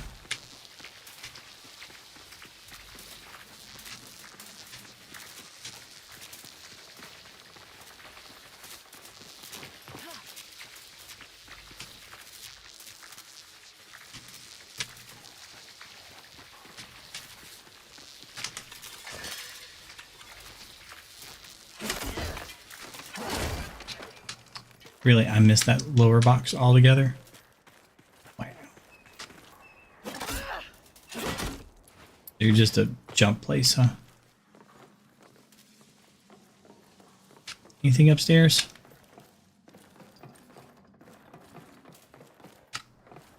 Nothing.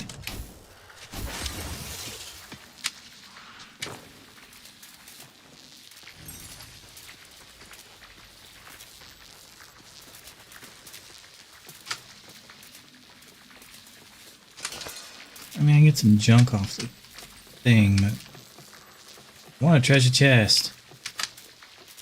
Nothing.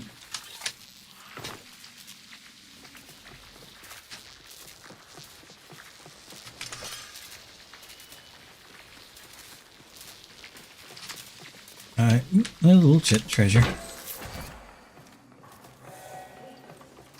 Ooh, there's somebody around.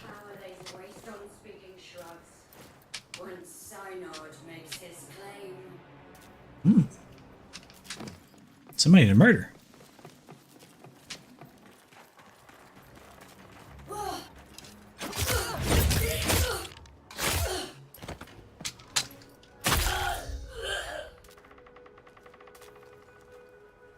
You did.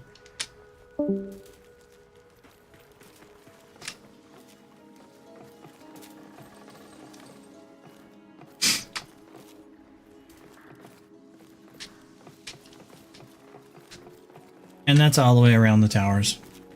I got everything out of here. I believe I started with this one.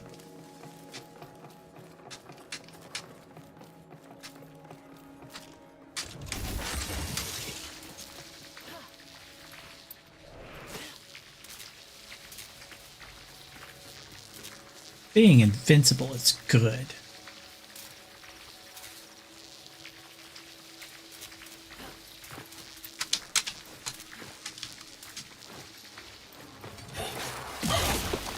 Come at me, bro.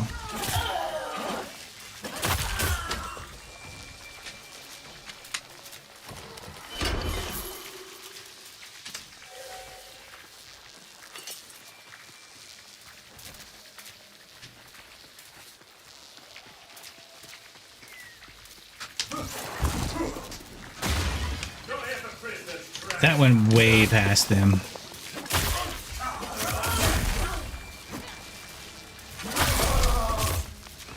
There's a note here.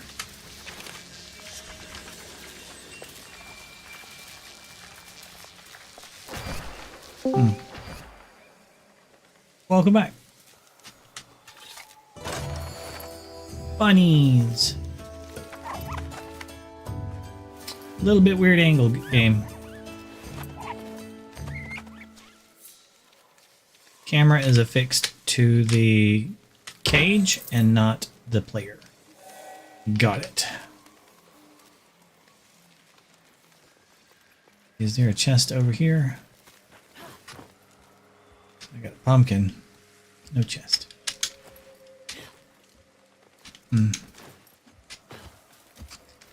Hey there, big guy. Yeah, you behind you? Yep. Come on, guys.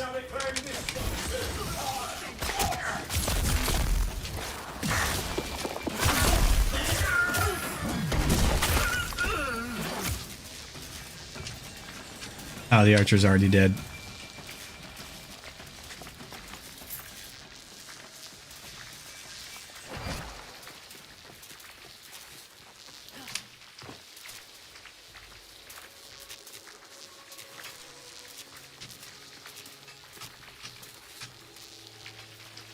Oh, he's in the shop, huh? Okay. So I almost shut this one down and switch back to Warframe. I think I got a couple more things I can do in that. Oh, there's a bag over here I missed.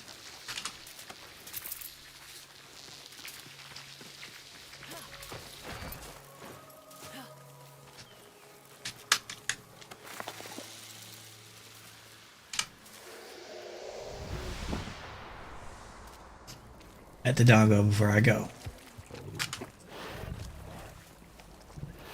This is what I mean when I tell people you can leave basically at any time. Because once you come back to your camp here, it drops off all your inventory. And then you can log out.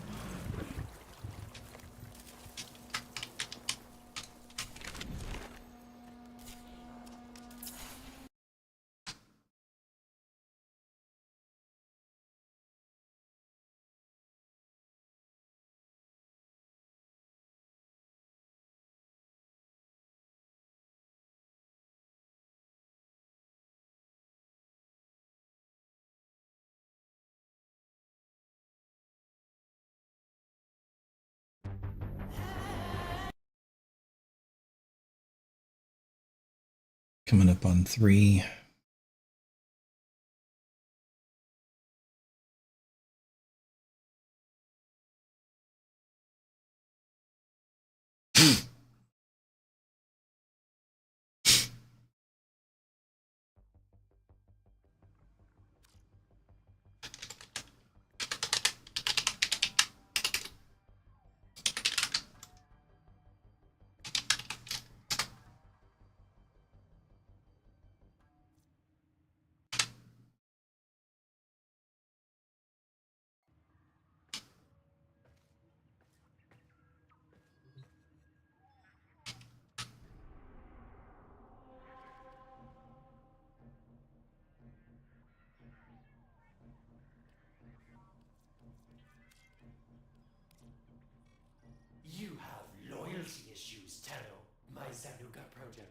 We'll fix that for you.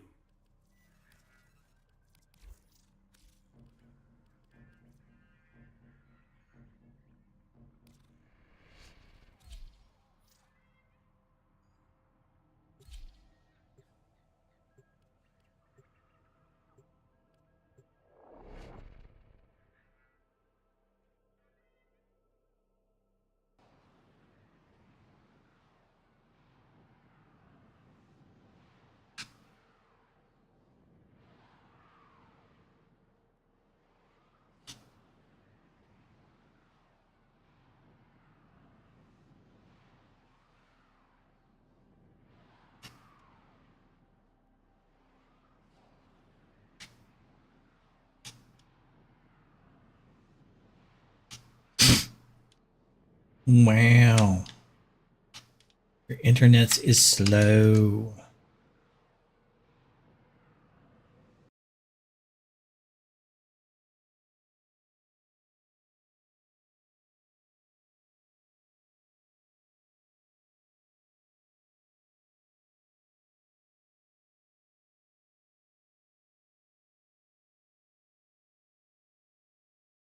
Two more challengers enter the ring.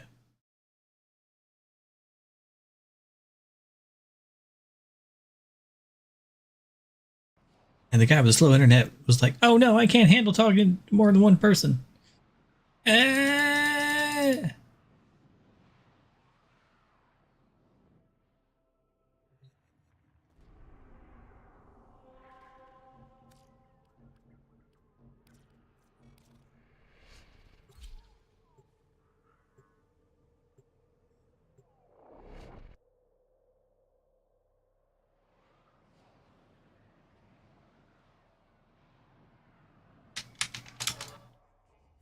Our intel suggests that our person of interest is in the vicinity. Search for the hostage and bring them home.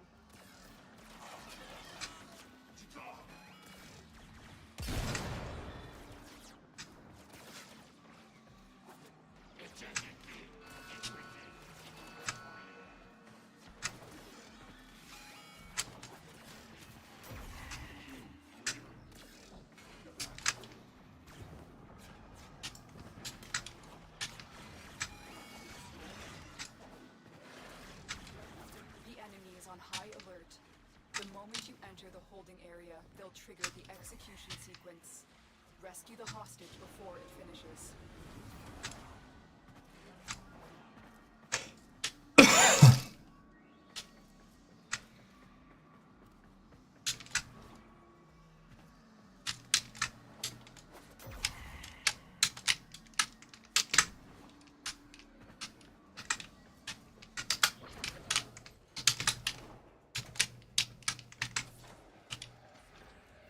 This is the jail. Our hostage is in one of these cells.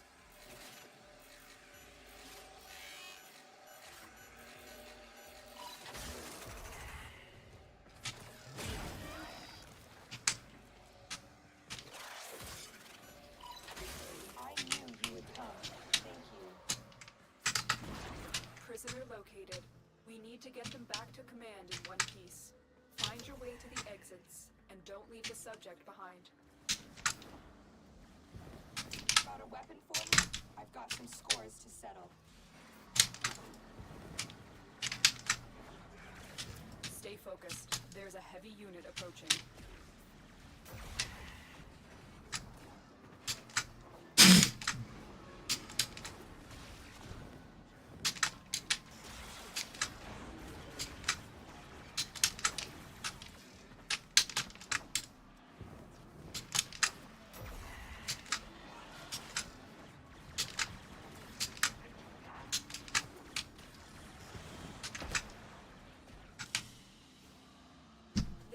Has been secured. You've done your part, Tenno. We'll take it. Not perfect because I did the wrong cade, so I had to kill a guy.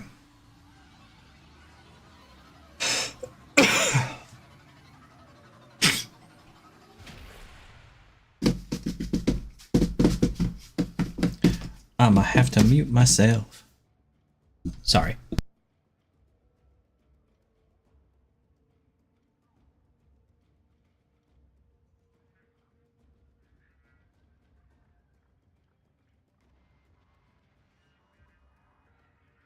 On this cold and lonely eve, spare a thought for tractor jockeys, rail agents, and lone travelers making their way, trying to bring a little joy into life. Okay, hopefully nobody had to hear that.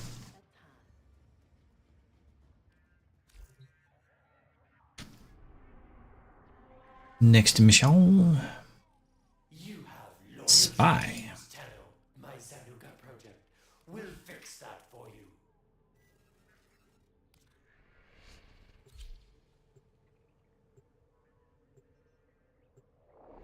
Excuse me.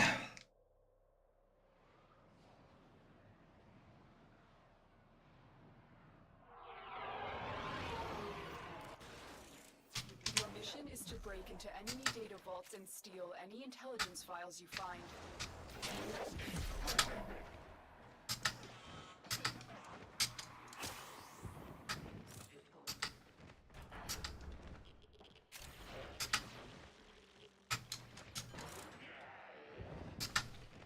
Rad box, huh?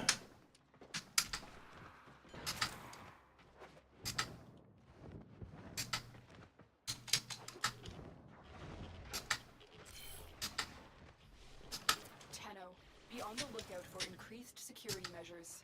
The enemy would rather destroy their data than let it get into our hands. The target console is nearby. If you trigger the alarms now, the enemy will start destroying data.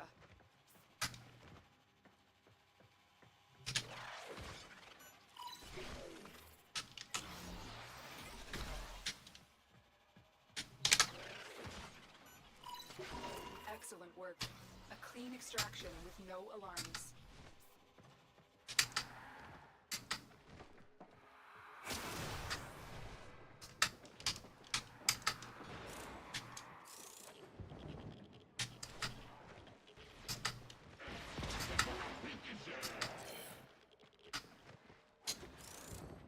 Oopsie. That worked out rather well, actually.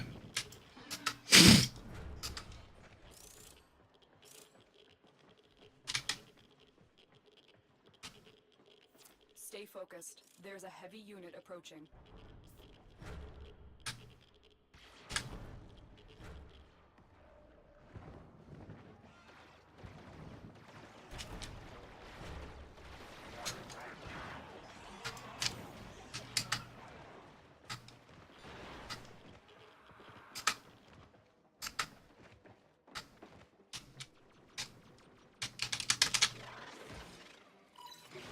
You're nearing the console. Trigger the alarms now, and they will start destroying the data.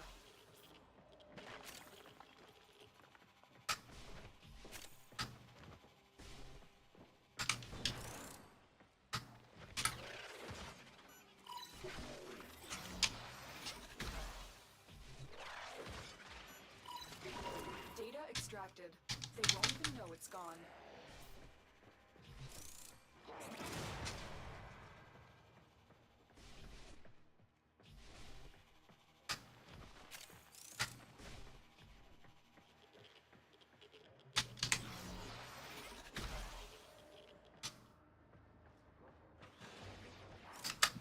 Slow elevator.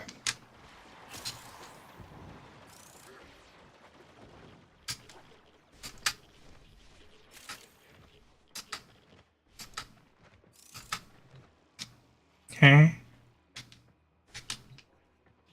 Oh, door.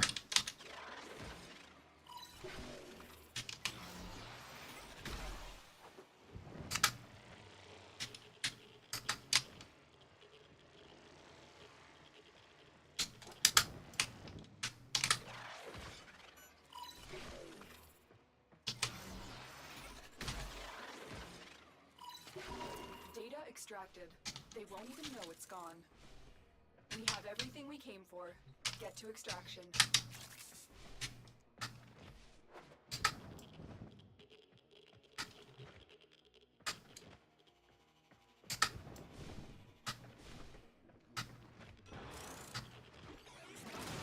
Stay focused. There's a heavy unit approaching. Looks like heavy activity ahead.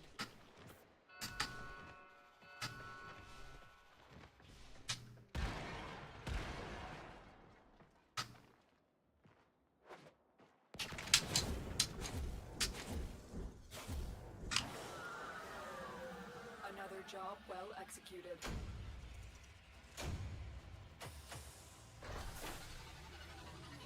Easy enough.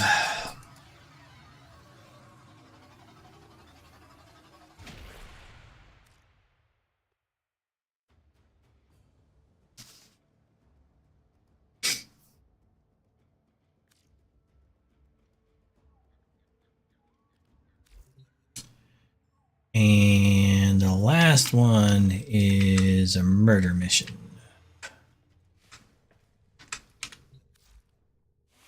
We'll just go Octavia and have them kill themselves.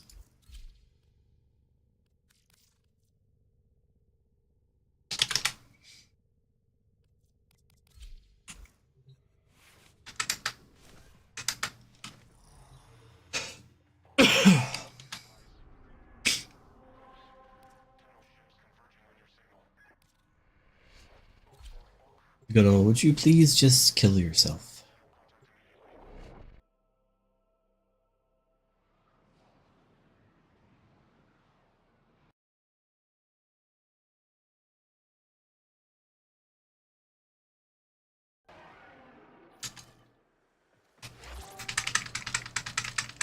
Stay focused. There's a heavy unit approaching. The assassination target is nearby. Seek and destroy. The Zanuka prototype has made Ali V a very dangerous man. If he is allowed to carry out his plans, no Tenno in the system will be safe. Oh, if it's your friends you're looking for, you're welcome to place a bid for this Zanuka prototype. Be careful, Tenno. Zanuka has all the power of a warframe with a full complement of... No, it doesn't. Zanuka is weak as shit. Oh, have you come to make a donation to my newest enterprise? Excellent. Please report to my lab for reconstruction. Oh, I've been looking all over for you, Tenno. Forgot about those guys. Let me show you my picture. You'd be a perfect fit. Don't care. You have loyalty issues, Tenno. My Zanuka project will fix them. They're dead.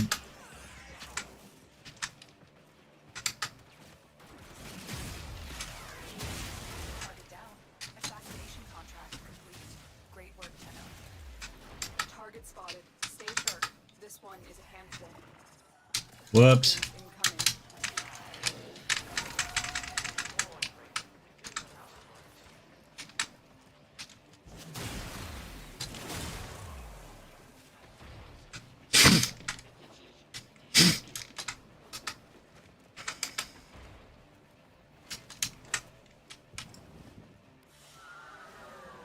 They won't be bothering us anymore. Let's get out of here.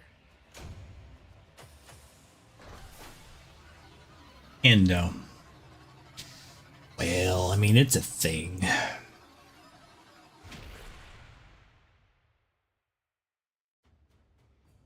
Better than nothing, I guess.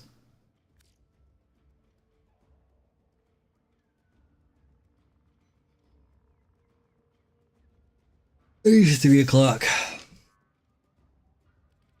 I've been on for 4 hours. Otis has received messages for the operator. No, I have not read them. I'm pretty good for the evening. Since I'm sick, I'm just going to cut it short.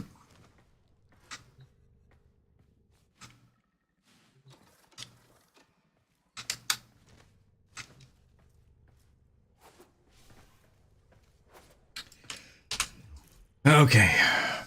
So, for everybody who stopped by, thanks for doing so. Peace. Take care. Stay safe. Have a good one. Try to be good to